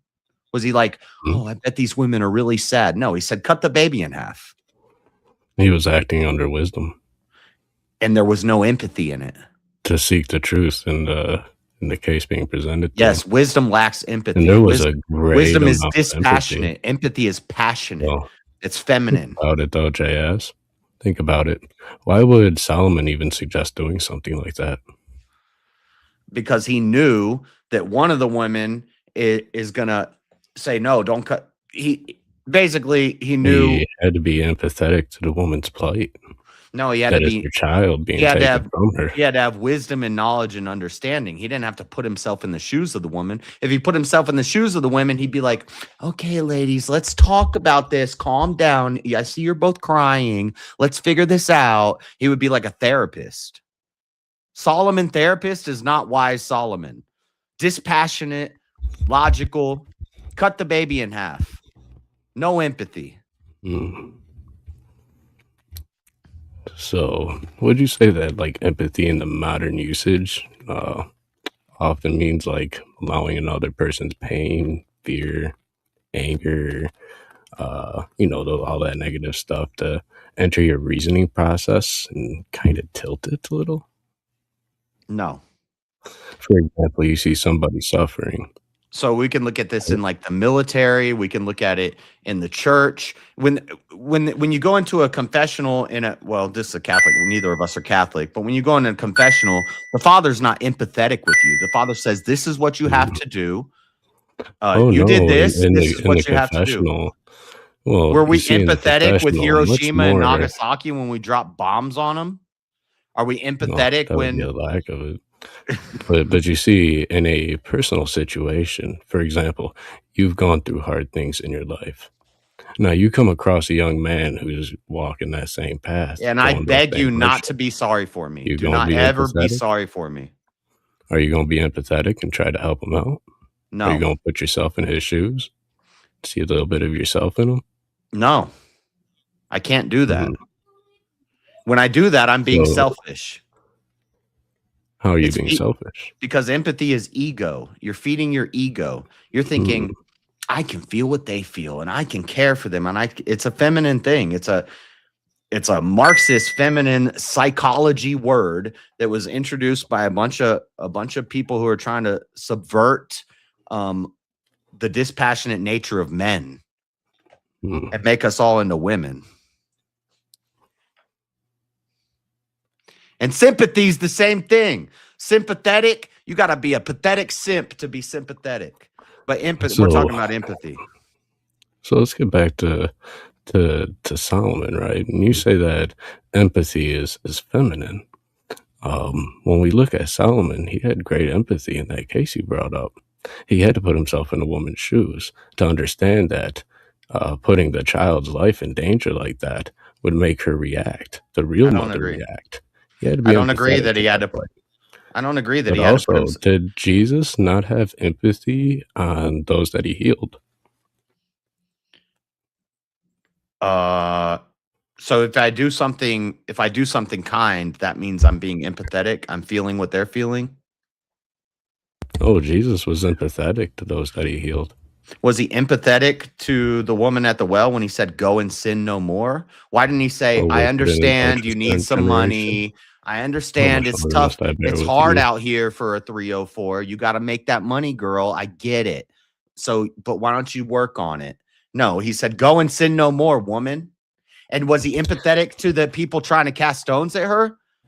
No, he said, "You without sin cast the first stone." He wasn't empathetic to them. He wasn't empathetic to her. Are we talking about the woman in the well or the adulterous woman? The adulterous woman. Yeah, the adulterous woman. Yeah. Well, let's see. If she had sinned, what's the wages of sin? Death. Okay. Why did Jesus judge rightfully? Because God forgives. Mm. And would that be empathetic? Does God have empathy on the fallen nature of man? Was he empathetic when he sent his son to die in our stead and to pay the wages for our sin? You're not stun locking me. I'm just trying to think about this because no, the answer is no. but I'm trying to show how it's a no. It's a dispassionate love. It's a love that will punish or give mercy. And that love is like when a father spanks the child and he says, this is going to hurt me more than it's going to hurt you. That's okay. That's because it So does why hurt did him. Christ take That's on a personal flesh? thing. Why did Christ take on flesh? And that's why we got kids to. Oh, sorry, I was still trying to do the analogy. But, I'm just wondering, why did Christ take on flesh? Why did he become like one of us, made a little lower than the angels? Because that was his purpose. So he could be empathetic toward man. So he could experience what man experiences. Temptation of sin, life, hunger, and inevitably death. So that he could be empathetic to us to save us. So before Christ did that, God couldn't understand what men felt. You would see when you're comparing an omniscient God who knows our heart and knows our mind better than we do. There is no empathy there. He knows what we're doing when we do empathy we're trying hypostatic union. Are you familiar with this term? I didn't finish the point yet. When we're in our human nature trying to make ourselves like God and feel empathy for people, that's wrong. We can't do that. God doesn't feel empathy. God just knows. Oh, well, did you know that Christ has two natures? It's called hypostatic union. He has the divine nature and the human nature. I know about the hypostatic union. I know. What does that have to do God with is this? capable of empathy because Christ shows that he's empathetic. Regardless, he showed it when he healed the blind. Regardless, we're made in the image of God. We're not God. You're not omniscient. You're not omnipotent. So you don't have any. He was empathetic when he raised Lazarus from the dead. Yeah, and you're making men to be like God. I'll let it get to 10 minutes and 30 seconds. See if we have a solo judge. And I wouldn't say God is empathetic either. I would just say God knows. Like we're using language. We're using liberal language to control people. Empathy at the end of the day is on the spectrum of human emotions. God took on flesh, therefore he felt those emotions. We see Jesus angry. We see Jesus crying. We see Jesus scared in the garden, and we see him. At you see Jesus weep. Hey, JS though, real quick. Hebrews. Hold up, Russ. Hebrews 4:15 says, "For we have not a high priest which cannot be touched with the feeling of our infirmities, but was in all points tempted as we are, yet without sin." So the temptation in the case of Jesus is the source of God the Son actually having been human, whereas the Father was not human. So the experiential knowledge is different than the omniscient knowledge, and that's differentiated right there in Hebrews 4:15. Which still doesn't address the point that JS made, that it was coined by an artist to feel into things, adopted by a psychologist who used it for women's suffrage, and then pushed it forward into the modern day to be used for literally socialization and communization of the people. Sure, I'll grant the word for non-God people not having that, but in terms of whether or not there is empathy, Hebrews 4:15 answers that question. Well, it answers the question of hypostatic union. It doesn't answer the question of empathy specifically. I don't even understand how that has anything to do with what we're talking about. Can be touched with a feeling of our infirmities, but was all points tempted like we are without sin. So he can have emotions about our infirmities? Or our are we projecting infirmities. our emotions into him? The infirmity, okay, that had to do with the incarnation. The infirmity is having to do with the actual temptation of someone who lives in the flesh. Right, because he. All right, real quick, chat. I'm putting the poll into the chat right now, so it's there now. If you don't see it, go ahead and hit the refresh so you do. Okay. If you would like to vote for this man right here, you're voting for JS Urban Adventures on the poll. And if you would like to vote for this man right here, you're voting for Rev Russ on the poll. Chat, get your votes in right now. I'm starting that timer over, and you all got 2 minutes. 2 minutes. Yeah, but furries. Jesus wasn't sent to feel what other people feel. He was sent to feel what he felt, and that is the experience of man. But he couldn't feel the experience of other people, but God already knows the experience of the other people. So he says, for we have not a high priest which cannot be touched with the feeling of our infirmities, but was in all points tempted as we are, yet without sin. I think you're misaligned in what you're reading, because I think him being touched with the feeling of our infirmities is he feels something because of our infirmities, just like we feel something because of other people's life or actions or things. It's always a self-referential emotional reaction. Always. But that's where the R empathy. That's where R is the operative word. Our being mankind. Our being those who consider him his high priest. Seeing as then we have a high priest, not the lost. We have a high priest that has passed into the heavens, Jesus, the Son of God. Let us hold fast our profession, for we have not an high priest which cannot be touched with the feelings of our infirmities, but was in all points tempted like as we are, yet without sin. That's talking about all of human nature. Then it's not just talking about. It's talking about Christians. He doesn't. The burdens of the lost aren't put but on how are Jesus. you reading empathy into it? Yeah. Well, it doesn't say our feelings for us. It said he cannot be touched with our infirmities. With the feeling of our infirmities, you changed it. Right. Right. So You changed it. He can't. Isn't that what you just said? So you're saying he can't with the feeling of our infirmities. For we do not have an high priest which cannot double negative be touched with the feelings of our infirmities. I got confused by the double negative. Okay. So what was the prompt? Just so we're very clear, what was the prompt again? Something about empathy.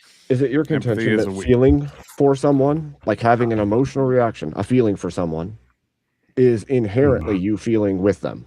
Not me, but we're talking about God. So there's the difference. We're not going to say that empathy de facto does not exist. We could even go back to the Spartans. Spartans, they would keep the babies isolated from the mothers, and they would keep them isolated from people and contact, so they wouldn't have emotions, they wouldn't have physical touch. They had strength, though. They had physical strength, but real quick, we got 34 votes locked in. All right, and 56% said the winner of the 1v1 is Rev Russ. JS Urban Adventures, tell everybody in the chat where we can find you, and I'll give a 3-minute grace period here for you as well, even though we're way fucking past the time, but I'll give you a 3-minute grace period to see if they want to bring you back. So tell them why they should. You should, because I'm awesome. He didn't say nothing there. He didn't say nothing. Empathy's lame. Go to JS Urban Adventures. Bring me back, chat. 3 minutes. Let's go. Let's fucking go. Always a pleasure having you. If they bring you back, you're more than welcome. And until then, my friend. Your soul is mine.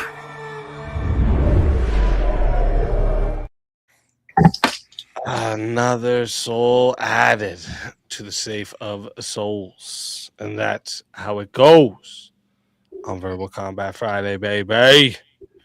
And then also we had earlier, in the name of the Emperor, this brother shall not fall. Chris Lestrange, your duty is not done. I don't think so.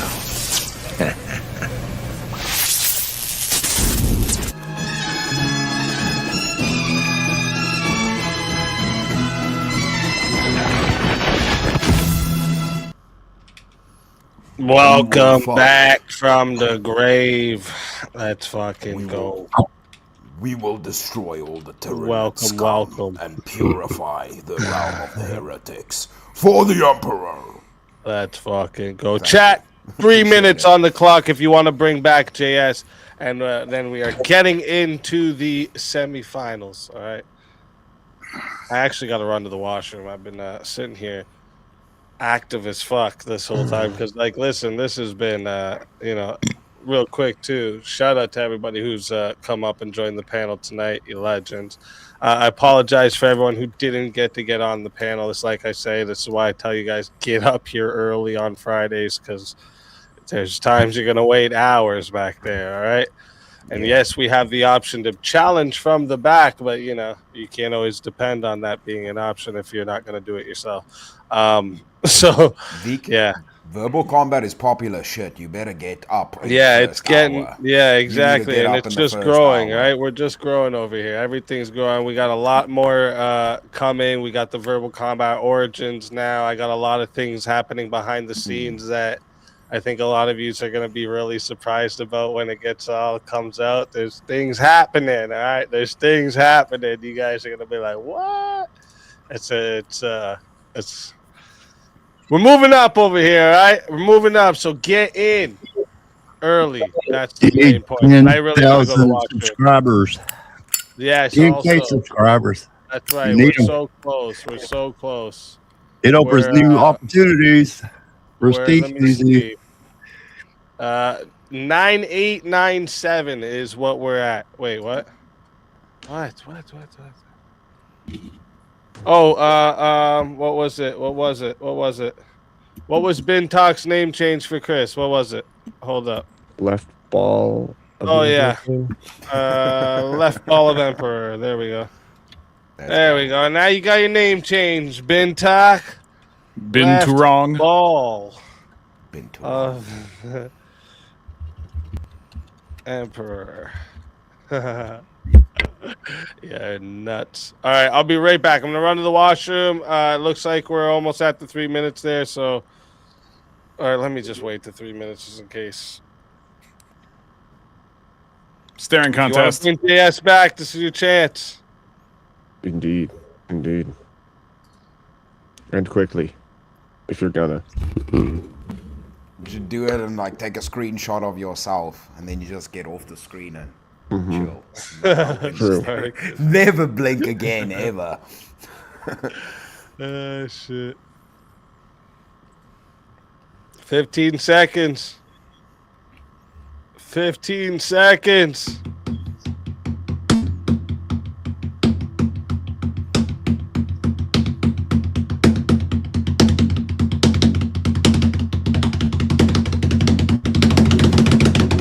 Shark bait, ooh aha. That's what I was. That was good. And JS is dead for good. Until next week on Verbal Combat. Until next week. Mount Wanahakalugi. All right, I got to run to the washroom. And then when I get back, we're getting into the semifinals. So get ready. All right. No one's going to talk? You guys are crazy. Why don't you talk? You're just going to be quiet. You talk. Just telling me to talk about things and stuff, bro. Stuff and things and stuff. Yeah, stuff. No. So who's taking the positive on stuff and things? I'm going to throw this out there. I agree with partially agree. I partially agree with what JS is saying. There's things a certain but stuff too. There's a certain level of the usage and belief in empathy that puts people in the God seat in their own mind. And by believing that you can like look into the emotions of others, you have this compassion and caring at a level that is into the supernatural realm. And it people keep telling me, well, that's not what people think. That's bullshit, because people do obviously think that. There's tons, huge swaths of the population that believe they can actually know what people are feeling absent actual experience with that person. Well, and that's happened, kind of what they say is one of the new. And that's why I try to use the example With JS, I try to use the example of a young man who he could see a lot of himself in. He would have empathy to his situation because he's actually experienced that. See, right? I just see that as so that would compassion. be more. Because there's this Yeah. weirdness of putting yourself in their shoes. No, what you're doing is you're referencing Mhm. you in your own shoes in your past and saying, I wonder if what I had was like what they're having. And then you can take steps after that. But it's not the same Well- as putting yourself in their shoes. At that point, Well, that's the I am interesting imagining. thing. I saw that the other That I day know. that this is now it brought up in conversation that one of the highest forms of intelligence is metacognition, right? So thinking about thinking. So if you're actively able to truly disassociate from your preference or your thinking to actually be able to put yourself in another person's shoes, it's also a skill set that they teach like undercover agents, right? It's not about thinking what you would do. It's actually understanding and thinking about your thinking to the point that you can actually put yourself in the other person's shoes by eliminating yourself. But you can't, because you still can't understand their framework, their perception. You can't be inside their internal model. You can only imagine that you understand their internal representational model. And the only one who can do that is God, not you. And so there's a level of hubris in believing that you put yourself inside of another human's representational model and understand everything that they are doing and make judgments based on those things. That's foolishness It's not to me. necessarily hubris, because in some ways, to understand somebody, you have to place yourself in that. It's to what degree you're accurate with your conception of placing yourselves truly in their shoes. You might be able to get a toe in there. It doesn't mean the foot fits perfectly. Well, that's why I'm saying We're talking about the threshold breaker for what this truly is. It's generally, in my opinion, it's generally you observe something and then you reference yourself and then you make calls based on that. It's not you're putting yourself in their shoes. You're looking into your own own files to figure out if you've ever gone through anything like that, and then you use that as a reference or that person. You could never truly mimic somebody's lived experience, right? So at that point, it's no longer sharing with feelings. It's an observation and then digging through my own representational model to give information. Yeah, but understanding how an engine works doesn't require you to know how the factory operates that produces the engine, right? So there is some point of understanding that can be achieved, even though it's not full understanding. Well, I can take apart the engine and look into the engine. I can't take apart another person's mind and look into it. Yes, correct. But we do that by obviously the conversation, right? So we're not analyzing a whole mind. So when Empathy we're doesn't talking about, require let's say, a problem. conversation. Empathy supposedly Yeah, but we're doesn't talking about require a singular conversation. problem. No, we're not trying to put ourselves in the place of that person's entire mind. If somebody's telling you about a traumatic experience, you're only analyzing that singular component of the engine, right? And because it's biology and not mechanical, there's a different analysis that occurs in that process. So now we're kind of discussing to which extent you are correct with your analysis of this. The whole of my point is that you can't actually put yourself into the emotions of anyone else. And you can't share in the emotions that they're actually feeling. You can only share in the emotions that your internal model creates. And then you equate what you're doing. You make a simulacrum of their model in your model, and then guess that it's similar enough to make a judgment call. Yes. But also that doesn't deduce it's not similar, right? It's kind I'm of not the saying it discussion can't be of what similar. the degree is. Right? Yeah. Well, part of it just all goes back to like, and I know people always freak out when I bring up the inception of the word, but the inception of the word is very important because it's carried through its cultural meanings from its inception to now. There's still the connotation of believing into, which is an impossibility scientifically in way too many ways to hold on to it, in my opinion. You could just say I'm compassionate. You don't have to say I have empathy. Empathy has like a trademark or a connection to it that is auto virtue. I say I'm empathetic, or somebody says you're empathetic, you must have virtue. Sympathy is the virtue. Empathy is the one you should have. That's why it's got simp in the name, right? It's being sympathetic. Empathetic means understanding. Sympathetic means... No, sympathetic means you're a part of something, generally. No, sympathetic would mean that you are trying to align with the thing being expressed. Empathy means you just understand what's happening. Not it doesn't in. mean you're condoning it. Sympathy is condoning of the thing that's being experienced. Empathy is understanding of it, not necessarily condoning it or acknowledging it. It's got simp in the name for a reason, bro. It's condoning the behavior. That's why it's sympathy. Empathy is just, in general, being empathetic towards somebody. If you look at what they mean, sympathy is having concern for the state of another. Empathy is literally sharing in the emotions or pain of another. So there's a difference.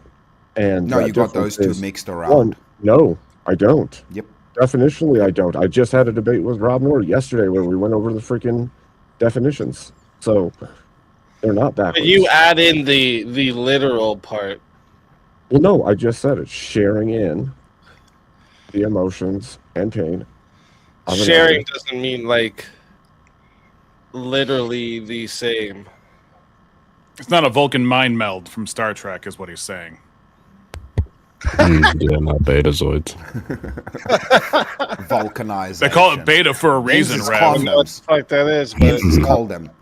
Vulcanizing is condoms, speakeasy. He's talking about condoms right now. Okay. And this is a Well, the Star best Trek argument thing? for that argument was to distort Your the linguistics are interesting, Mr. Dr. Lestrange, of whatever island you live on, off of the Black Pearl, sailing the high seas. I know Star Trek Empire. I'm messing with you. I know Star Trek Empire. Come on. See, But I yeah, had to but give it- but my it- own definition for empathy in that one. So basically, what I did was took the definition for compassion and sympathy, and then applied it to empathy. All right, well, rational maybe way. we'll get into that in one of these 2v2s and 1v1s coming up. Listen up, chat. We're in the semifinals, and then we'll get into the Oh, wait. So, okay. Nate is using his... Damn, okay. Nate's using his credits. Okay, but Nate, man. Did he jack up the game? No, we're into semifinals now, Nate, and everything doubles in the semifinals. Like the revive, the fatalities, they double in the semifinals. So you would have to send another 100 to do a fatality right now. Or just save your 100 credit for something else.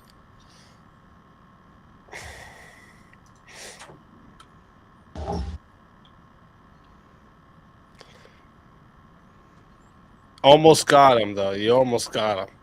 Are you crazy? He's gunning for you. Holy shit. What for? I don't know. Nate's got a bone to pick with you, bro. You better watch out. Damn. Did you make Nate angry? I don't know. It might be the hat. Maybe Nate doesn't like the hat. I got another Nate's hat. a trucker. Nate's a trucker. You better watch out. Yeah. Wait, is Leia the only one without a hat now? She might be wearing a hat. She isn't being camped up. We need to She's confirm. still alive. Maybe I'm alive. Maybe the bee needs to wear a hat. I should get on that. So wait a minute. Let me ask you something. Are we saying it right, Leia? Well, it's Leah, but I never correct people. It doesn't matter. Leia? Leah Bobia? It's Leah. See, Yeah. well, you should. You know what's funny? After I heard someone else say Leia to you, I was like, I wonder if we're saying this right or if it's pronounced Leah. Because the B in your hand is what gave it away to me. I was like, it's probably Bobia, and I'm fucking saying Leia Bobia this whole time. Yeah. Well, my avatar is supposed to be a joke, but I don't know that anybody got it. But it's okay. Let me see. It's a girl holding a big bee. Leia. Mm-hmm. What's that make her? Leah Bobia. No, think about like a phrase that people use sometimes. Is she a bitch? Bee's knees. Queen bee. No, it's so much simpler. I'm a bee holder. Oh, that's funny. JS Okay. got it. JS got it. That's Beholder. Oh yeah, there you go. He did. Beholder. That's hilarious. Okay, okay. That's clever. Supposed to be. That's clever. I feel like it's not if you have to explain it, but Jared speaks as her right hand is in the stinger, or her hand is right by the stinger. She's gonna get stung. Not if she's the queen bee. Says, I retract. Okay, no problem, Nate. No problem. Okay, but you still have your 100 credit. Whatever you want to use that for, let me know. But yeah, that's fair. Okay, so like I said, everyone, since we're in the semifinals, it is now 200 for a fatality, and it is 180 for a revive. Okay, from now till the end, and these people you see on screen are the only ones eligible to be revived. All right, but in finals, oh, actually, no, we changed that too. The finals you can too. That's right. So right now till the end, these are the only people that can be revived after they're gone. Okay. So let's get into this. Let me see. So everyone up here, or no? Okay. Oh wait, I think almost everyone up here had a 1v1, if not everyone. Yeah, everyone did. Yeah. Yeah. Tonight's been active as fuck. Okay. Okay, let me see something. Yeah, even you've debated speak. Mm-hmm. Yeah. yeah, it was crazy for my first time up here. They threw you in the lion's den. Shit. I love how Avarice got revived 3 times and Chris Lestrange gets revived once and he gets deeper in the tournament. It goes like that sometimes. It goes like that. Yeah. Deep pockets out there for Avarice. That shit. All right, let me People see. like I think, him. okay, He's who was cuddly. just in a 1v1? It was Rev Russ, right? So I'm going to put Rev. Oh, sorry, Rev. I'm going to put you to the back for now. All right, I'm going to let you skip the first 2v2 battle. And then who was in it right before that? It was you, wasn't it, Chris? Oh, wait, no, Abe. Wait, It was Abe. Yeah, it was Abe. Oh, yeah, and Chris. Yeah. It was I Abe had versus 2. I had Chris. Abe and Avarice. Abe and Okay. Avarice. Okay, okay. Well, you know what? So I don't have to pick one of you. We'll give Grace to Leah. Then I don't have to pick one of you. All right. Fair. You're men. You can handle it better, all right?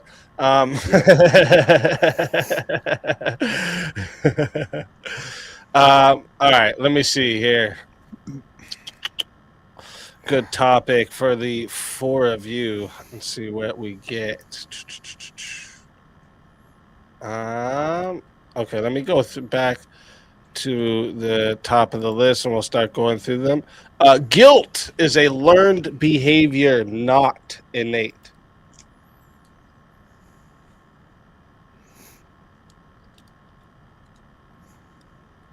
I think that's true. I'll do I too. would say it's innate. I'll do too. You would say it's innate, Chris? Yeah. That would put, you know what? I can go with Chris. Okay.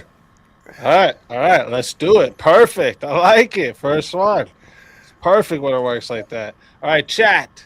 Let me tell you how this goes. This is a semi-finals match. All right, so you can add time still. All right. But like I said, it is everything is upped. Okay, so solo judge is now 120. So if you want to solo judge, you still can, but it's 120 to solo judge if you want to solo judge.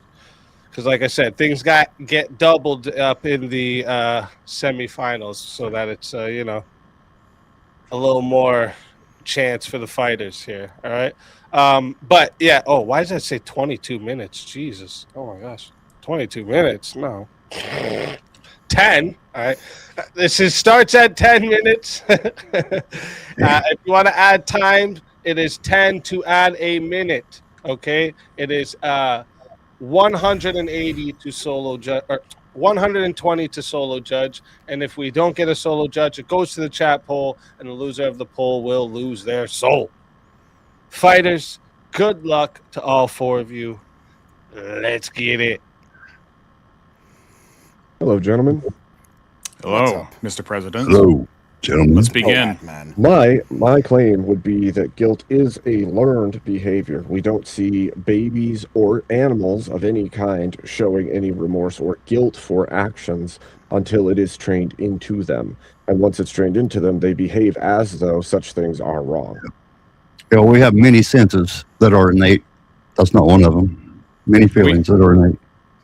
Here's the difference, though. Because we're made in the image of God, when we're talking about Romans 1, verse 18 says, "For the wrath of God is revealed from heaven against all ungodliness and unrighteousness of men who hold the truth in unrighteousness, because that which may be known of God is manifest in them, for God has showed it unto them." So because we have that relationship with God, it's not learned in the sense of pedagogy, it's learned in the sense of the soul. And the parents do not invent the conscience. The conscience is innate, and therefore the conscience is an organ of the soul to detect right and wrong, even before the parents can communicate with the child. Yes, yeah, guilt is a reflection upon decisions you make. So, i.e., a reflection on moral decisions you make, which it's aligned with what is written on your heart from God, like he said. Then why don't any tribal people... guilt, you have to know you did something wrong or... Oh, they do. I deny that assertion. They do. It's just darker because they have less light. As in, they have less specific revelation of understanding than a culture that would have interacted with the gospel.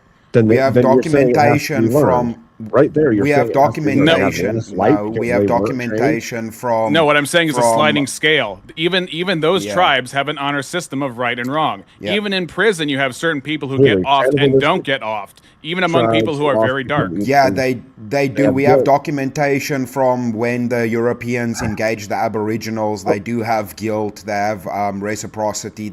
All of these things are documented from the early days when first contact was done with these tribes. Yep, they have justice Never and seen moral Christianity. Nothing. They do care for children. That's the proof. All of this. Is it's still trained because those very tribes have guilt systems based on completely different things than we do. Who trained them? It's not based. Okay, the fact that they have guilt, that they have guilt systems is all you need. Not the fact of how they're arranged, but the fact that they exist at all. Because if they didn't exist at all, then you have completely tabula rasa. So, for example, I might feel guilty about sitting on the sidewalk. They might not feel guilty about deleting somebody. For example, when David Brainerd went to be a missionary with the Native Americans, he wasn't talking about divorce or remarriage, but the Native Americans that he witnessed to the gospel already knew that I need to go back to my first wife because this second marriage is illegitimate based on what I've heard. But he didn't tell them to do that. They knew in their conscience, and they figured out when they had more light, but the system was there. It's like if you had a roadway, if you have a roadway that's darkened, it doesn't mean that just because the lights are off that the roadway doesn't exist. But when the lights turn on, it's more easily seen. This is such a weird equation to make. What are you talking about? We have neurological studies that show the people that don't feel guilt or we call them psychopaths for a reason, because they don't possess the capability to feel guilt. It's an innate thing, and when it's not experienced, we have a name for that, which means they're special in their brains. That just means they cannot learn it and they need help. That's all. You're saying treatment. Yeah. It's a rare thing because most people possess it. Therefore, you just made my point. It's learned. They were born without it, right, Chris? Yes. Go ahead and fold now. So you just somebody was born without it.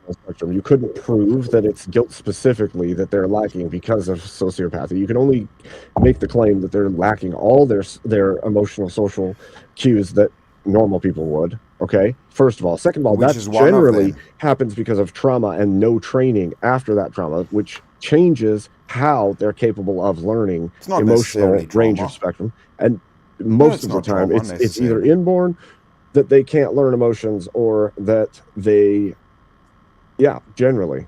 And when we see people so they're not having the guilt. If you say it's trauma, then it would be trained out of them. No, because so they learn to not have the thing that they already possess. They can't learn any. That was my point. They can't learn any of the normal.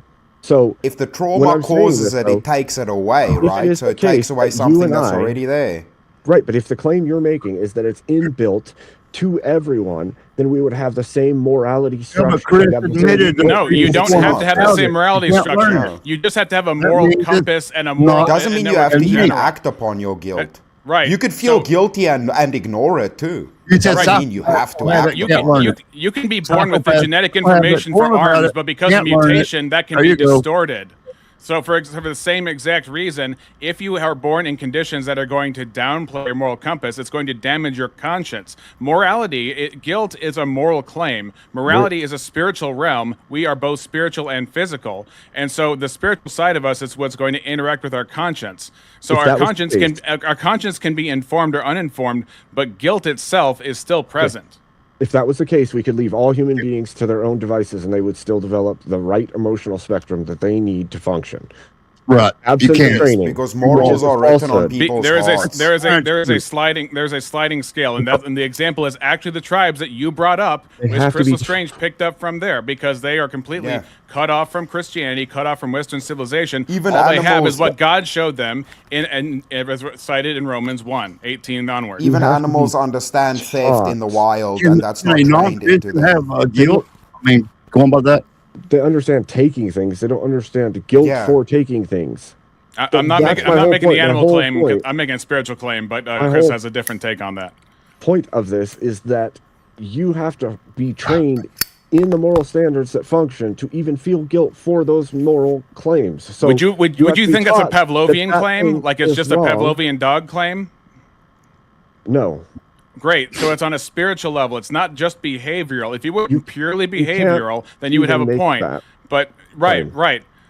Because what's happening is you are enhancing what's already there as a feature of the human being, which is the conscience, which you are born with. No, what I'm saying is they have the capacity to learn. But not only the capacity. Know what is right and wrong, so that they know. That they don't know what is wrong. Not only the capacity, they have present knowledge. For the wrath of God is revealed in heaven against all ungodliness and unrighteousness of men who hold the truth in unrighteousness, because that which may be known of God is manifest in them, for God hath shown it unto them. So to say that the only factor here is what humans have done with their children is unbiblical and therefore inaccurate. You're just quoting scripture to me. You're not actually grounding this in reality. Yeah. Scripture is reflected of the grounding of reality, which is from God's mind. Dude, we literally have biologists that have studied wild animals that they show remorse, they show things like guilt, they show emotions that reflect these things that we see in humans. You could prove some level of. You can't pick it out of the brain. We witness this behavior, so then me making an analogous claim that humans that are at a higher moral level have these things innately in them would be more substantiated. Are you born with your morals? Do you know the morals? Do you know morals? Present any evidence then. Because we are presenting evidence for it. You guys are just asserting shit. No, I'm saying what we observe. You're not. You're saying something. What do we observe? Tell us what we observe. We observe that children will act within their nature, which is to have no guilt for any actions until it's trained. Right. Until they are shown something is wrong. I've seen babies have guilt. Really? No, I've observed the opposite. So then why do children hide things from their parents when they're really, really young? Because they know they're not supposed to have it. There you go. Even though they can barely communicate because with they've their been parents told they're not supposed to. You're being afraid. Is that fear or guilt? They want to hide it. That's trained. Fear they're not trained to hide things from their parents. Because of something, right? They've already learned that from their parents. Monkey see, monkey do.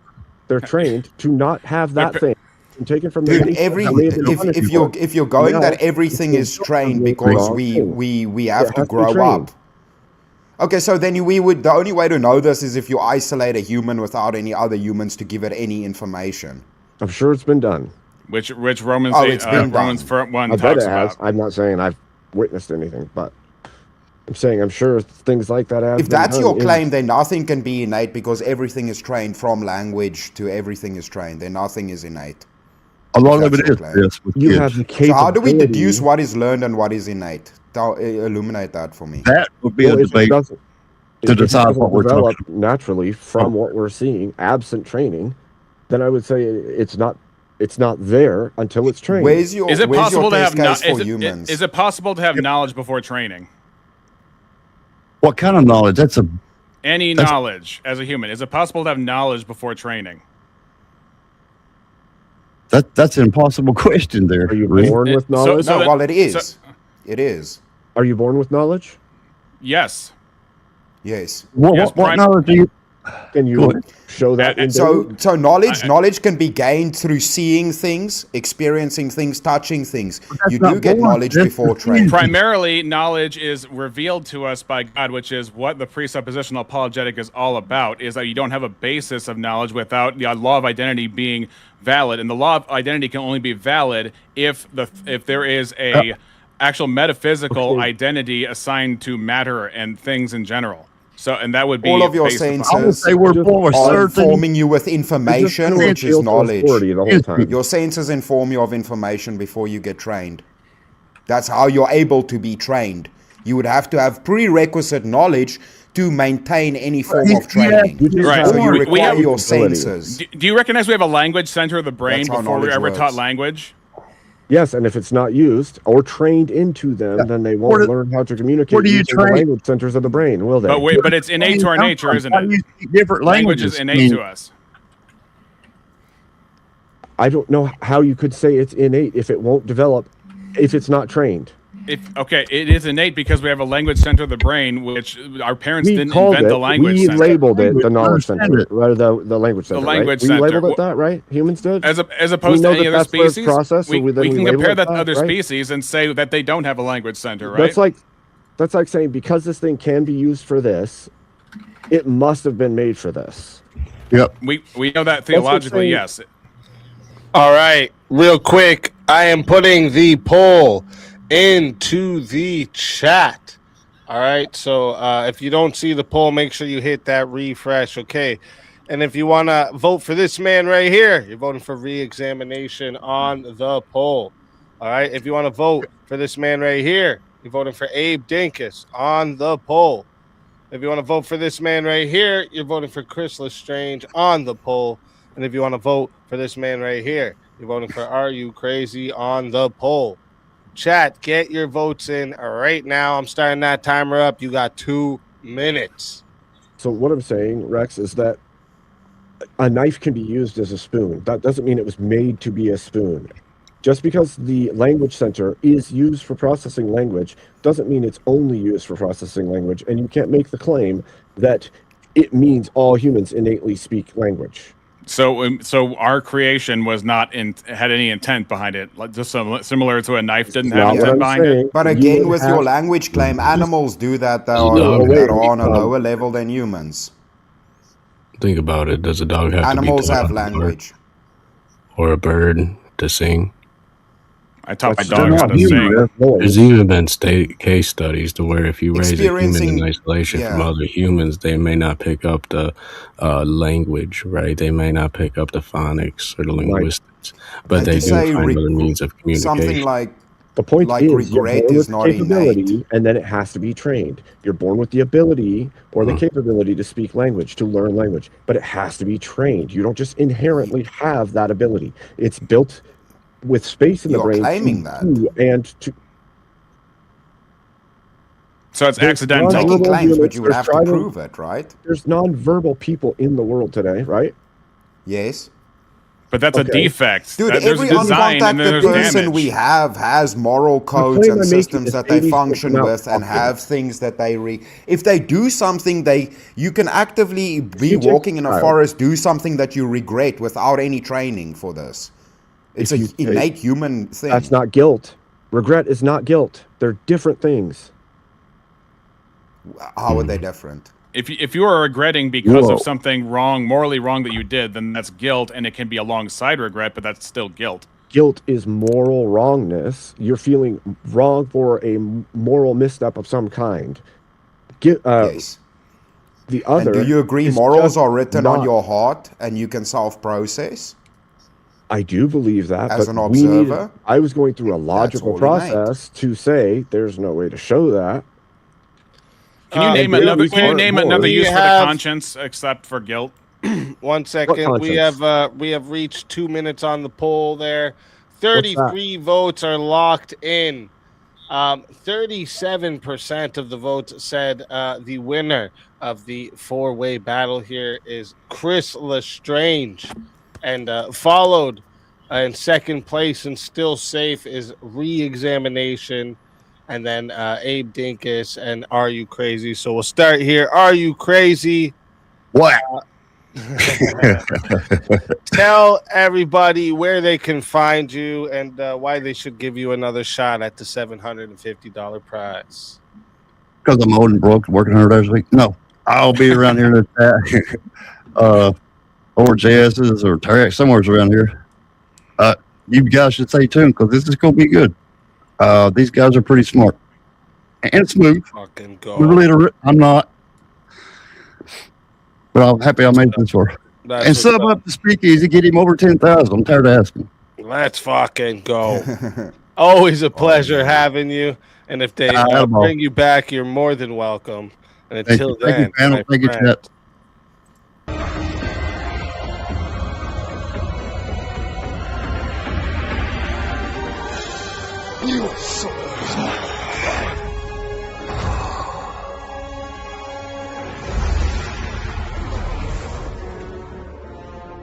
Fatality. Another soul added to the safe of souls. And that's how it goes on Verbal Combat Friday, baby. And Abe Dinkus, tell everybody in the chat where they can find you and why they got to bring you back for another shot at the $750 prize. Sure. You guys can find me over at Abe Dinkus' channel. Do lots of fun things there. You should bring me back because they just appealed to scripture. They didn't make logical argument about physical reality or something. Abe. Or something. Or something. Shit. Always a pleasure having you. If they bring you back, you're more than welcome. And until then, my friend. Your soul is mine.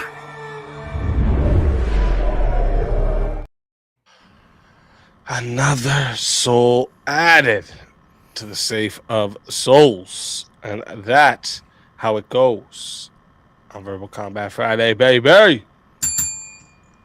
Do you have like a little desk bell, or is it an effect? Ding, ding. Yeah. Oh, nice, nice. I wanted to say. Yeah. Perfect. I'm gonna need one of those. I'm gonna grab myself one of those. Return mine. Mine gets a lot of action. Cowbell. That's what's up. That's what's up. Get a cowbell. Cowbell. Shit. Oh, sempiternal chaos coming in with the 6. Well, my body could use a little slimming. I keep my shirt on when I go swimming, and I ain't seen my feet since 1984. The old lady wants to roll in the hay. We turn the lights down all the way, 'cause I don't look good naked anymore. No, I don't look good naked anymore. I'm a deep-fried, double-wide version of the man I was before. If I keep on like I'm doing, I won't fit through the door, and I don't look good naked anymore. That uncle gets it. That's a cool uncle right there. Shit. It's a funny one. It's a funny one. All right. So, I see that we got a Cash App, but Nate, who are you trying to kick? Oh, he already answered. Oh, shit. Oh, shit. Of course. Oh shit! Now it's re-examination. He's got a bone to pick with. Damn, Nate's coming. I knew it. Why y'all making Nate angry today? Damn, what you do to Nate? I have no idea. Hi, Nate. How's it going?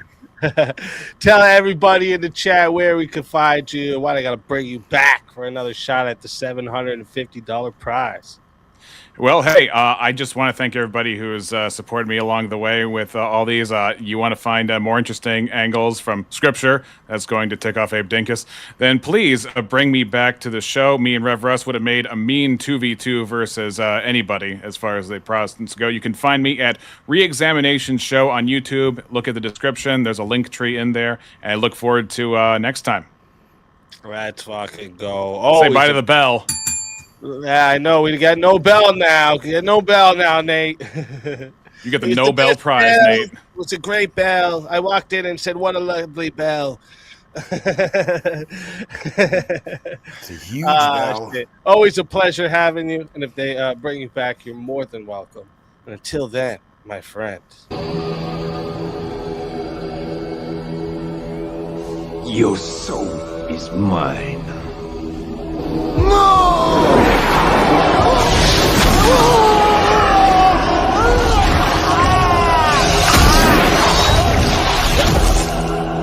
Fatality. Another soul added to the safe of souls. And that's how it goes on Verbal Combat Friday, baby. And, oh shit. Are we down to 4 now? We're down to 4. Look at that. Yeah. We're down to 4. Dude, that Nobel Prize was good. It's that time we are getting into the finals, ladies and gentlemen. All right. The final 4. First off, congratulations to everyone who's made it to the final 4. Congratulations to everyone who made it to the semifinals as well. Shout out to everybody who came up tonight. Shout out to everybody in the chat keeping this shit on fire tonight. All right. And like, dude, we were at like, we had mad people in here. Like mad people in here. I might have to start an hour earlier or something to you know, help the people that can't stay up so late. I don't know. We'll see. But anyways, yeah, shout out to everybody. Rumble over there was active. I know it's a little lower now, but earlier it was up to like 25 people. I was like, what the fuck? Rumble, what? That's what's up. You guys smashed the dono goal as well. I actually have to add 200 to this from the Cash App as well. So that's should say 2262. So you guys are fucking amazing. All right. You guys are amazing. Can't thank you all enough. All right. Can't thank you all enough. All right, let me see. Let's find a topic for all of us, shall we? Let me see. Okay, let me just go back to the top and we'll go through them, see where we're at. People are more motivated by hate than by hope. Oh shit, what did I just do? Oh, I moved it. People are more motivated by hate than by hope. I'd say that hatred can be a strong motivator, but hope is the strongest. Yeah. Yeah, I would agree. Yeah, I have to agree. Okay, we got 3 agreeing, 3 agreeing. We'll try another one, Where's next on the list? Right here. Evil acts can be morally justified depending on outcome. No, sir.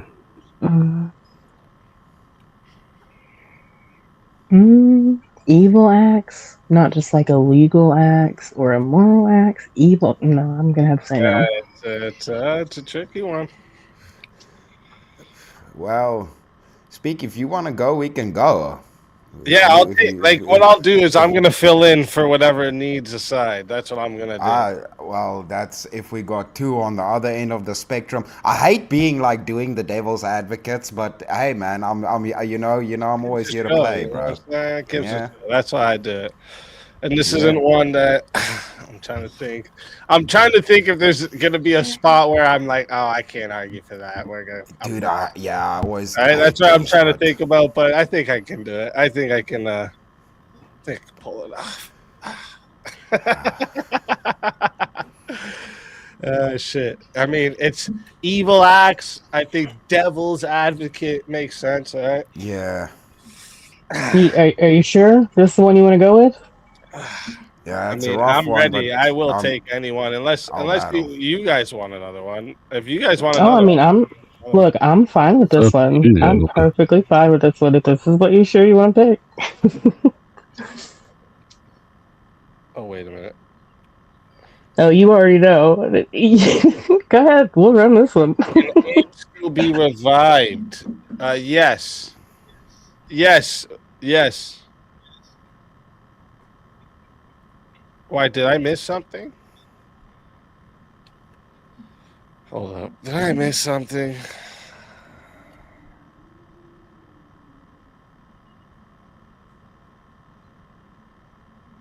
I need to scroll down in this messages because I'm way up here, obviously.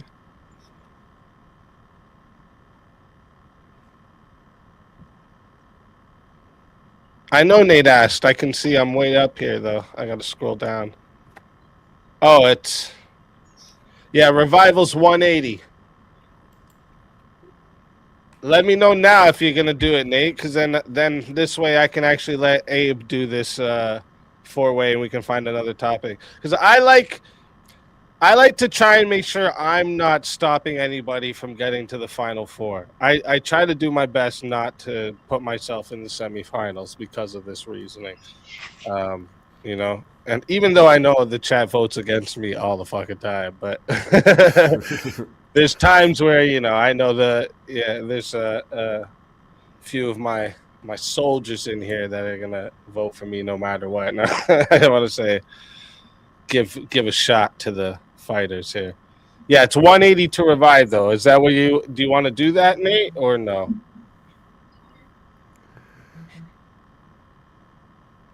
It said PayPal.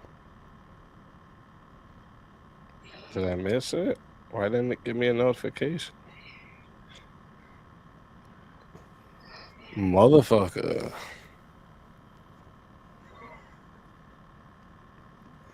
I don't see it there.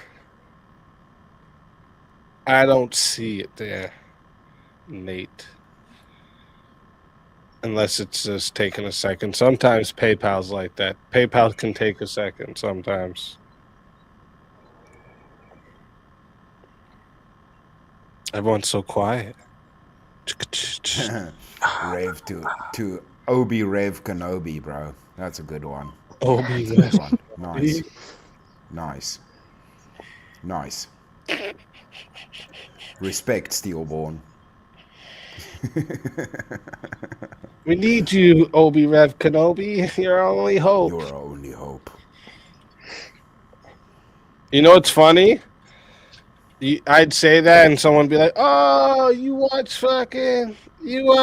Star Wars. And I'd be like, nah, I watch Family Guy.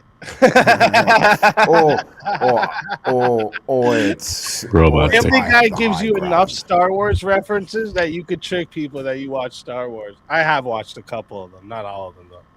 Fucking nerds. I still stand by my original position. Actually, I just fell asleep during the last two or something like that, where I didn't watch the total of them. I still say Star Trek is the superior franchise. No.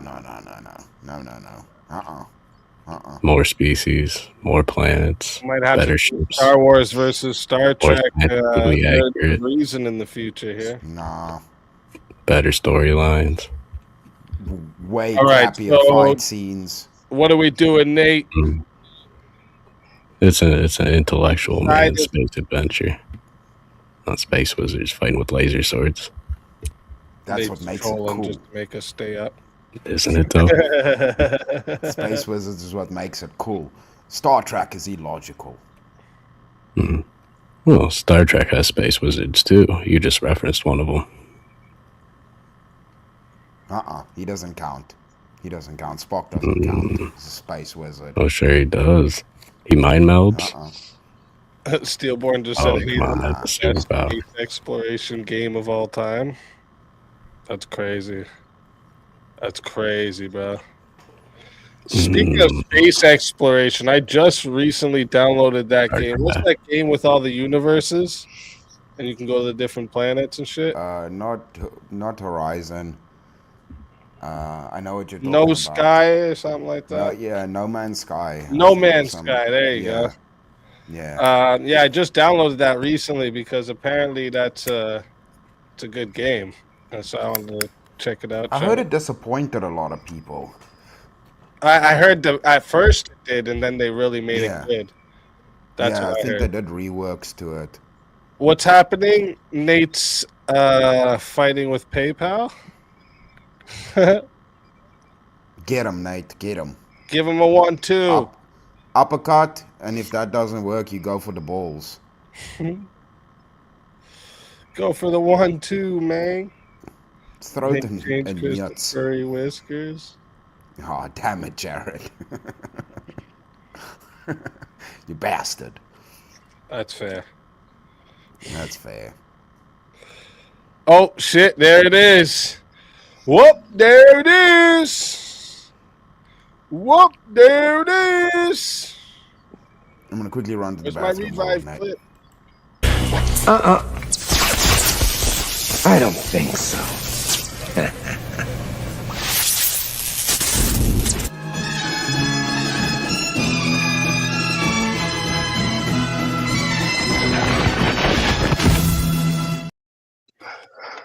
Back again from the grave. Big thank you to Nate. Let's fucking go, Nate. You legend. You legend. Hey, I like it. I like it. Leah to Eye of the Beholder. He gets me. That's what's up. That's what's up. I like it. Beholder. I thought it was so clever. I mean, it is. It's. I'm actually pissed off I didn't get it at first because, like, riddles.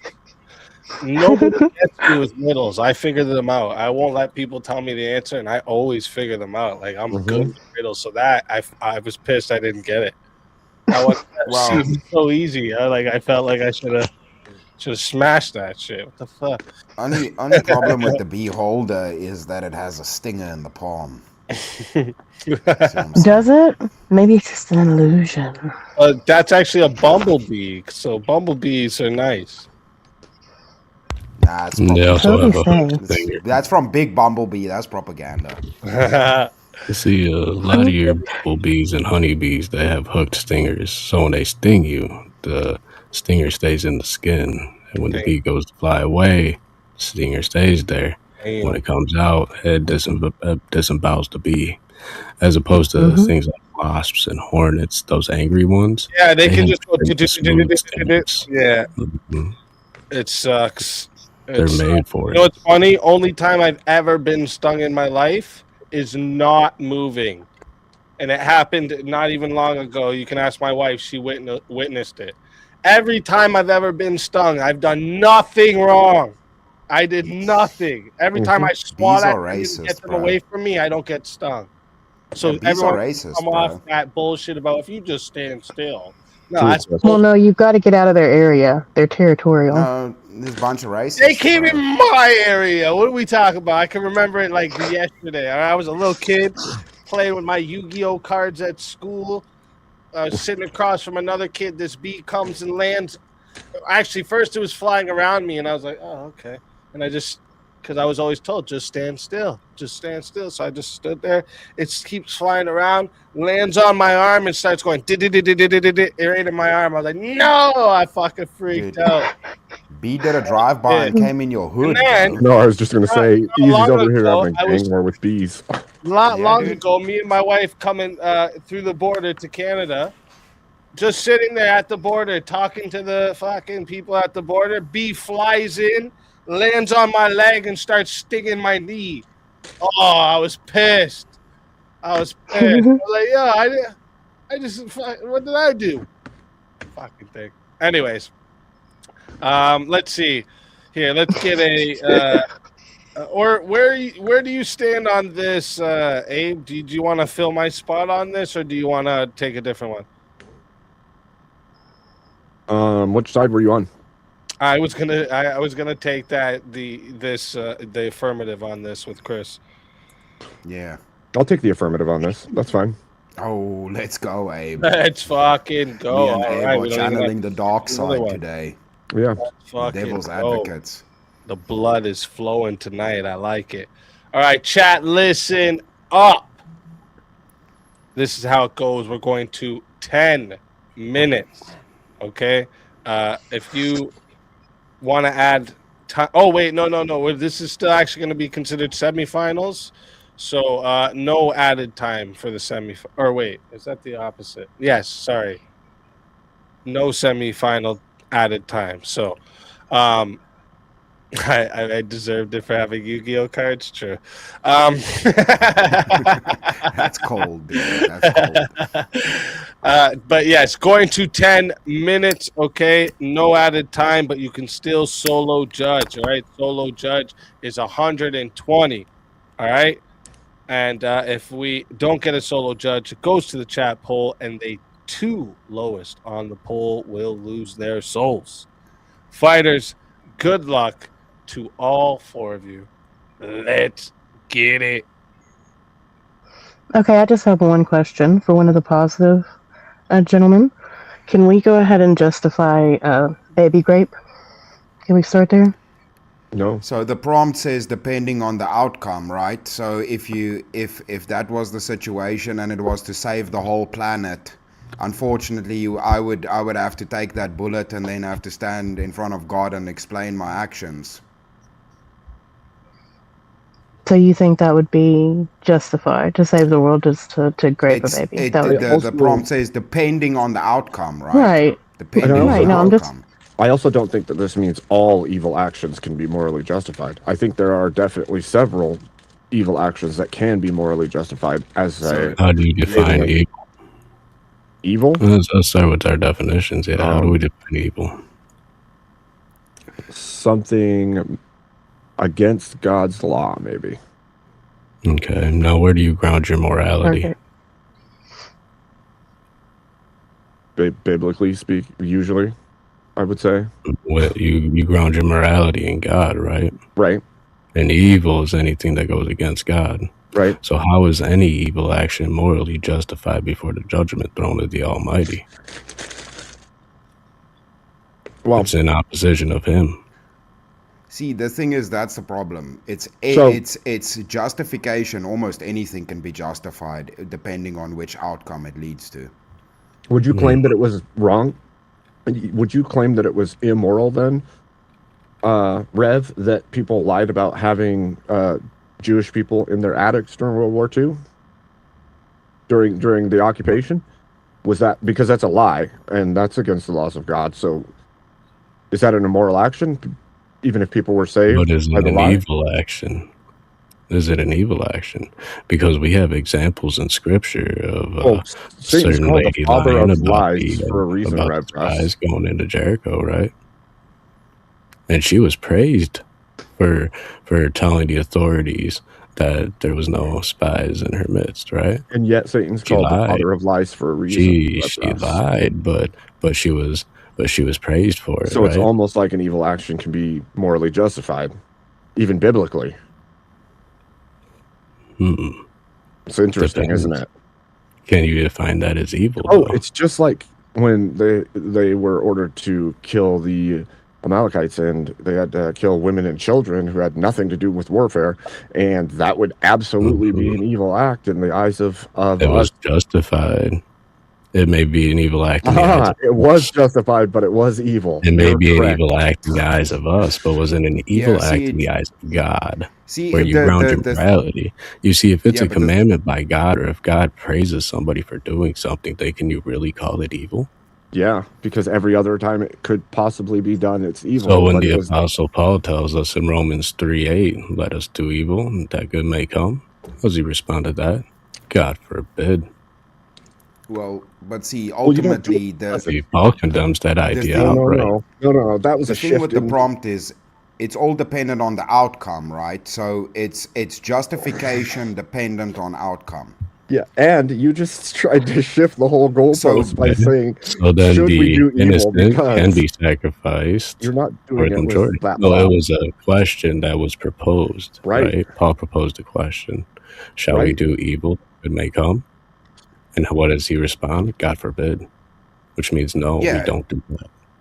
It goes against Yeah, Christian but remember, it's not about doing the bad act. It's about can it be But you see, justified. is It's it not about actually morally doing the act, but can it be not just- justified with a good not enough just outcome?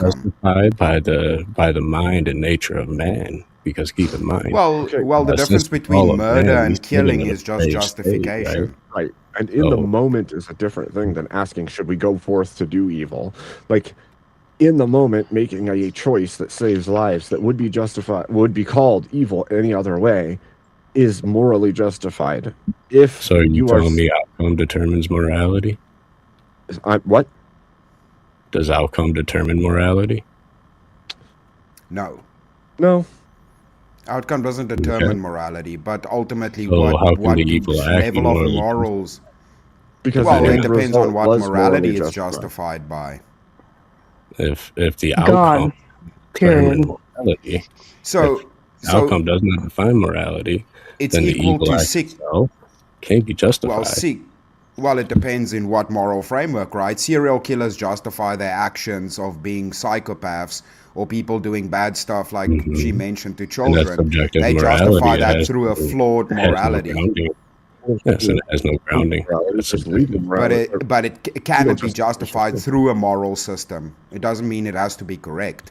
It just needs justification. It doesn't say it needs to be correct. Yeah. Well, and It just needs to be also justified. if I may, just I don't think we really cleared this up. Just for the record, justified to whom would maybe be a fair question, and I'm assuming if we're all grounding this morality in The God, justification would and just be to yourself. If you can justify it to yourself, depending on some kind of outcome, then it's justified. There's Well, no established moral the framework prompt through is which the evil justification acts. needs to be made. Well, Chris, the prompt is evil acts can be morally justified, not evil acts can be self-justified. Wait, I can't get over the fact that which moral framework? Wait, I actually can't get over the fact that Rev Only Russ one. made the statement earlier: is lying evil? When it's literally It Satan is the depends. father of lies.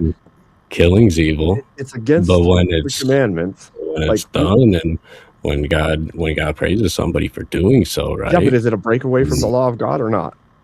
Yeah. That Is it a depends. break from the law of God or not? Yeah. Are we told that we should not lie? Scripturally, Rev Russ, be honest. Are we told that we ought be honest? Okay. If we ought Wait, not are we lie, talking about the and we lie, Jews then that does again? make it evil. And sometimes lying has been justified as the moral action to be taken, even biblically. So that right there completely proves the claim that evil acts can be morally No. justified depending on the This outcome. is the problem another is case. also But it wasn't dependent remember on also no, it but was remember dependent also, on let's say like who is the arbiter of morality. yeah, but let's say there's something like something you're crazy telling me that- egregious. you tell me that God Wait, would've Rev. condemned that woman Let's say if- let's that's say what I got I or somebody Got it. needed to justify something insanely egregious, right? Like avarice is heaven maxing thing, for example.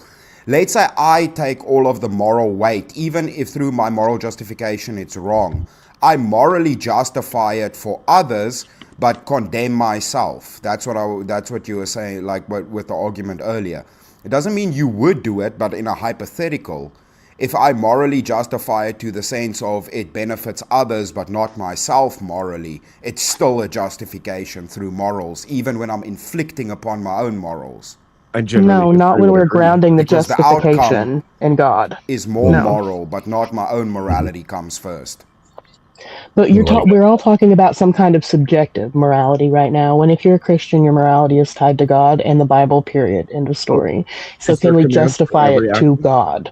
Is there commands for I'm every sorry? single action you could possibly Morality take that in the Bible? I mean, yeah. Between the what 10 if I Commandments, every- you could boil down any action. Yeah, you can. Every possible behavior. I bet I could. If you give me an example, I bet I could. Yeah. Well, getting back to what determines morality, right? So if the evil act can be morally justified by outcome, then the outcome itself would justify morality. It would define it, right? It would Not determine necessarily. the morality because you can justify it morally, the evil act, right? The outcome, So if you that's can justify the outcome, that's how you can wrap your head around doing some kind of evil act. Yeah, self-justification, but not Well, morally justified. Well, it is. Well, we haven't defined a moral system. Through which moral system? There's multiple moralities The and moral systems. The only moral framework Well, we did earlier. grounded in something objective.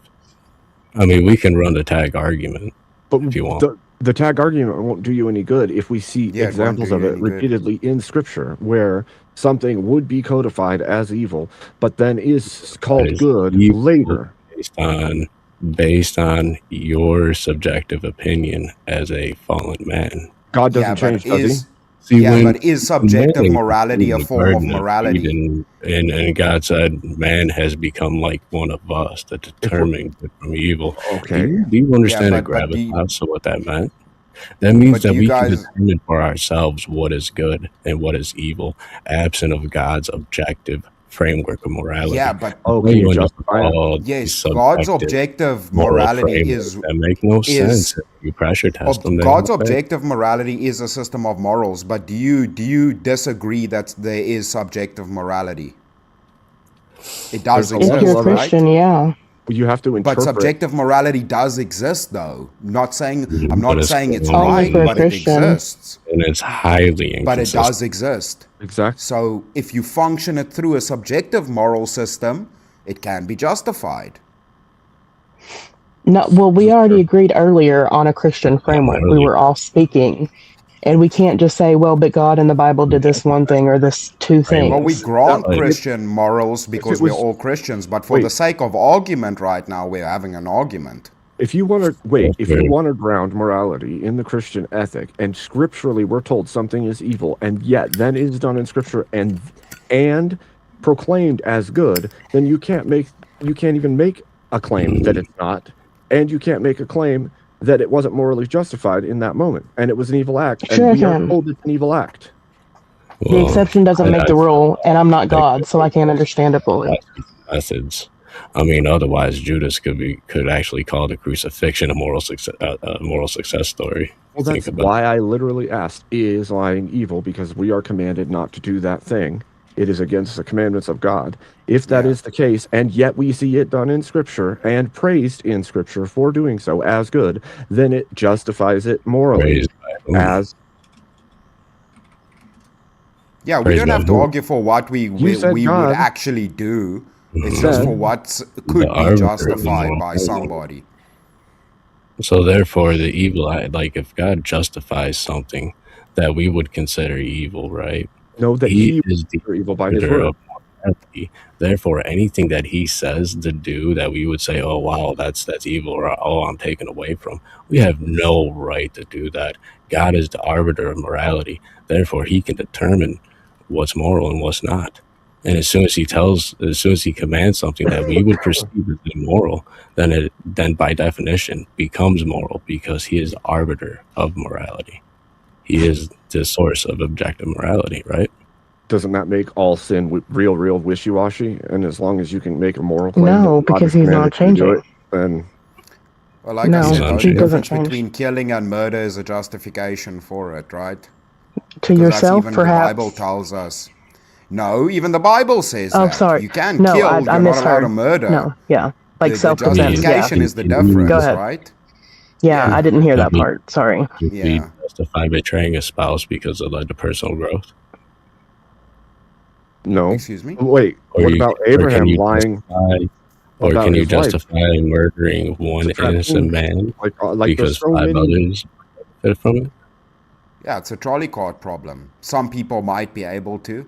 See, like, it's different. Like, for now, right now with this argument, we're not arguing for what we would do. We're arguing for what can be justified. Somebody could justify that, right? By an objective moral framework.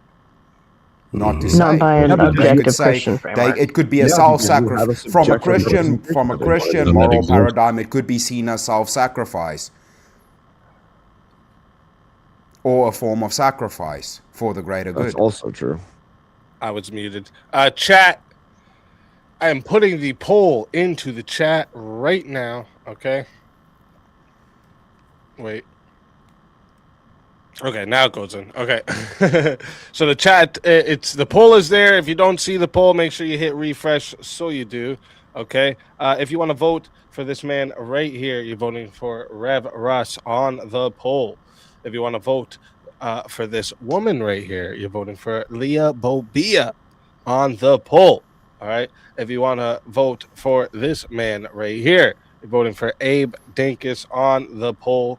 And if you want to vote for this man right here, you're voting for Chris Lestrange on the poll. Chat, get your votes in right now. I'm starting this timer up, and you all got 2 minutes. It always sucks doing these kinds of devil's advocate arguments because it's always like you feel dirty after you do them. But in like the world we live in, and with if you think about outside of the Christian paradigm, like pretty much anything can be justified. Let me just see real quick. It helps a lot when you devil's advocate because it helps you pressure test your own arguments as well. Yeah, 100%. A good fighter knows how to defend himself against his own attacks just as well as he knows how to administer them. Well, especially if you're fighting atheists. So what you brought up, have to figure Rev, it out.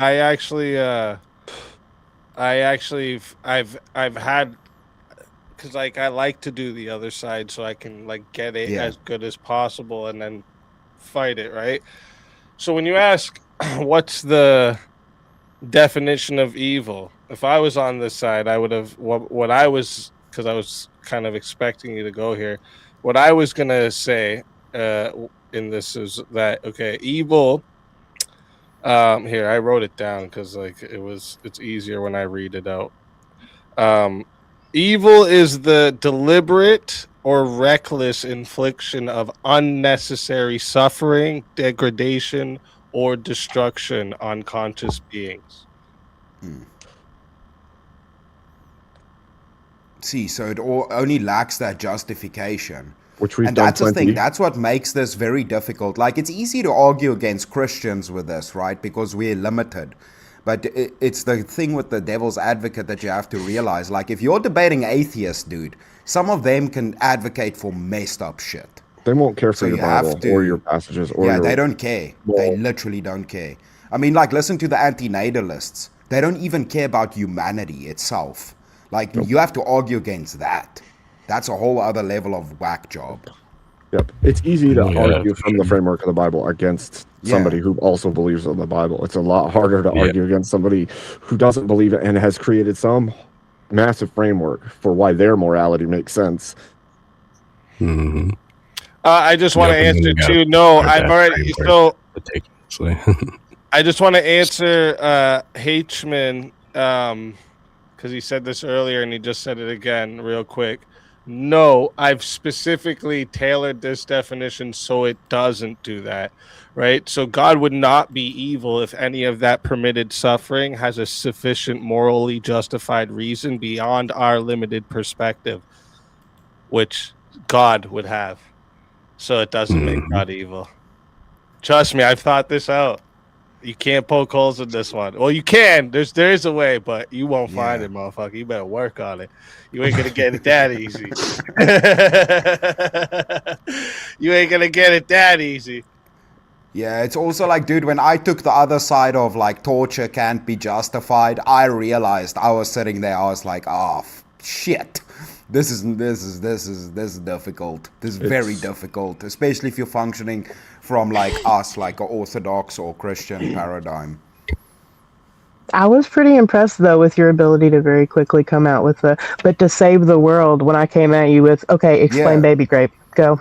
Yeah, well, that's the pretty thing, right? impressive. That's what I was saying, right? If you would have to justify something like, let's say, grape on a child, ultimately a person could say, well, I'm going to justify it through some lens, and I'm going to stand before God and have to explain my actions. Like, Not in any ways advocating for that, but ultimately there could be a crazy person that says, yeah, or they could go worse. for the sake of the world, I'll have to justify it somehow. Real quick, so that's 36 votes on the poll. Shout out to everyone who voted. All right, whoever didn't vote is a furry lover. 36 votes on the poll. 45% said the winner of the four-way battle is Chris Lestrange. And coming in second place, and oh, wait a minute here. Okay, well, we look like we have to do a tiebreaker for second place here because we have two at 19%.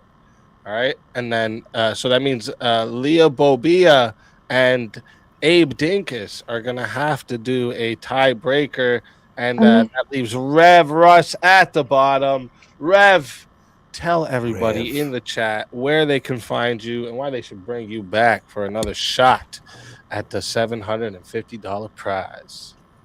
I am Rev Russ, the unapologetic preacher. You can find me right here on Verbal Combat, sometimes the Chaos and Chill after panels, and I'll be doing some Rev and Rec shows in the future as well. If you want to bring me back, you're more than welcome to. Other than that, God bless everybody and have a great week. And I'll see you in church on Sunday. Let's go. Always a pleasure having you. And if someone brings you back, you're more than welcome. And until then, my friend.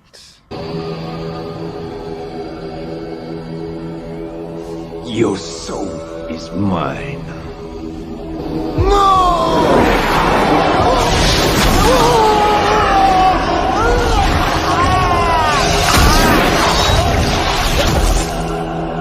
Fatality. Another soul added to the safe of souls. And that's how it goes on Verbal Combat Friday, baby. Rev had a sick book collection there. And now we have to do a we have to brother. We have to that should have been I should have did a 1v1 actually. Now I'm thinking about it because two people are gonna be down to 3. So we're gonna have to do 2 1v1s in a row. My dumb ass wasn't doing the math, all right. I was getting distracted by these bad arguments in the chat, all right? I'm just saying, bad arguments. Or easy, right? easy, you don't. Right? The whole thing, I just seen somebody, well, then God giving us free will would be evil. No, because the whole idea of him giving us free will is so that it was necessary for love. You have to read the definition the whole way through. Unnecessary suffering, not suffering, unnecessary suffering. That's the problem. And God can know what's necessary just because you don't. See, so you bringing in God is just a way for me to go, yeah, but God knows everything that's necessary. Next. I've thought that out really good. I'm telling you, I've thought that out really good. I'm surprised none of these lefties have ever tried this. All right. I'm surprised none of the atheists ever tried this. I'm really surprised because they fucking suck. All right. No, okay. But we have to do a tiebreaker. All right. Let me put Chris into the back, and we need a tiebreaker here for Leah. Peace and Chris.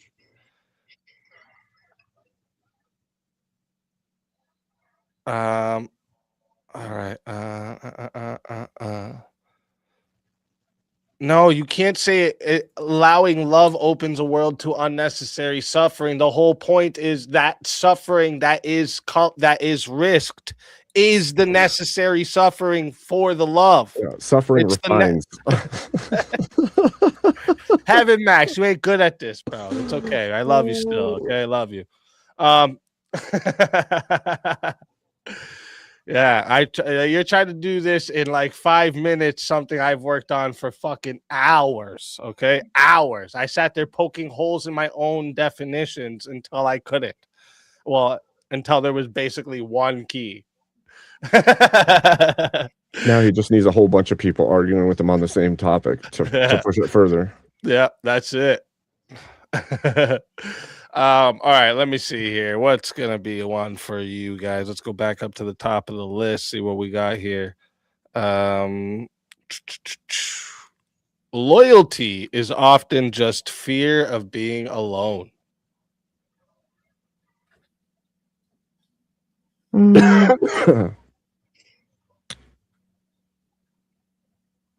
I will say true. I'd say no. I'll say yes on this. All right, let's do it. Why not? Okay. Damn. All right, I like it. Right off the start. Everyone in the chat, listen up. All right, this one here. This is a tiebreaker, so it's going to 6 minutes. Okay. No added time. 6 minutes, and then we're gonna see who moves on through to the final rounds here. So chat, if you still want to solo judge, you can, but it's 120 to solo judge. Just a reminder. All right. And fighters, good luck to the both of you. Let's get it. All right, I would say it is the case that loyalty is often just fear of being alone, because we become comfortable in a situation, and even if it is the case that we should leave, it's not uncomfortable enough to leave. So it's better to just stay put, even though we don't want to, or we want something else. Totally understand that. I think definitely getting comfortable and kind of set in your routine is something that happens to a lot of people, right? I think my biggest argument, which is why I kind of took a second to answer, and I was thinking on it for a minute, and that was admittedly where my mind went at first, and then I just remembered, but wait, we have this whole feminism, cancer in our society that has convinced women that they can leave their men and depend on the state, and, they absolutely don't need a man, and that they don't need to be comfortable. They don't need to be, they don't need to go out of their way at all, and men as well. But I mean, mostly it's women who are affected by this feminism generally. And so, why would they stay and be comfortable if they could be uncomfortable and free and happy? Because they're not uncomfortable when they're free. When they walk away, the state then endorses it and gives them a lot more free stuff than they're getting when they're in the relationship. If it was the case that they could not get all of the free things that they have, then they would stay, even if it was the case that they didn't want to. That would be my claim. But you don't think that they are more uncomfortable than they would be with a full-time partner? I know the state supports, but not like a partner. Well, sure, but the state gives them freedom and a complete lack of accountability that the partner will give them. Perhaps in some ways, yes. But it doesn't also, it provides a financial support and a freedom, which is true, but it doesn't provide a body that could be a babysitter or a body to sleep with you at night, or even more financial freedom, right? There are pros and cons, and I don't think that it wins in the list. Yeah, but at that point, aren't you just arguing that I'm correct in the case that it's because it's more comfortable with a partner, it's better to stay with them, even if they're not. Even if it's not because of loyalty, it's because of convenience? No, I don't, because I feel like the prompt loyalty is often just the fear of being alone. But that's not really what loyalty is. That's a fake, a mirage of loyalty, if you will, right? That's being stuck and not wanting to make a move, even if it is uncomfortable at first. But I don't think loyalty is that. But don't we see this all the time? We see people that are in a committed long-term relationship, but there's the relationship more or less has died. There's no sex life. There's nothing going on, but they stay together because it's what they know and because it's easier to just continue on with that. There's a whole generation that kind of acts that way at this point. But wait, is that really why that generation is staying, or is it not loyalty? Did they not perhaps take a vow in front of God to say that they would be together through thick and thin, ups and downs, sickness and health, and a little bit of a dry bedroom or an imperfect relationship isn't going to make them turn their back on God and their relationship? Well, you could make that claim, but then you would have to claim that everyone who is in a relationship is Christian, which wouldn't be the case. So we have an entire world of secular people out there that are also married and stay in situations regardless of whether or not they want to be there because of the convenience. and they don't want to try to find a new mate, so it's easier to just stick around, and they don't want to be alone, but they also don't really care for what they're in, so they just stick around anyway. It's not about being loyal at that point. It's just, hey, I don't really want to go find somebody else to help take care of me, so I'll just stay here. Well, I don't think that I would have to claim that everybody is Christian. Obviously not, right? The exception isn't the rule, and half isn't the rule either. But however, I don't think that secular people are as worried about a marriage certificate, right? They're just more worried about their 15-year cohabitation partner and whatnot. And again, it's not going to be everybody, but if we're talking about people who are actually staying in committed relationships for years or decades, I don't believe it's just out of fear, not when we have no fault divorce and the support of the state. I don't think you could convince me of that. I think more people these days are loyal than they are afraid. I don't know. I think more people will just not get married. I think it takes a lot of work to find a new person, even if like there's a whole thing of it. There's all the work and then time invested and building a relationship and everything else that they're going to find that fearful, even if it is the case that they wanted to leave. Not that I think they should, but there's not a level of loyalty there at that point. It's not about loyalty. It's not what loyalty isn't what's still keeping them together. At that point, it's I don't want to be alone and I don't want to have to take care of myself on my own, so I'll just stay here and it'll be all right. But see, we already discussed, you were the one who took the side that it would be more advantageous for them to leave and depend on the state. You can't have it both ways. Either that's more advantageous because it would be okay and they would be able to survive, or they don't want to leave because it would be too uncomfortable. So I was specifically saying that to your scenario of all the girls out here that could just run off and have it easy. But in the case for people that won't have it easier or don't want here's the thing, humans kind of seek companionship, even if it is the case that they're not going to stick around or they don't want it. And so if we're seeking companionship and we come to a point where we no longer actually care for the relationship we're in, but we don't want to invest the energy, time, and funds to go find a new one, then I know tons and tons of people like this that will just stick around in a relationship, and they're mostly godless relationships. To be fair, they're mostly secular peoples, but let it get to 7 minutes and 30 seconds. See if we have a solo judge. Okay, thank you. I don't think that it's always fear, though. I think sometimes it's okay to just say, you know what, I've got time invested and I've invested myself in front of God. Like at this point, if it doesn't work out with my hubby, I can, and he leaves me because I'm not going to leave him. Then, I'll take my kids and buy a couple cats and call it quits. Like, I'm not really interested in finding anybody else, even if it would be convenient or advantageous for me. That's what loyalty looks like, in front of him and in front of God. And I'm not scared. I'm loyal. There's a difference. That's fair. For yourself, that's fair.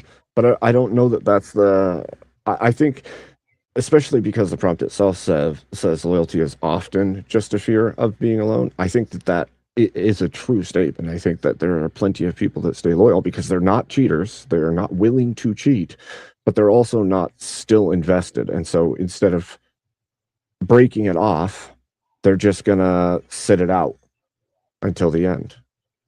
I don't know. I think this is an assuming the worst fallacy, if you will. I think if the prompt said loyalty is sometimes just a fear of being alone, that would be fair. Often is in more than half the time. I would not like to believe that that's the case, especially with a 60-70% quote-unquote Christian society. I hope not. Yeah, but there's an issue in that statement even, because a 67 or 68% quote-unquote Christian society also takes like all of Joel Osteen's church and all of those groups that literally teach all kinds of wacky stuff. So I don't know that I still don't think that covers our bases strongly enough. Real quick, I'm putting the poll into the chat right now. Okay, so if you don't see it, it's right there. So go ahead and hit refresh. All right. If you would like to vote for this man right here, you're voting for Abe Dinkus on the poll. And if you would like to vote for this woman right here, you're voting for Leah Bobia on the poll. Chat, get your votes in right now. All right. Get your votes in. You have 2 minutes. Now, Leah, I do agree with you that shouldn't be the case. There should be the investment to loyalty. But I think in reality, I do think that there is often a level of just sticking it out because they're too lazy to do anything else and there's nothing left in the relationship, or they're not investing any longer. Even if I were to grant that premise, I don't think it necessarily means it's because of fear. Like I said before, I think it could just be out of actual loyalty. Not wanting to give up on a relationship doesn't always mean that you're scared of going it alone. Sometimes it just means you don't want to give up. You believe in it. Well, there's also the level of fear that you won't find someone that does match with you, someone better, or maybe you are actually the problem and you're going to stick around even though you no longer really have love for that relationship, but you know that no one's going to take you like this person did. Like, I think there's a lot. It's not like you'd be better off in the relationship where you're not happy anyway, and certainly not finding another partner if you're with someone. Well, I never claim that we're all rational in our choices, okay? Right. True. You're not wrong. We're definitely not all rational. And I feel like more women are initiating divorces, and we know women aren't rational. Just saying. Well, if you chase joy and happiness constantly in the moment, then you are going to ruin your life and others, basically. Yeah, for sure. Instant gratification at that, not even long-term happiness. Yep. Yeah, I can't disagree. Yep. One stupid ass fling and then you've ruined everything. Like, it happens way too often at this point. And imagine you bring home an STD. Call back. Yeah. Sorry, I thought that would be funny. I'm a little sleepy. A lot of people don't even understand the concept of delayed gratification, so that's the problem. You know, they don't even like that. Should be like a taught fucking should be its own subject in school. It should be kindergarten. Really all of kindergarten. They should be training you to. That's what that's the whole idea of like having your kid do chores and then they get a little something at the end of the week or something. Like, that's the whole idea of that, right? To teach them delayed gratification. Well, and there's your kid can just be like, "Can I have this?" And I'm a sucker for this sometimes. I catch myself, right? Because my kids will be like, "Can I have this?" And like, you know, I want to give my kids everything I didn't have and more. So there's times I'm like, "Okay, yeah, we'll get it." And then I'll be like, "Wait a minute, no, you got to do some chores for this. Wait a minute." I actually, it's funny.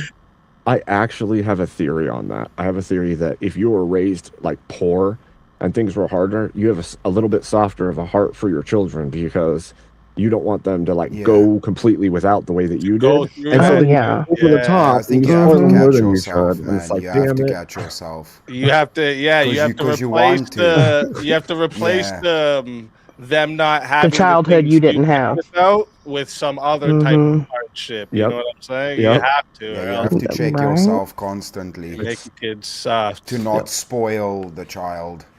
Oh, Lord, yeah. I actually think that's the amount of toys and shit I've gotten my kids that they do not need because I grew up poor.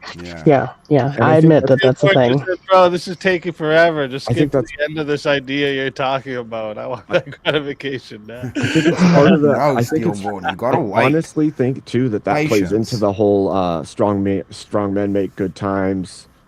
Good times make weak men make hard times. I think it literally plays into that cycle because when you have you have to be the strong man that builds the world better. You then pamper the next generation, which screws your whole civilization in the end. Exactly what it is. Exactly what it is. All right, 39 votes on the clock here, or on the poll on the clock. 39 votes on the poll, and 56%. So it's close. 56% said Leah Bobia is the winner. Good job, Leah. Dinkus, tell everyone in the chat where Thank you. It's a good find talk. you and why they should give you another shot at that $750 prize. You can find me at Abe Dinkus channel. You should come check out some of the stuff we're doing over there. It's pretty awesome. And you can bring me back if you want to see me argue more and vicious. But maybe if I come back, I got to be Dark Abe, and then all hell may break loose. You know? I don't know. Nobody knows. Nobody knows. Always a pleasure having you, and if they bring you back, you're more than welcome. And until then, my friend.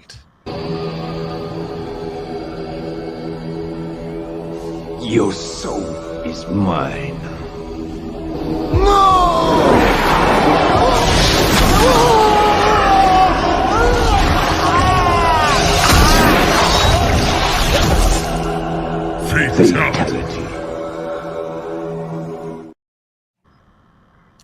Another soul added to the safe of souls.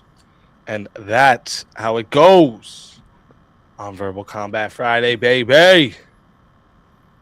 And we're down to the final 3. I know I fucked it up, so we got to do a 1v1 again, and then we'll get into the final 1v1. So, again, congratulations to our finalists here for making it this far. Let's see what we can get for you two here. Let me see. What about the tribalism is unavoidable and necessary? Ugh. Ugh. Ugh. I've been called a racist 3 times this week already. All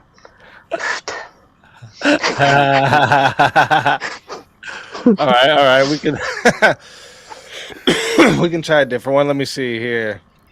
Then it's always difficult when you're doing arguments on here. People sometimes think it's like your real positions, and you're like, damn. Damn. Oh well. Yeah, because that's what just said, happened just now. They're like, yeah, but you're defending this definition, right? That's wild. I'm like, yeah, but I have to defend the fact that nobody can go use that to say now God is evil with that definition. Nobody can do that. I made sure of that, right? I made sure not to let that happen because I don't really believe in that definition, right? I know what evil is in my worldview, but you don't know those worldviews if you don't poke them apart, Yeah, that's why I stopped doing the medically assisted self-deletion one. I was like, nah, I don't want to do this anymore. I don't want to do this that one that's anymore. a hard position to take, too. Yeah. Yeah, it is. Yeah. I devil advocated on one of the. Actually, I brought this one up earlier. Let me see what you guys think of this one. People are only as loyal as their options. No, meh. Yeah. No, there are plenty of very good-looking people that. Timberwolf, you only came here because I'm the only one streaming, bro. Give Timberwolf a 24-hour timeout. You can come back tomorrow. You only come here because I'm the only one streaming, bro. Not your last option, motherfucker. Get out of here. Poof. Come back next week. Dang, that's cold. He's like, shit, now I'm not going to watch anybody. Damn. Shit, motherfucker. No, you can still watch. Go watch people. Watch without chatting, all right? There's this guy that makes people's names in sand. I think they're still alive. If you can find them, homie. Oh, what do you guys think about this? What do you guys... Oh, wait, did you guys say you like this one? Sorry, I forget. No. Yeah, no, we agree. Yeah, you agree, right? Okay, what about the one about the love is conditional, not unconditional? I already did that one. Oh, did you? We're kind of in the group. In the group, not like one-on-one. Oh, yeah. And see, you didn't do it yet. What are you talking about? Well, remember I had that whole conversation about mom's love being unconditional, and then the lady that, deleted her child, and that whole, 10-minute conversation. What Leah wants, because I can definitely say it's conditional. Yeah, well, I do think it's conditional. Here. All right, let me see. Let's get a good one. Let's try and get one we actually disagree on. It's possible. Right? If I let women choose, usually it's never a good one. Right? It's like asking a woman if they want lunch. I agreed to the last two first choice. Let me see.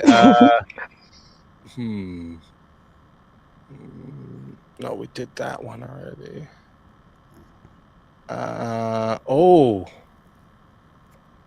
Actually, no, you guys are gonna agree with that one. You're gonna agree with that one. If I have to, I'll just take the bad side on something. Ooh, how about this? Romantic expectations are shaped more by media than reality.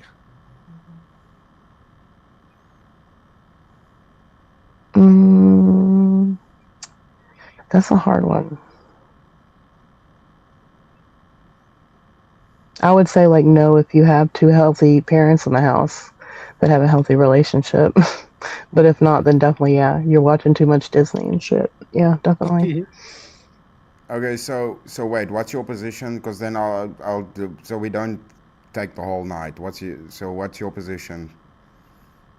I would say if we'll just go with yeah, sure, yeah.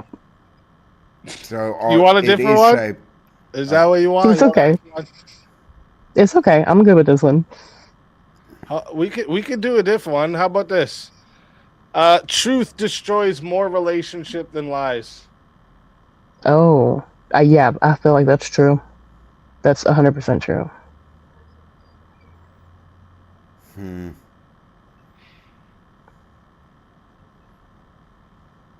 Gay marriage. No, I'll say mirage. lies do it. I'll say lies do it, not truth. All right. There we go. We got one. All right. That's what I'm talking about. Chat, this is a final match here. So it's starting at, let me get my ticker going across the bottom here. It is starting at 8 minutes, and you can add time again. So it's 10 to add a minute, 120 to solo judge. And if we don't get a solo judge, it goes to the chat poll, and the loser of the poll will lose their soul. Fighters, good luck to the both of you. Let's get it. Ladies first, you want to kick it off? Sure.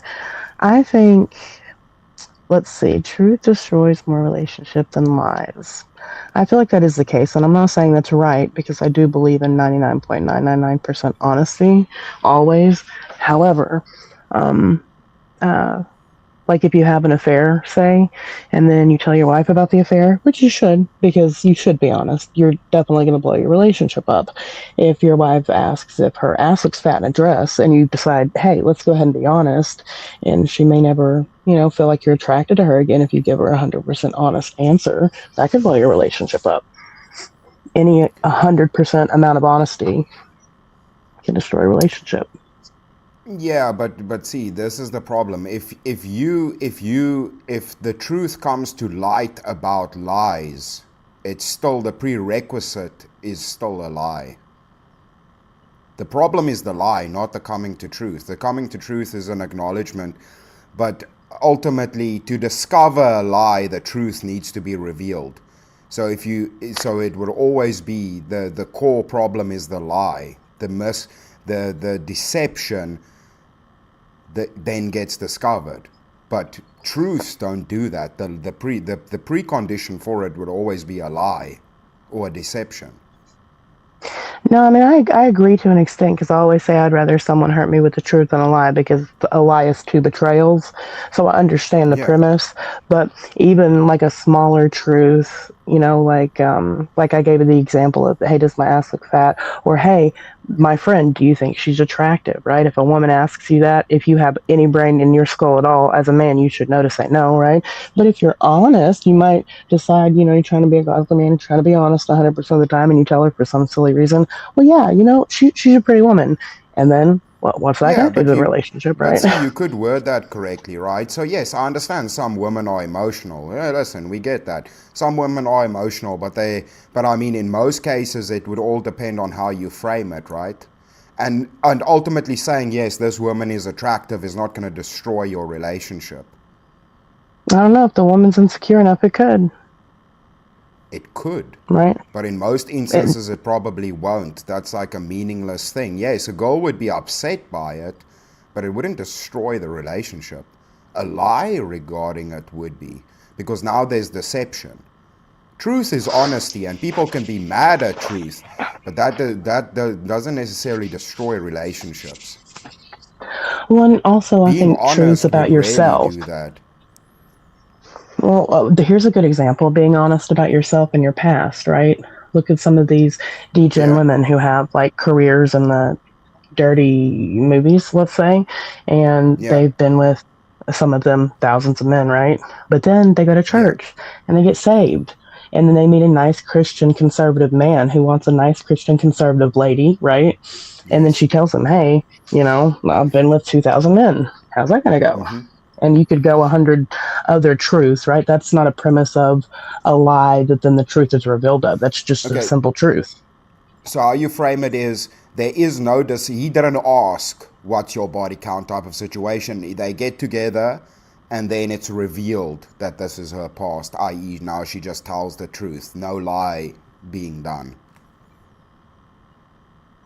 Well, that's true, but if I'm asking, is the truth destroying more relationship than lies, I'm also kind of looking at it as in, if I was given this, the two choices to tell the truth or tell a lie, not necessarily that we have to one-to-one compare relationships that are given honesty all the way down and lies all the way down. Does that make sense? Like situation to situation. Yeah, well, but the thing is, a functional relationship would rely on a high amount of truth to build it. So then for its destruction, the polar opposite of that would be lies. Ultimately, that's kind of the paradigm we function in, right? Sure. Well, let me just ask you this. Do you think that there are lies that are appropriate in a relationship? So some lies could be appropriate in certain instances. There could probably be justification for lies. Okay. And do you think that even an immoral thing, you could lie about it in a relationship, and lying about it could possibly save your relationship? Could you see that being the case?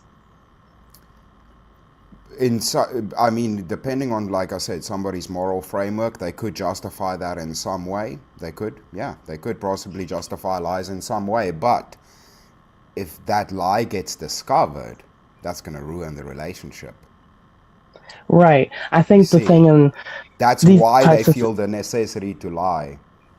Right. No, of course. Yeah. I don't know that it would destroy the relationship any more than the truth would have originally.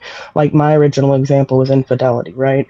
When you're unfaithful and you tell the truth, it's never for your partner. I don't care what anybody says. It's to cleanse your own conscience. No, period. It's to cleanse your own conscience because you feel like crap. Right, which, you should. And in my opinion, but in that instance, it's not you being truthful about your actions that causes the relationship to go. It's the fact that you lied about it that causes it. Something coming to light that's not truth. That's coming to awareness of the lie. So the lie causes with the truth, not the truth. But you have to be honest.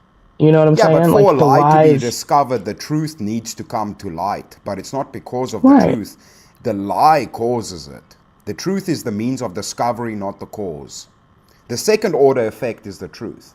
The first order effect that's the problem is the lie. Possibly so in that type of a situation. Because like you couldn't in know an a lie infidelity if situation. the truth never comes out, right? If the truth never comes out, a lie is maintained. So truth is a necessity for a lie to be discovered. So, but the prerequisite for truth to be obtained would always be the lie, which is the first order effect. Second order effect is coming to truth, discovery of lie. Initial cause of everything would be the lie. Well, in those types of situations, like I said, there are other situations like telling someone about your past, not that you've lied about it so far, but just that eventually you get around to the conversation, right? Or telling someone maybe a personal feeling that you would not have normally if they hadn't asked you as your partner, right? Telling someone, answering some type of question about a third party, these types of strange kind of, situations that don't require you to first lie to then tell the truth are things. And of course, I'm looking at this through a woman's lens because I am in fact a woman, and I see, women friends I've had in the past, the kinds of things that bother them in their relationships and like eat away at them are those types of things. It's not even like cheating and these types of like big relationship wrecking things. It's like the little petty shit that I was just talking about. Yeah, but ultimately, would you say that you could build any relationship if it's on lies? like a actual functioning relationship on lies? Well, I mean, that depends. Are the lies going to come out eventually? I mean, if it's not a guarantee, I mean, I know someone in particular, I know it's anecdotal, but had an affair and their wife never knew about it. It was a long lasting affair and they had a perfect relationship. I mean, the wife was happier than she'd ever been. Like, if the truth never comes out, you're not betrayed. Yeah, the problem that you're sitting with, right, is the maintaining of the lie is something that can break, but building it on truth, there's nothing that can break, right? Because ultimately it's solid foundation versus building it on sand. So yes, it could last on the sand in some anecdotal kind of situations, but ultimately, overwhelmingly, it won't last. But the truth usually will last. That's the thing. Well, you got way more of the one and way less of the other. Shit. Oh shit. Shit. We got a solo. What's up with that, Spartacus? Coming in. Spartacus. Legend and says Leah W. So Chris, tell everybody in the chat where we can find you and why they should bring you back for another shot at the $750 prize. Dang it, Spartacus. I was playing here tonight to win. My family and my village needed that money. I'm a broke African out here, battling for survival. I need to take care of the village, brother. What are you doing to me, Spartacus? But I appreciate it. Thank you, Speak. Always fun to come back to VK. I've been gone for a while. It's always nice to come hang out. I had to come back and join the VK family. It's always a fun time. Like I said, I saw I got one subscriber. I appreciate that. If you guys can, I would massively appreciate if you just go sub up. I need like 28 subs to hit 1,000. I'd really appreciate that. That's if you want to support an African, you can claim that back on your taxes. This is not funny. Support an African right now today. Amen. Let's fucking go. Always a pleasure having you. God bless. If they, that was a darn good. That was good. Yeah, it was a good one. If they bring you back, you're more than welcome. And until then, my friend. Thank you.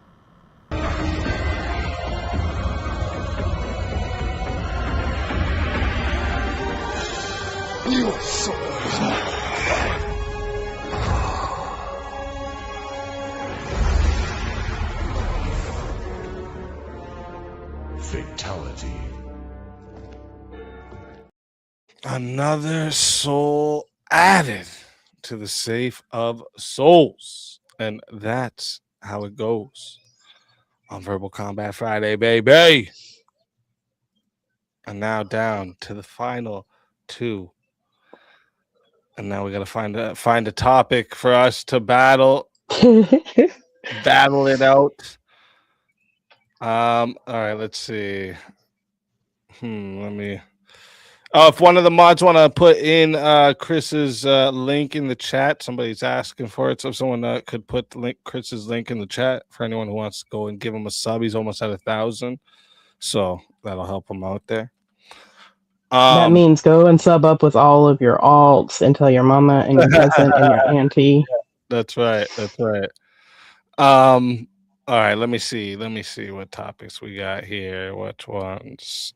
Let me go back up to the top again. Back up to the top.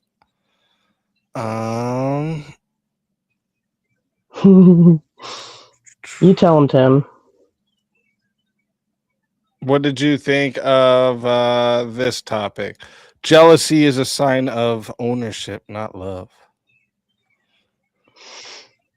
Actually, I highly disagree with that one. I don't know what the hell was going on with their conversation earlier because I was like kind of in and out, the two that were going back and forth about it. But I was like, I disagree. I'll just say that because I'm assuming you agree. Yeah. Oh. Okay. Wait, no. I agree. I disagree with this as well. Oh, okay. Then I'll tell you. What if I made like a statement that jealousy is necessary for love? Oh, definitely. Well, I don't like the word jealousy. That's what I take an issue with, because to me, jealousy is being covetous. It's wanting something you can't have. Territorialness and protectiveness is defending something that's already yours. I think those qualities are necessary for love. Wait, say them again. Which ones? Like territorialness, possessiveness, protectiveness. Like, this is mine. Okay, and you're saying that none of those would fit into jealousy. No, I don't think so, because to me, jealousy means coveting. It's wanting something that isn't yours or that you can't have. Okay. What we can, I'll bring up another one. 1 second here. Let me see.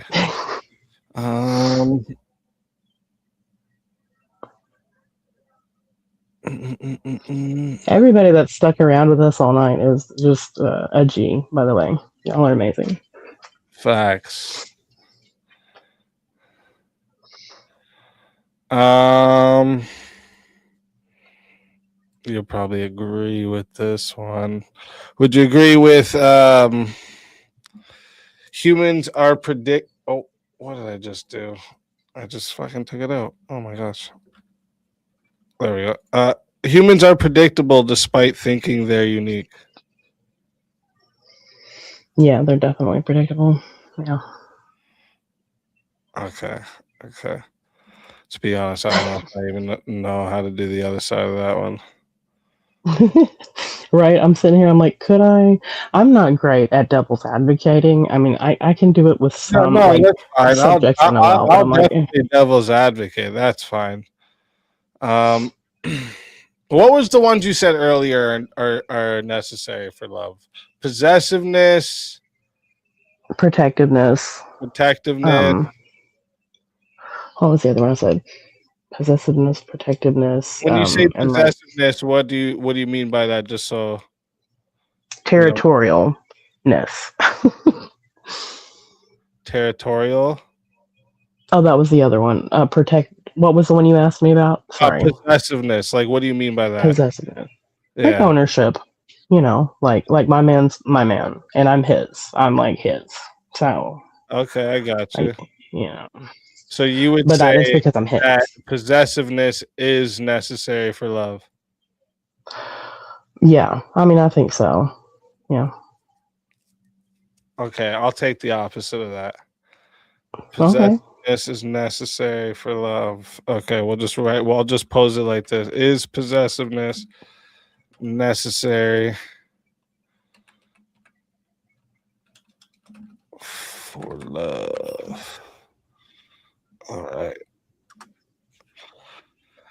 All right, chat. This is the final matchup, going to 8 minutes. Remember, you can add on time with 10. You can be solo judge for 120. All right. And if we don't get a solo judge, it's going to the chat poll, and the loser of the poll will lose their soul. Leah, good luck to you. Oh, thank you. This one here.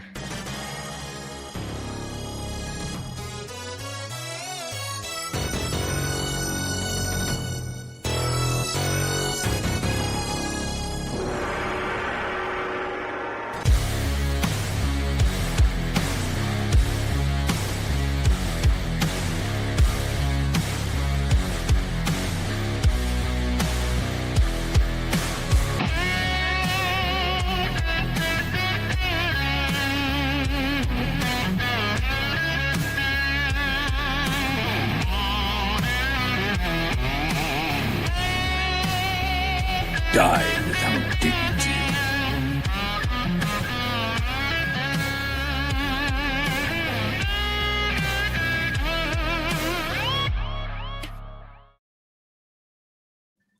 All right. All right, I'll give you something to start off with here. So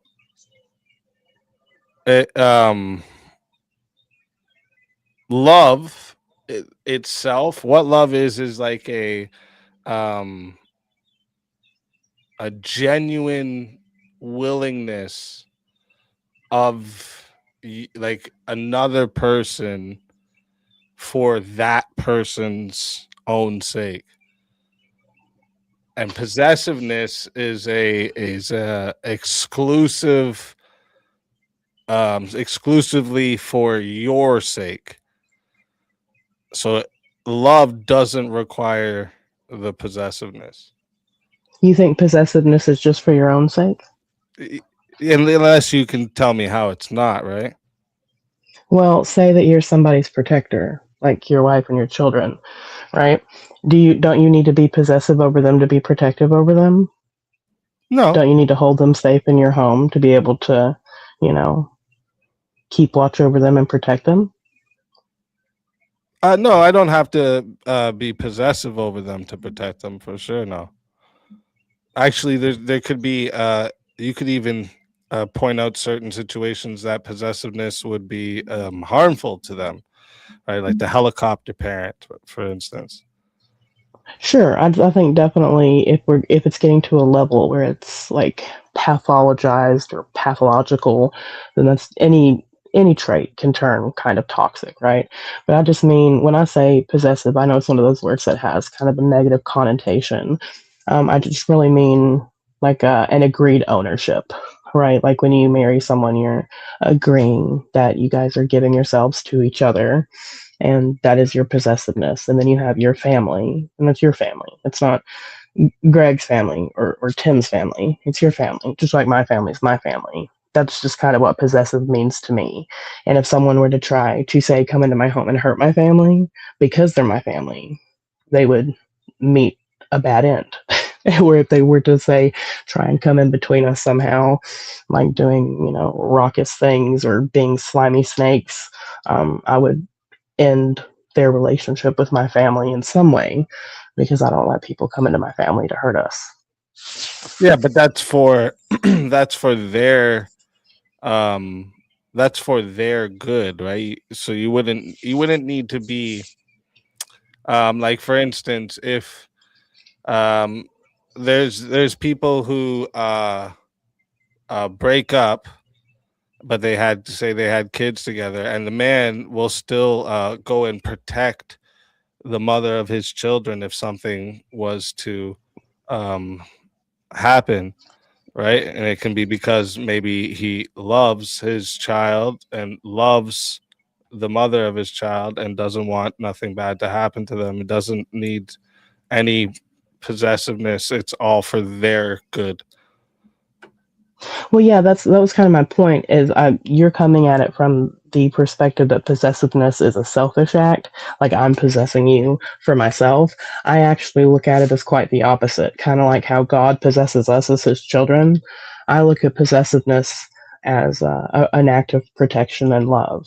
That's how I'm viewing it. So to me, even in the example you just gave, it would fit, like, because you can't have, in my opinion, love without that sense of possessiveness. So even if it's an ex or a baby mama and your child, whatever it might be, as long as you love that person, you care for that person, you're still going to have that possessive quality. It might not be a relationship possessiveness. Yeah, but right? like, are you still gonna think like that's my girl, or are you maybe not in the same way?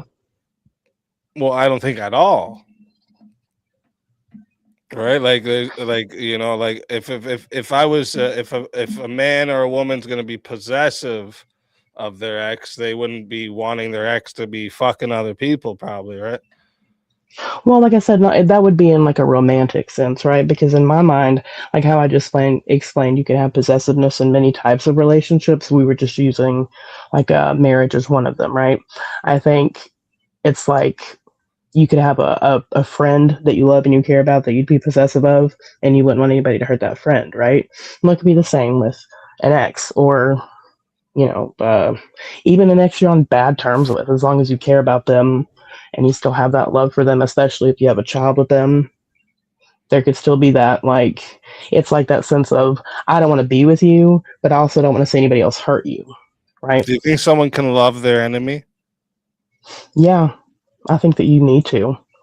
I don't think that the opposite of love is hate, it's indifference. So you don't need the possession for love? I mean, it's your enemy, isn't it? Are you possessing your enemy though, or is that like? Sure. I mean, because it's not like we're always talking about a physical possession, right? If it's my enemy, it's surely someone that I care about. I'm spending time and energy and effort on, right? Yeah, but no, it doesn't even have to be someone you're like spending any time or effort on, right?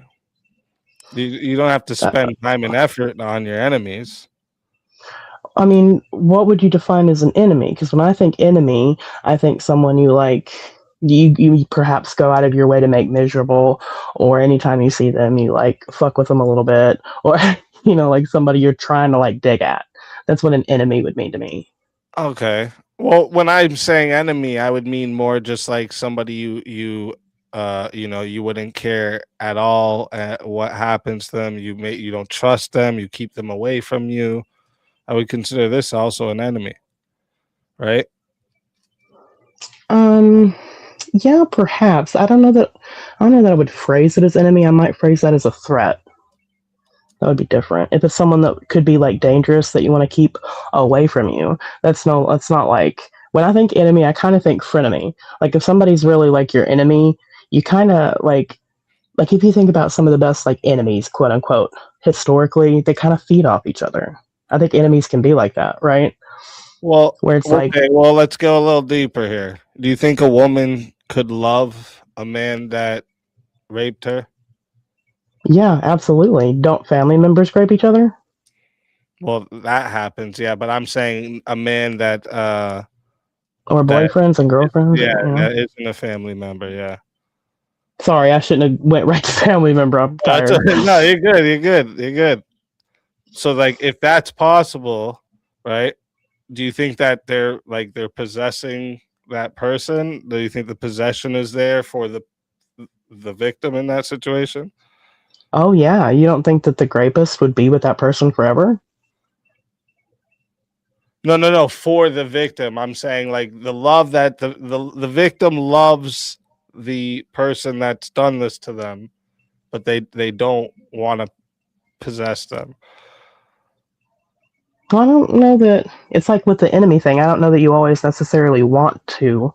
Do you always want to love someone? I don't know that you always want to possess someone either, but you kind of have to if you love them. That's my view. Yeah, I just don't think the ownership thing. Like you don't say like I like this is my enemy or this is my assaulter. Like this that they don't own those people, right? Like that's what when you said possession at first, and it's like how like that's my man and I'm his woman, right? But we don't do that with these other forms of love. So that would mean it's not necessary. Oh, we're past the time, but it would mean it's not necessary. Jungle, what are you doing with this? Nothing, just coming just cuz. It says just because it makes sense. Checking in, checking out. W chat, W mods, W speak. W for you, Jungle, you legend. Thank you very much. I appreciate you big time. Yeah, I should have just stuck with the relationship on that one. Once you drug me down to different relationships, yeah, I hadn't even thought about it. So that's kudos. I had to get it into the deeper waters. Yeah. I was doggy paddling, man. Chat, I'll let it get to 10 minutes because I talked a little bit there past the time. I'll let it get to 10 minutes to see if we have a solo judge. Heaven Max is so angry. Yeah, he is upset. Do you need a hug? He might. Heaven Max? You can't have one from me, but maybe someone near you will give you one. Oh shit. Some mod right above. Like, really? You know that it's a community that believes in free speech, or you would have been booted about 2 hours ago, homie. For real. Chat, we are putting the poll into the chat right now. All right. If you would like to, if you don't see it, first off, make sure you hit the refresh so you do. All right. If you would like to vote for this woman right here, you're voting for Leah Bobia on the poll. And if you would like to vote for yours truly, all right, I hope you know where you're at, but I mean, you never know. You're voting for Speakeasy on the poll. Chat, get your votes in. We're starting that timer over, and you got 2 minutes.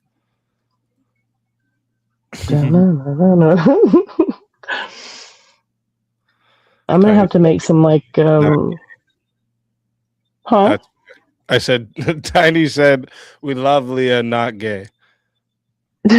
No homo. I hear you. We love you. No homo. Our tiny pink nuggets of chaos. And Alicia and Is all that of our wonderful the female version of no homo? Not gay. It's just straight to the point. Not gay.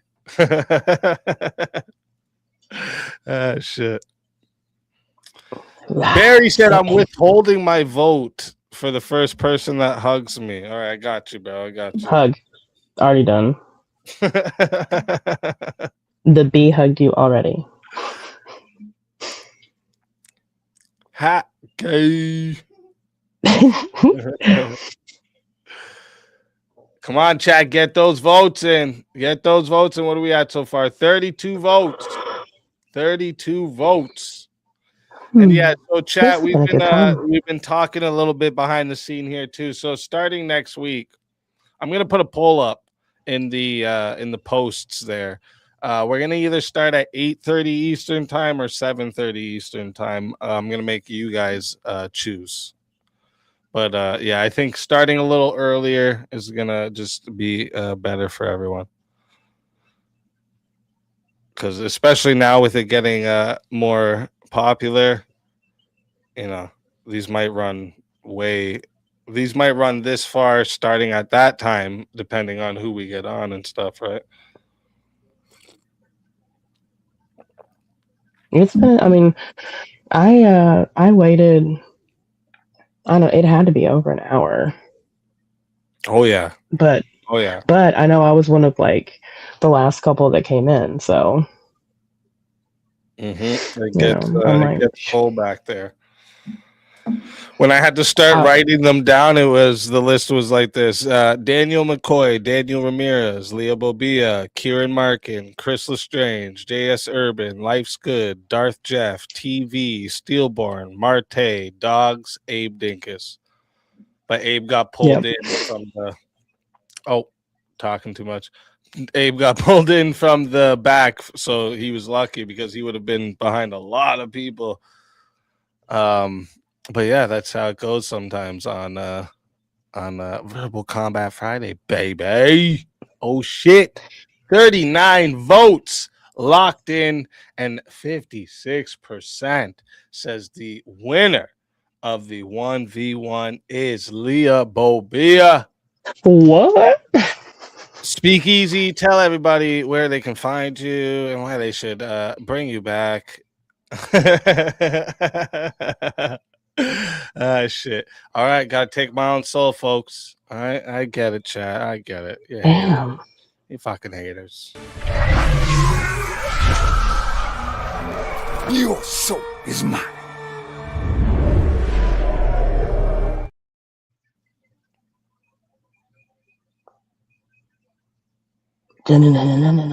Buzz. I was waiting to see if you would say the thing. Yeah, I was waiting to see if you would say the thing. I would put a butterfly above it next time. To have my little butterfly and my little bee. Shit. All right, so listen up, chat. This is how this goes. We're down to the final person, and you know how it goes. Final 2 minutes is going on the clock. All right, you can pay 200 to also take Leah's soul and put the whole 750 to next week, or you crown Leah Bobia round 117 champion. All right, chat. The timer is starting right now, so make your decision wisely. All right. And congratulations, Leah, for coming to the end of this. Killed it. I know. Why, thank you. I've had a really great time. My mother-in-law has the kids tonight, or else it's why I can't always, I got 2 young ones, they're 4 and 5, so I can't usually be up so late. I mean, they'd be getting up right now if they were here. So See, starting earlier might be good for you too. See, Oh heck yeah! A lot of people, I think, starting earlier is gonna help. You know what I'm trying to say? Yeah, for sure. JS said, Although, like, right now, Simps in the chat. He said, dude, JS, you probably voted for her too. Don't lie. I swear. JS acted like he didn't vote for you. He didn't vote It's for so crazy.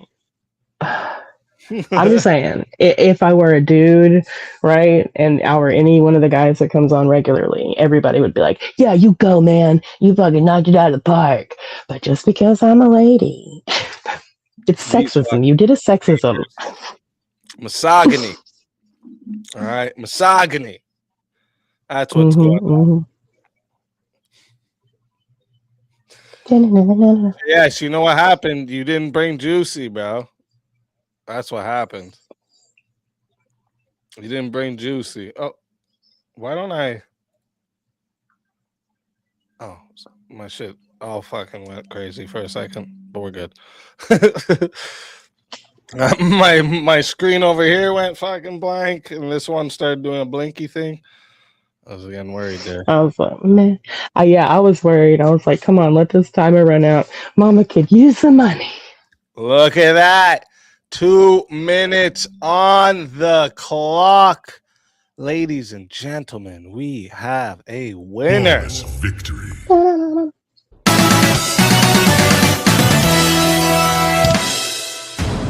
We have a winner. Are you not entertained? Are you not entertained? Congratulations, round 117 verbal combat champion, Leah Bobia. Tell everybody in the chat where we can find the champ. Well, if you go to bees.com, I have a little channel. Yeah. Leah Bobia, just like my name is spelled. I haven't been going live a whole lot lately, but I'm trying to get active again. I talk a whole lot of shit about random things and police corruption and politics and social events and, you know, sobriety. Sometimes good things, God, sobriety. Just depends on the day. That's what's up. Watch. That's what. Alicia says, "Watch that be a prawn site." Oh my gosh, that would be my luck. Absolutely crying. amazing job tonight. All right. Where am I sending? Do you do Cash App, PayPal, any of those? I have a PayPal. Okay. And then do you want to? I don't know if you don't want to put it in the back chat so no one else sees it. If you're worried about that, if you want to send it like directly to me on the Discord. So Thank you, Pink. Send it right to you. Yeah, there we hold on, go. Tiny's got the channel in there already for everyone. That's what's up. That's what's up. Da-na-na-na-na-na-na. Are you sending it on Discord to me? Yeah, I had it on a little it was like on my tabs. I'm sorry, I am so tired. You're good. You're good. You're good. Like, good. It's my like normal yeah, email. I'm about to aggressively punch some drywall. Oh. Ah, shit. Funny. Hey, and great work, Spartacus, who saved my hide more than once tonight. Good people. Good people. And thank you everyone who participated. Yeah, Spartacus made sure to keep you in the game. Heck yeah. Spartacus, hit me up. Are you on Discord? I've got you. I don't forget where I came from.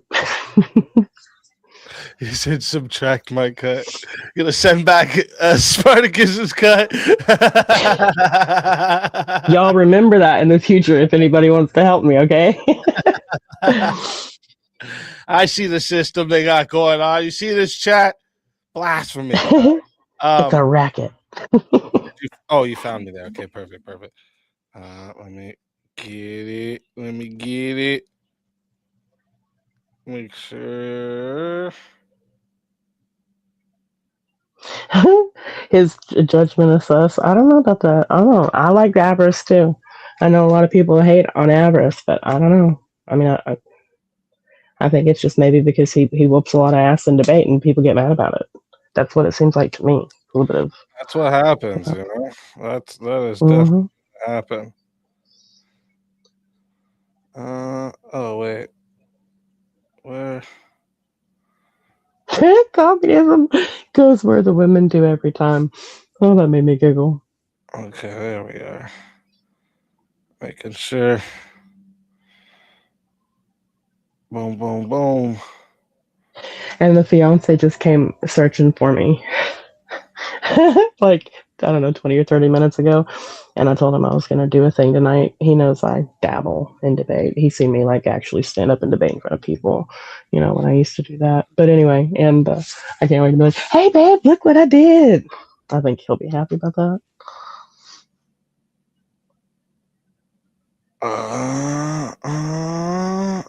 Okay, so check your PayPal. It's just sent now. Just got the email confirming it too.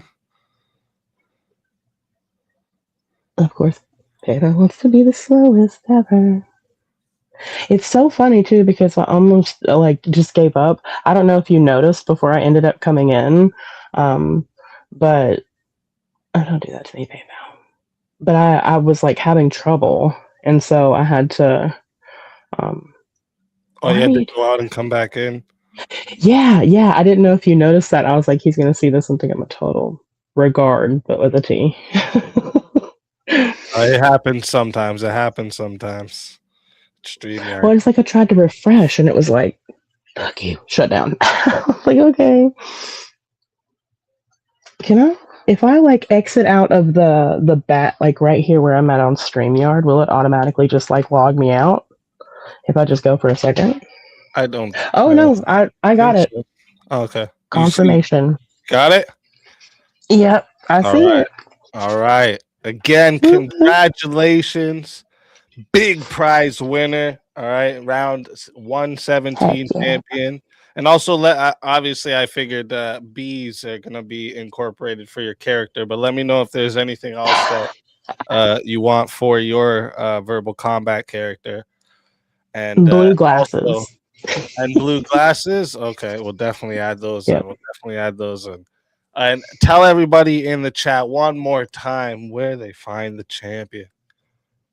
Leah Bobia at Leah Bobia on YouTube, and I'm trying to get other social media, but I'm a boomer at heart, although I'm only 30 something. So come hang out, and don't forget to sub here. Make sure you help with the grift because he pays all this to be amazing. So thank you guys for hanging out with us.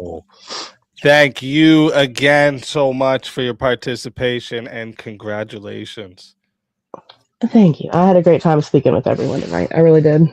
Yeah, it was great. It was great. All right. And again, thank you for coming. And I'm gonna wrap this up. So let me put you to the back and chat. I can't thank you guys enough. Hold up. This isn't actually accurate here because when I said I had to add the 200, I didn't, and there was another 200 that got added in there. So let me make this dono bar accurate for you guys. Hold up.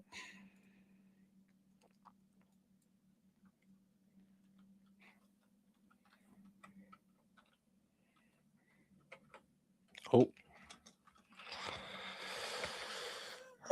Okay. Boom. Listen, chat. Put some big fucking crowns and W's in the chat for chat. Everyone go sub up to Leah Bobia. Okay. Congratulations on your victory. Great fucking job. All right. You took out the champ twice tonight. All right. You took out the boss twice tonight. All right. There's some bragging rights in the verbal combat streets. You know what I'm saying?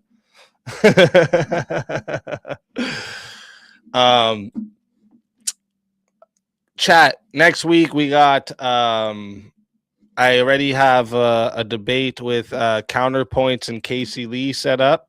I'm trying to get another one set up for Monday or Tuesday, whatever one's better for them. I'm probably gonna do I'm gonna talk with Teriak to do a spin the wheel episode for him. I told him we would do one where he starts a little earlier and I go on to his show and you guys get to see what spin the wheel is, and I'll participate in the show, all the debating and everything. And then also I'm gonna put up a poll in the posts. So I want you guys, actually I'm gonna do it right now, like literally this second. Let me go over to my posts. So I'm just gonna write we are pushing the VK start time back. Vote for when we start. All right.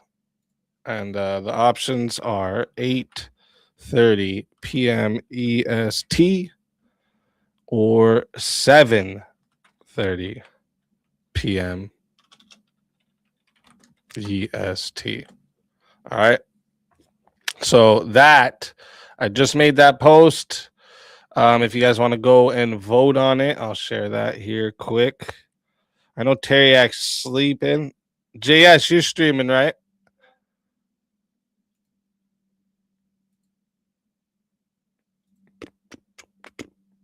Let me get over here to set up the raid.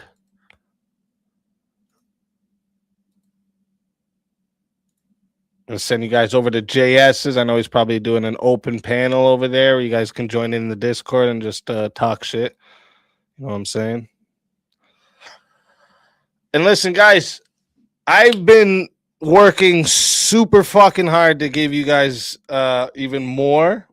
And there's things that's come up that, you know, you guys are going to start getting more. You guys are going to start seeing more shit come out. There's big opportunities coming. All right. There's big things coming. I promise you guys. All right. I'm not stopping. I'm going to keep going hard for you guys. You guys do nothing but continue to be the best chat on YouTube. Okay. But yeah, there's some big moves that I've been making behind the scenes here that it's all gonna come together. Okay. Couple different things. You guys are gonna be like, what? It's crazy. Okay. Also, what else did I need to tell you guys? There's one more thing next week that I can't remember, and I feel like I'm gonna be like, that was it. But I can't remember. And listen, it's already 7 a.m. all of it. So listen, you guys have a absolute beautiful weekend. Okay, you guys know I won't be back till Monday. We don't do the weekends unless it's a special event I do or something. May, that's what I was gonna tell you guys. May 2nd.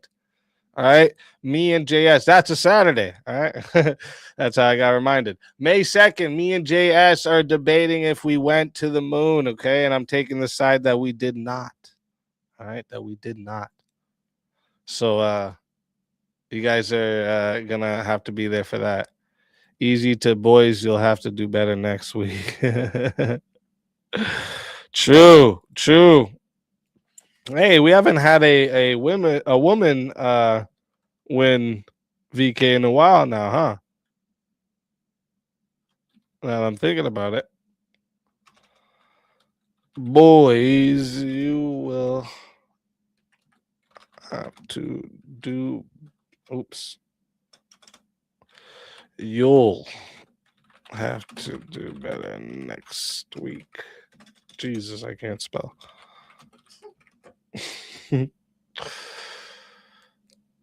All right.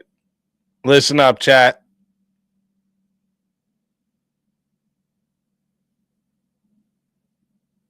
Listen up. All right. You're going to lose easy. True. I did. But yeah, can't thank you guys enough. Make sure you guys give JS a sub when you guys go over there. Even if you're not staying, give him a sub. And yeah, get in the Discord. Make sure you join the GIF Wars in the Discord, all right? Trying to get it more active up in there. Make sure if you guys want to join the voice chats, go ahead, hop in the voice chats. Feel free to use them to just go hang out. And yeah, that's it. That's all I can think of. Like I always say, guys, it can be 30 in the chat.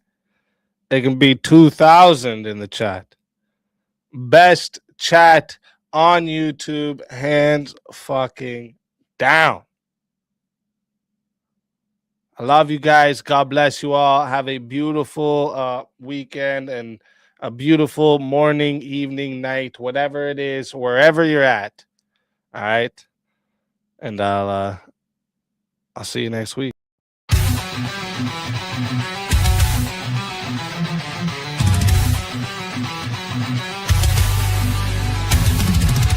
Welcome to the show! It's Verbal Combat Night! Debates and battles, chaos in sight! Every Friday from 9:30 to 2, extended to 3:30. If the attack comes through, the attack comes through. Join the fight before the clock hits 1:30. Survive the debates, keep your name from dirty. Open panel, blood draw, minimal rules in play. 5 to 10 topics, steam for the day. Verbal combat, let the chaos unfold. Chats in the fight, stories told. Attacks and battles, who will survive in this verbal war? Only one will thrive, will thrive. Semi-finals start around 2:30. 1-on-1 death matches, no time to be flirty. No revive until 4 remain. Then the final 4 ready to reign. 2-on-2, the last to fall to get eliminated. Then 1-on-1 call. All attack moves are fair game. Revives for the final 4. That's the name of the game. Verbal combat, let the chaos unfold. Chats in the fight, stories told. Attacks and battles, who will survive in this verbal war? Only one will thrive, will thrive.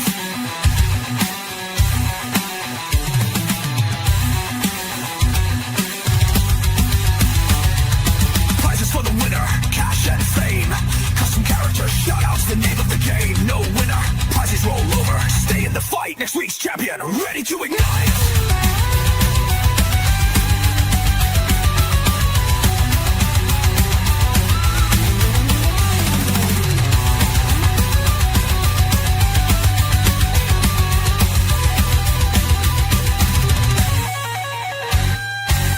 Chat attacks, they're ready to play. Purchase and execute chaos all the way.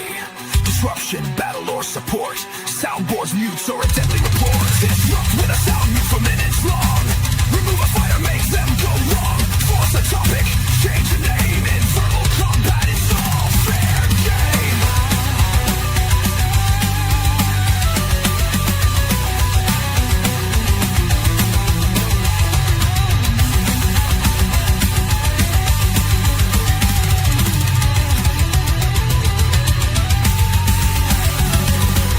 Verbal combat, let the chaos unfold. Chats in the fight, stories told. Attacks and battles, who will survive in this verbal war? Only one will thrive. So gear up, get ready, the chaos is near. Strategic attacks, no room for fear. In verbal combat, only one will stay. The fiercest fighter wins the day.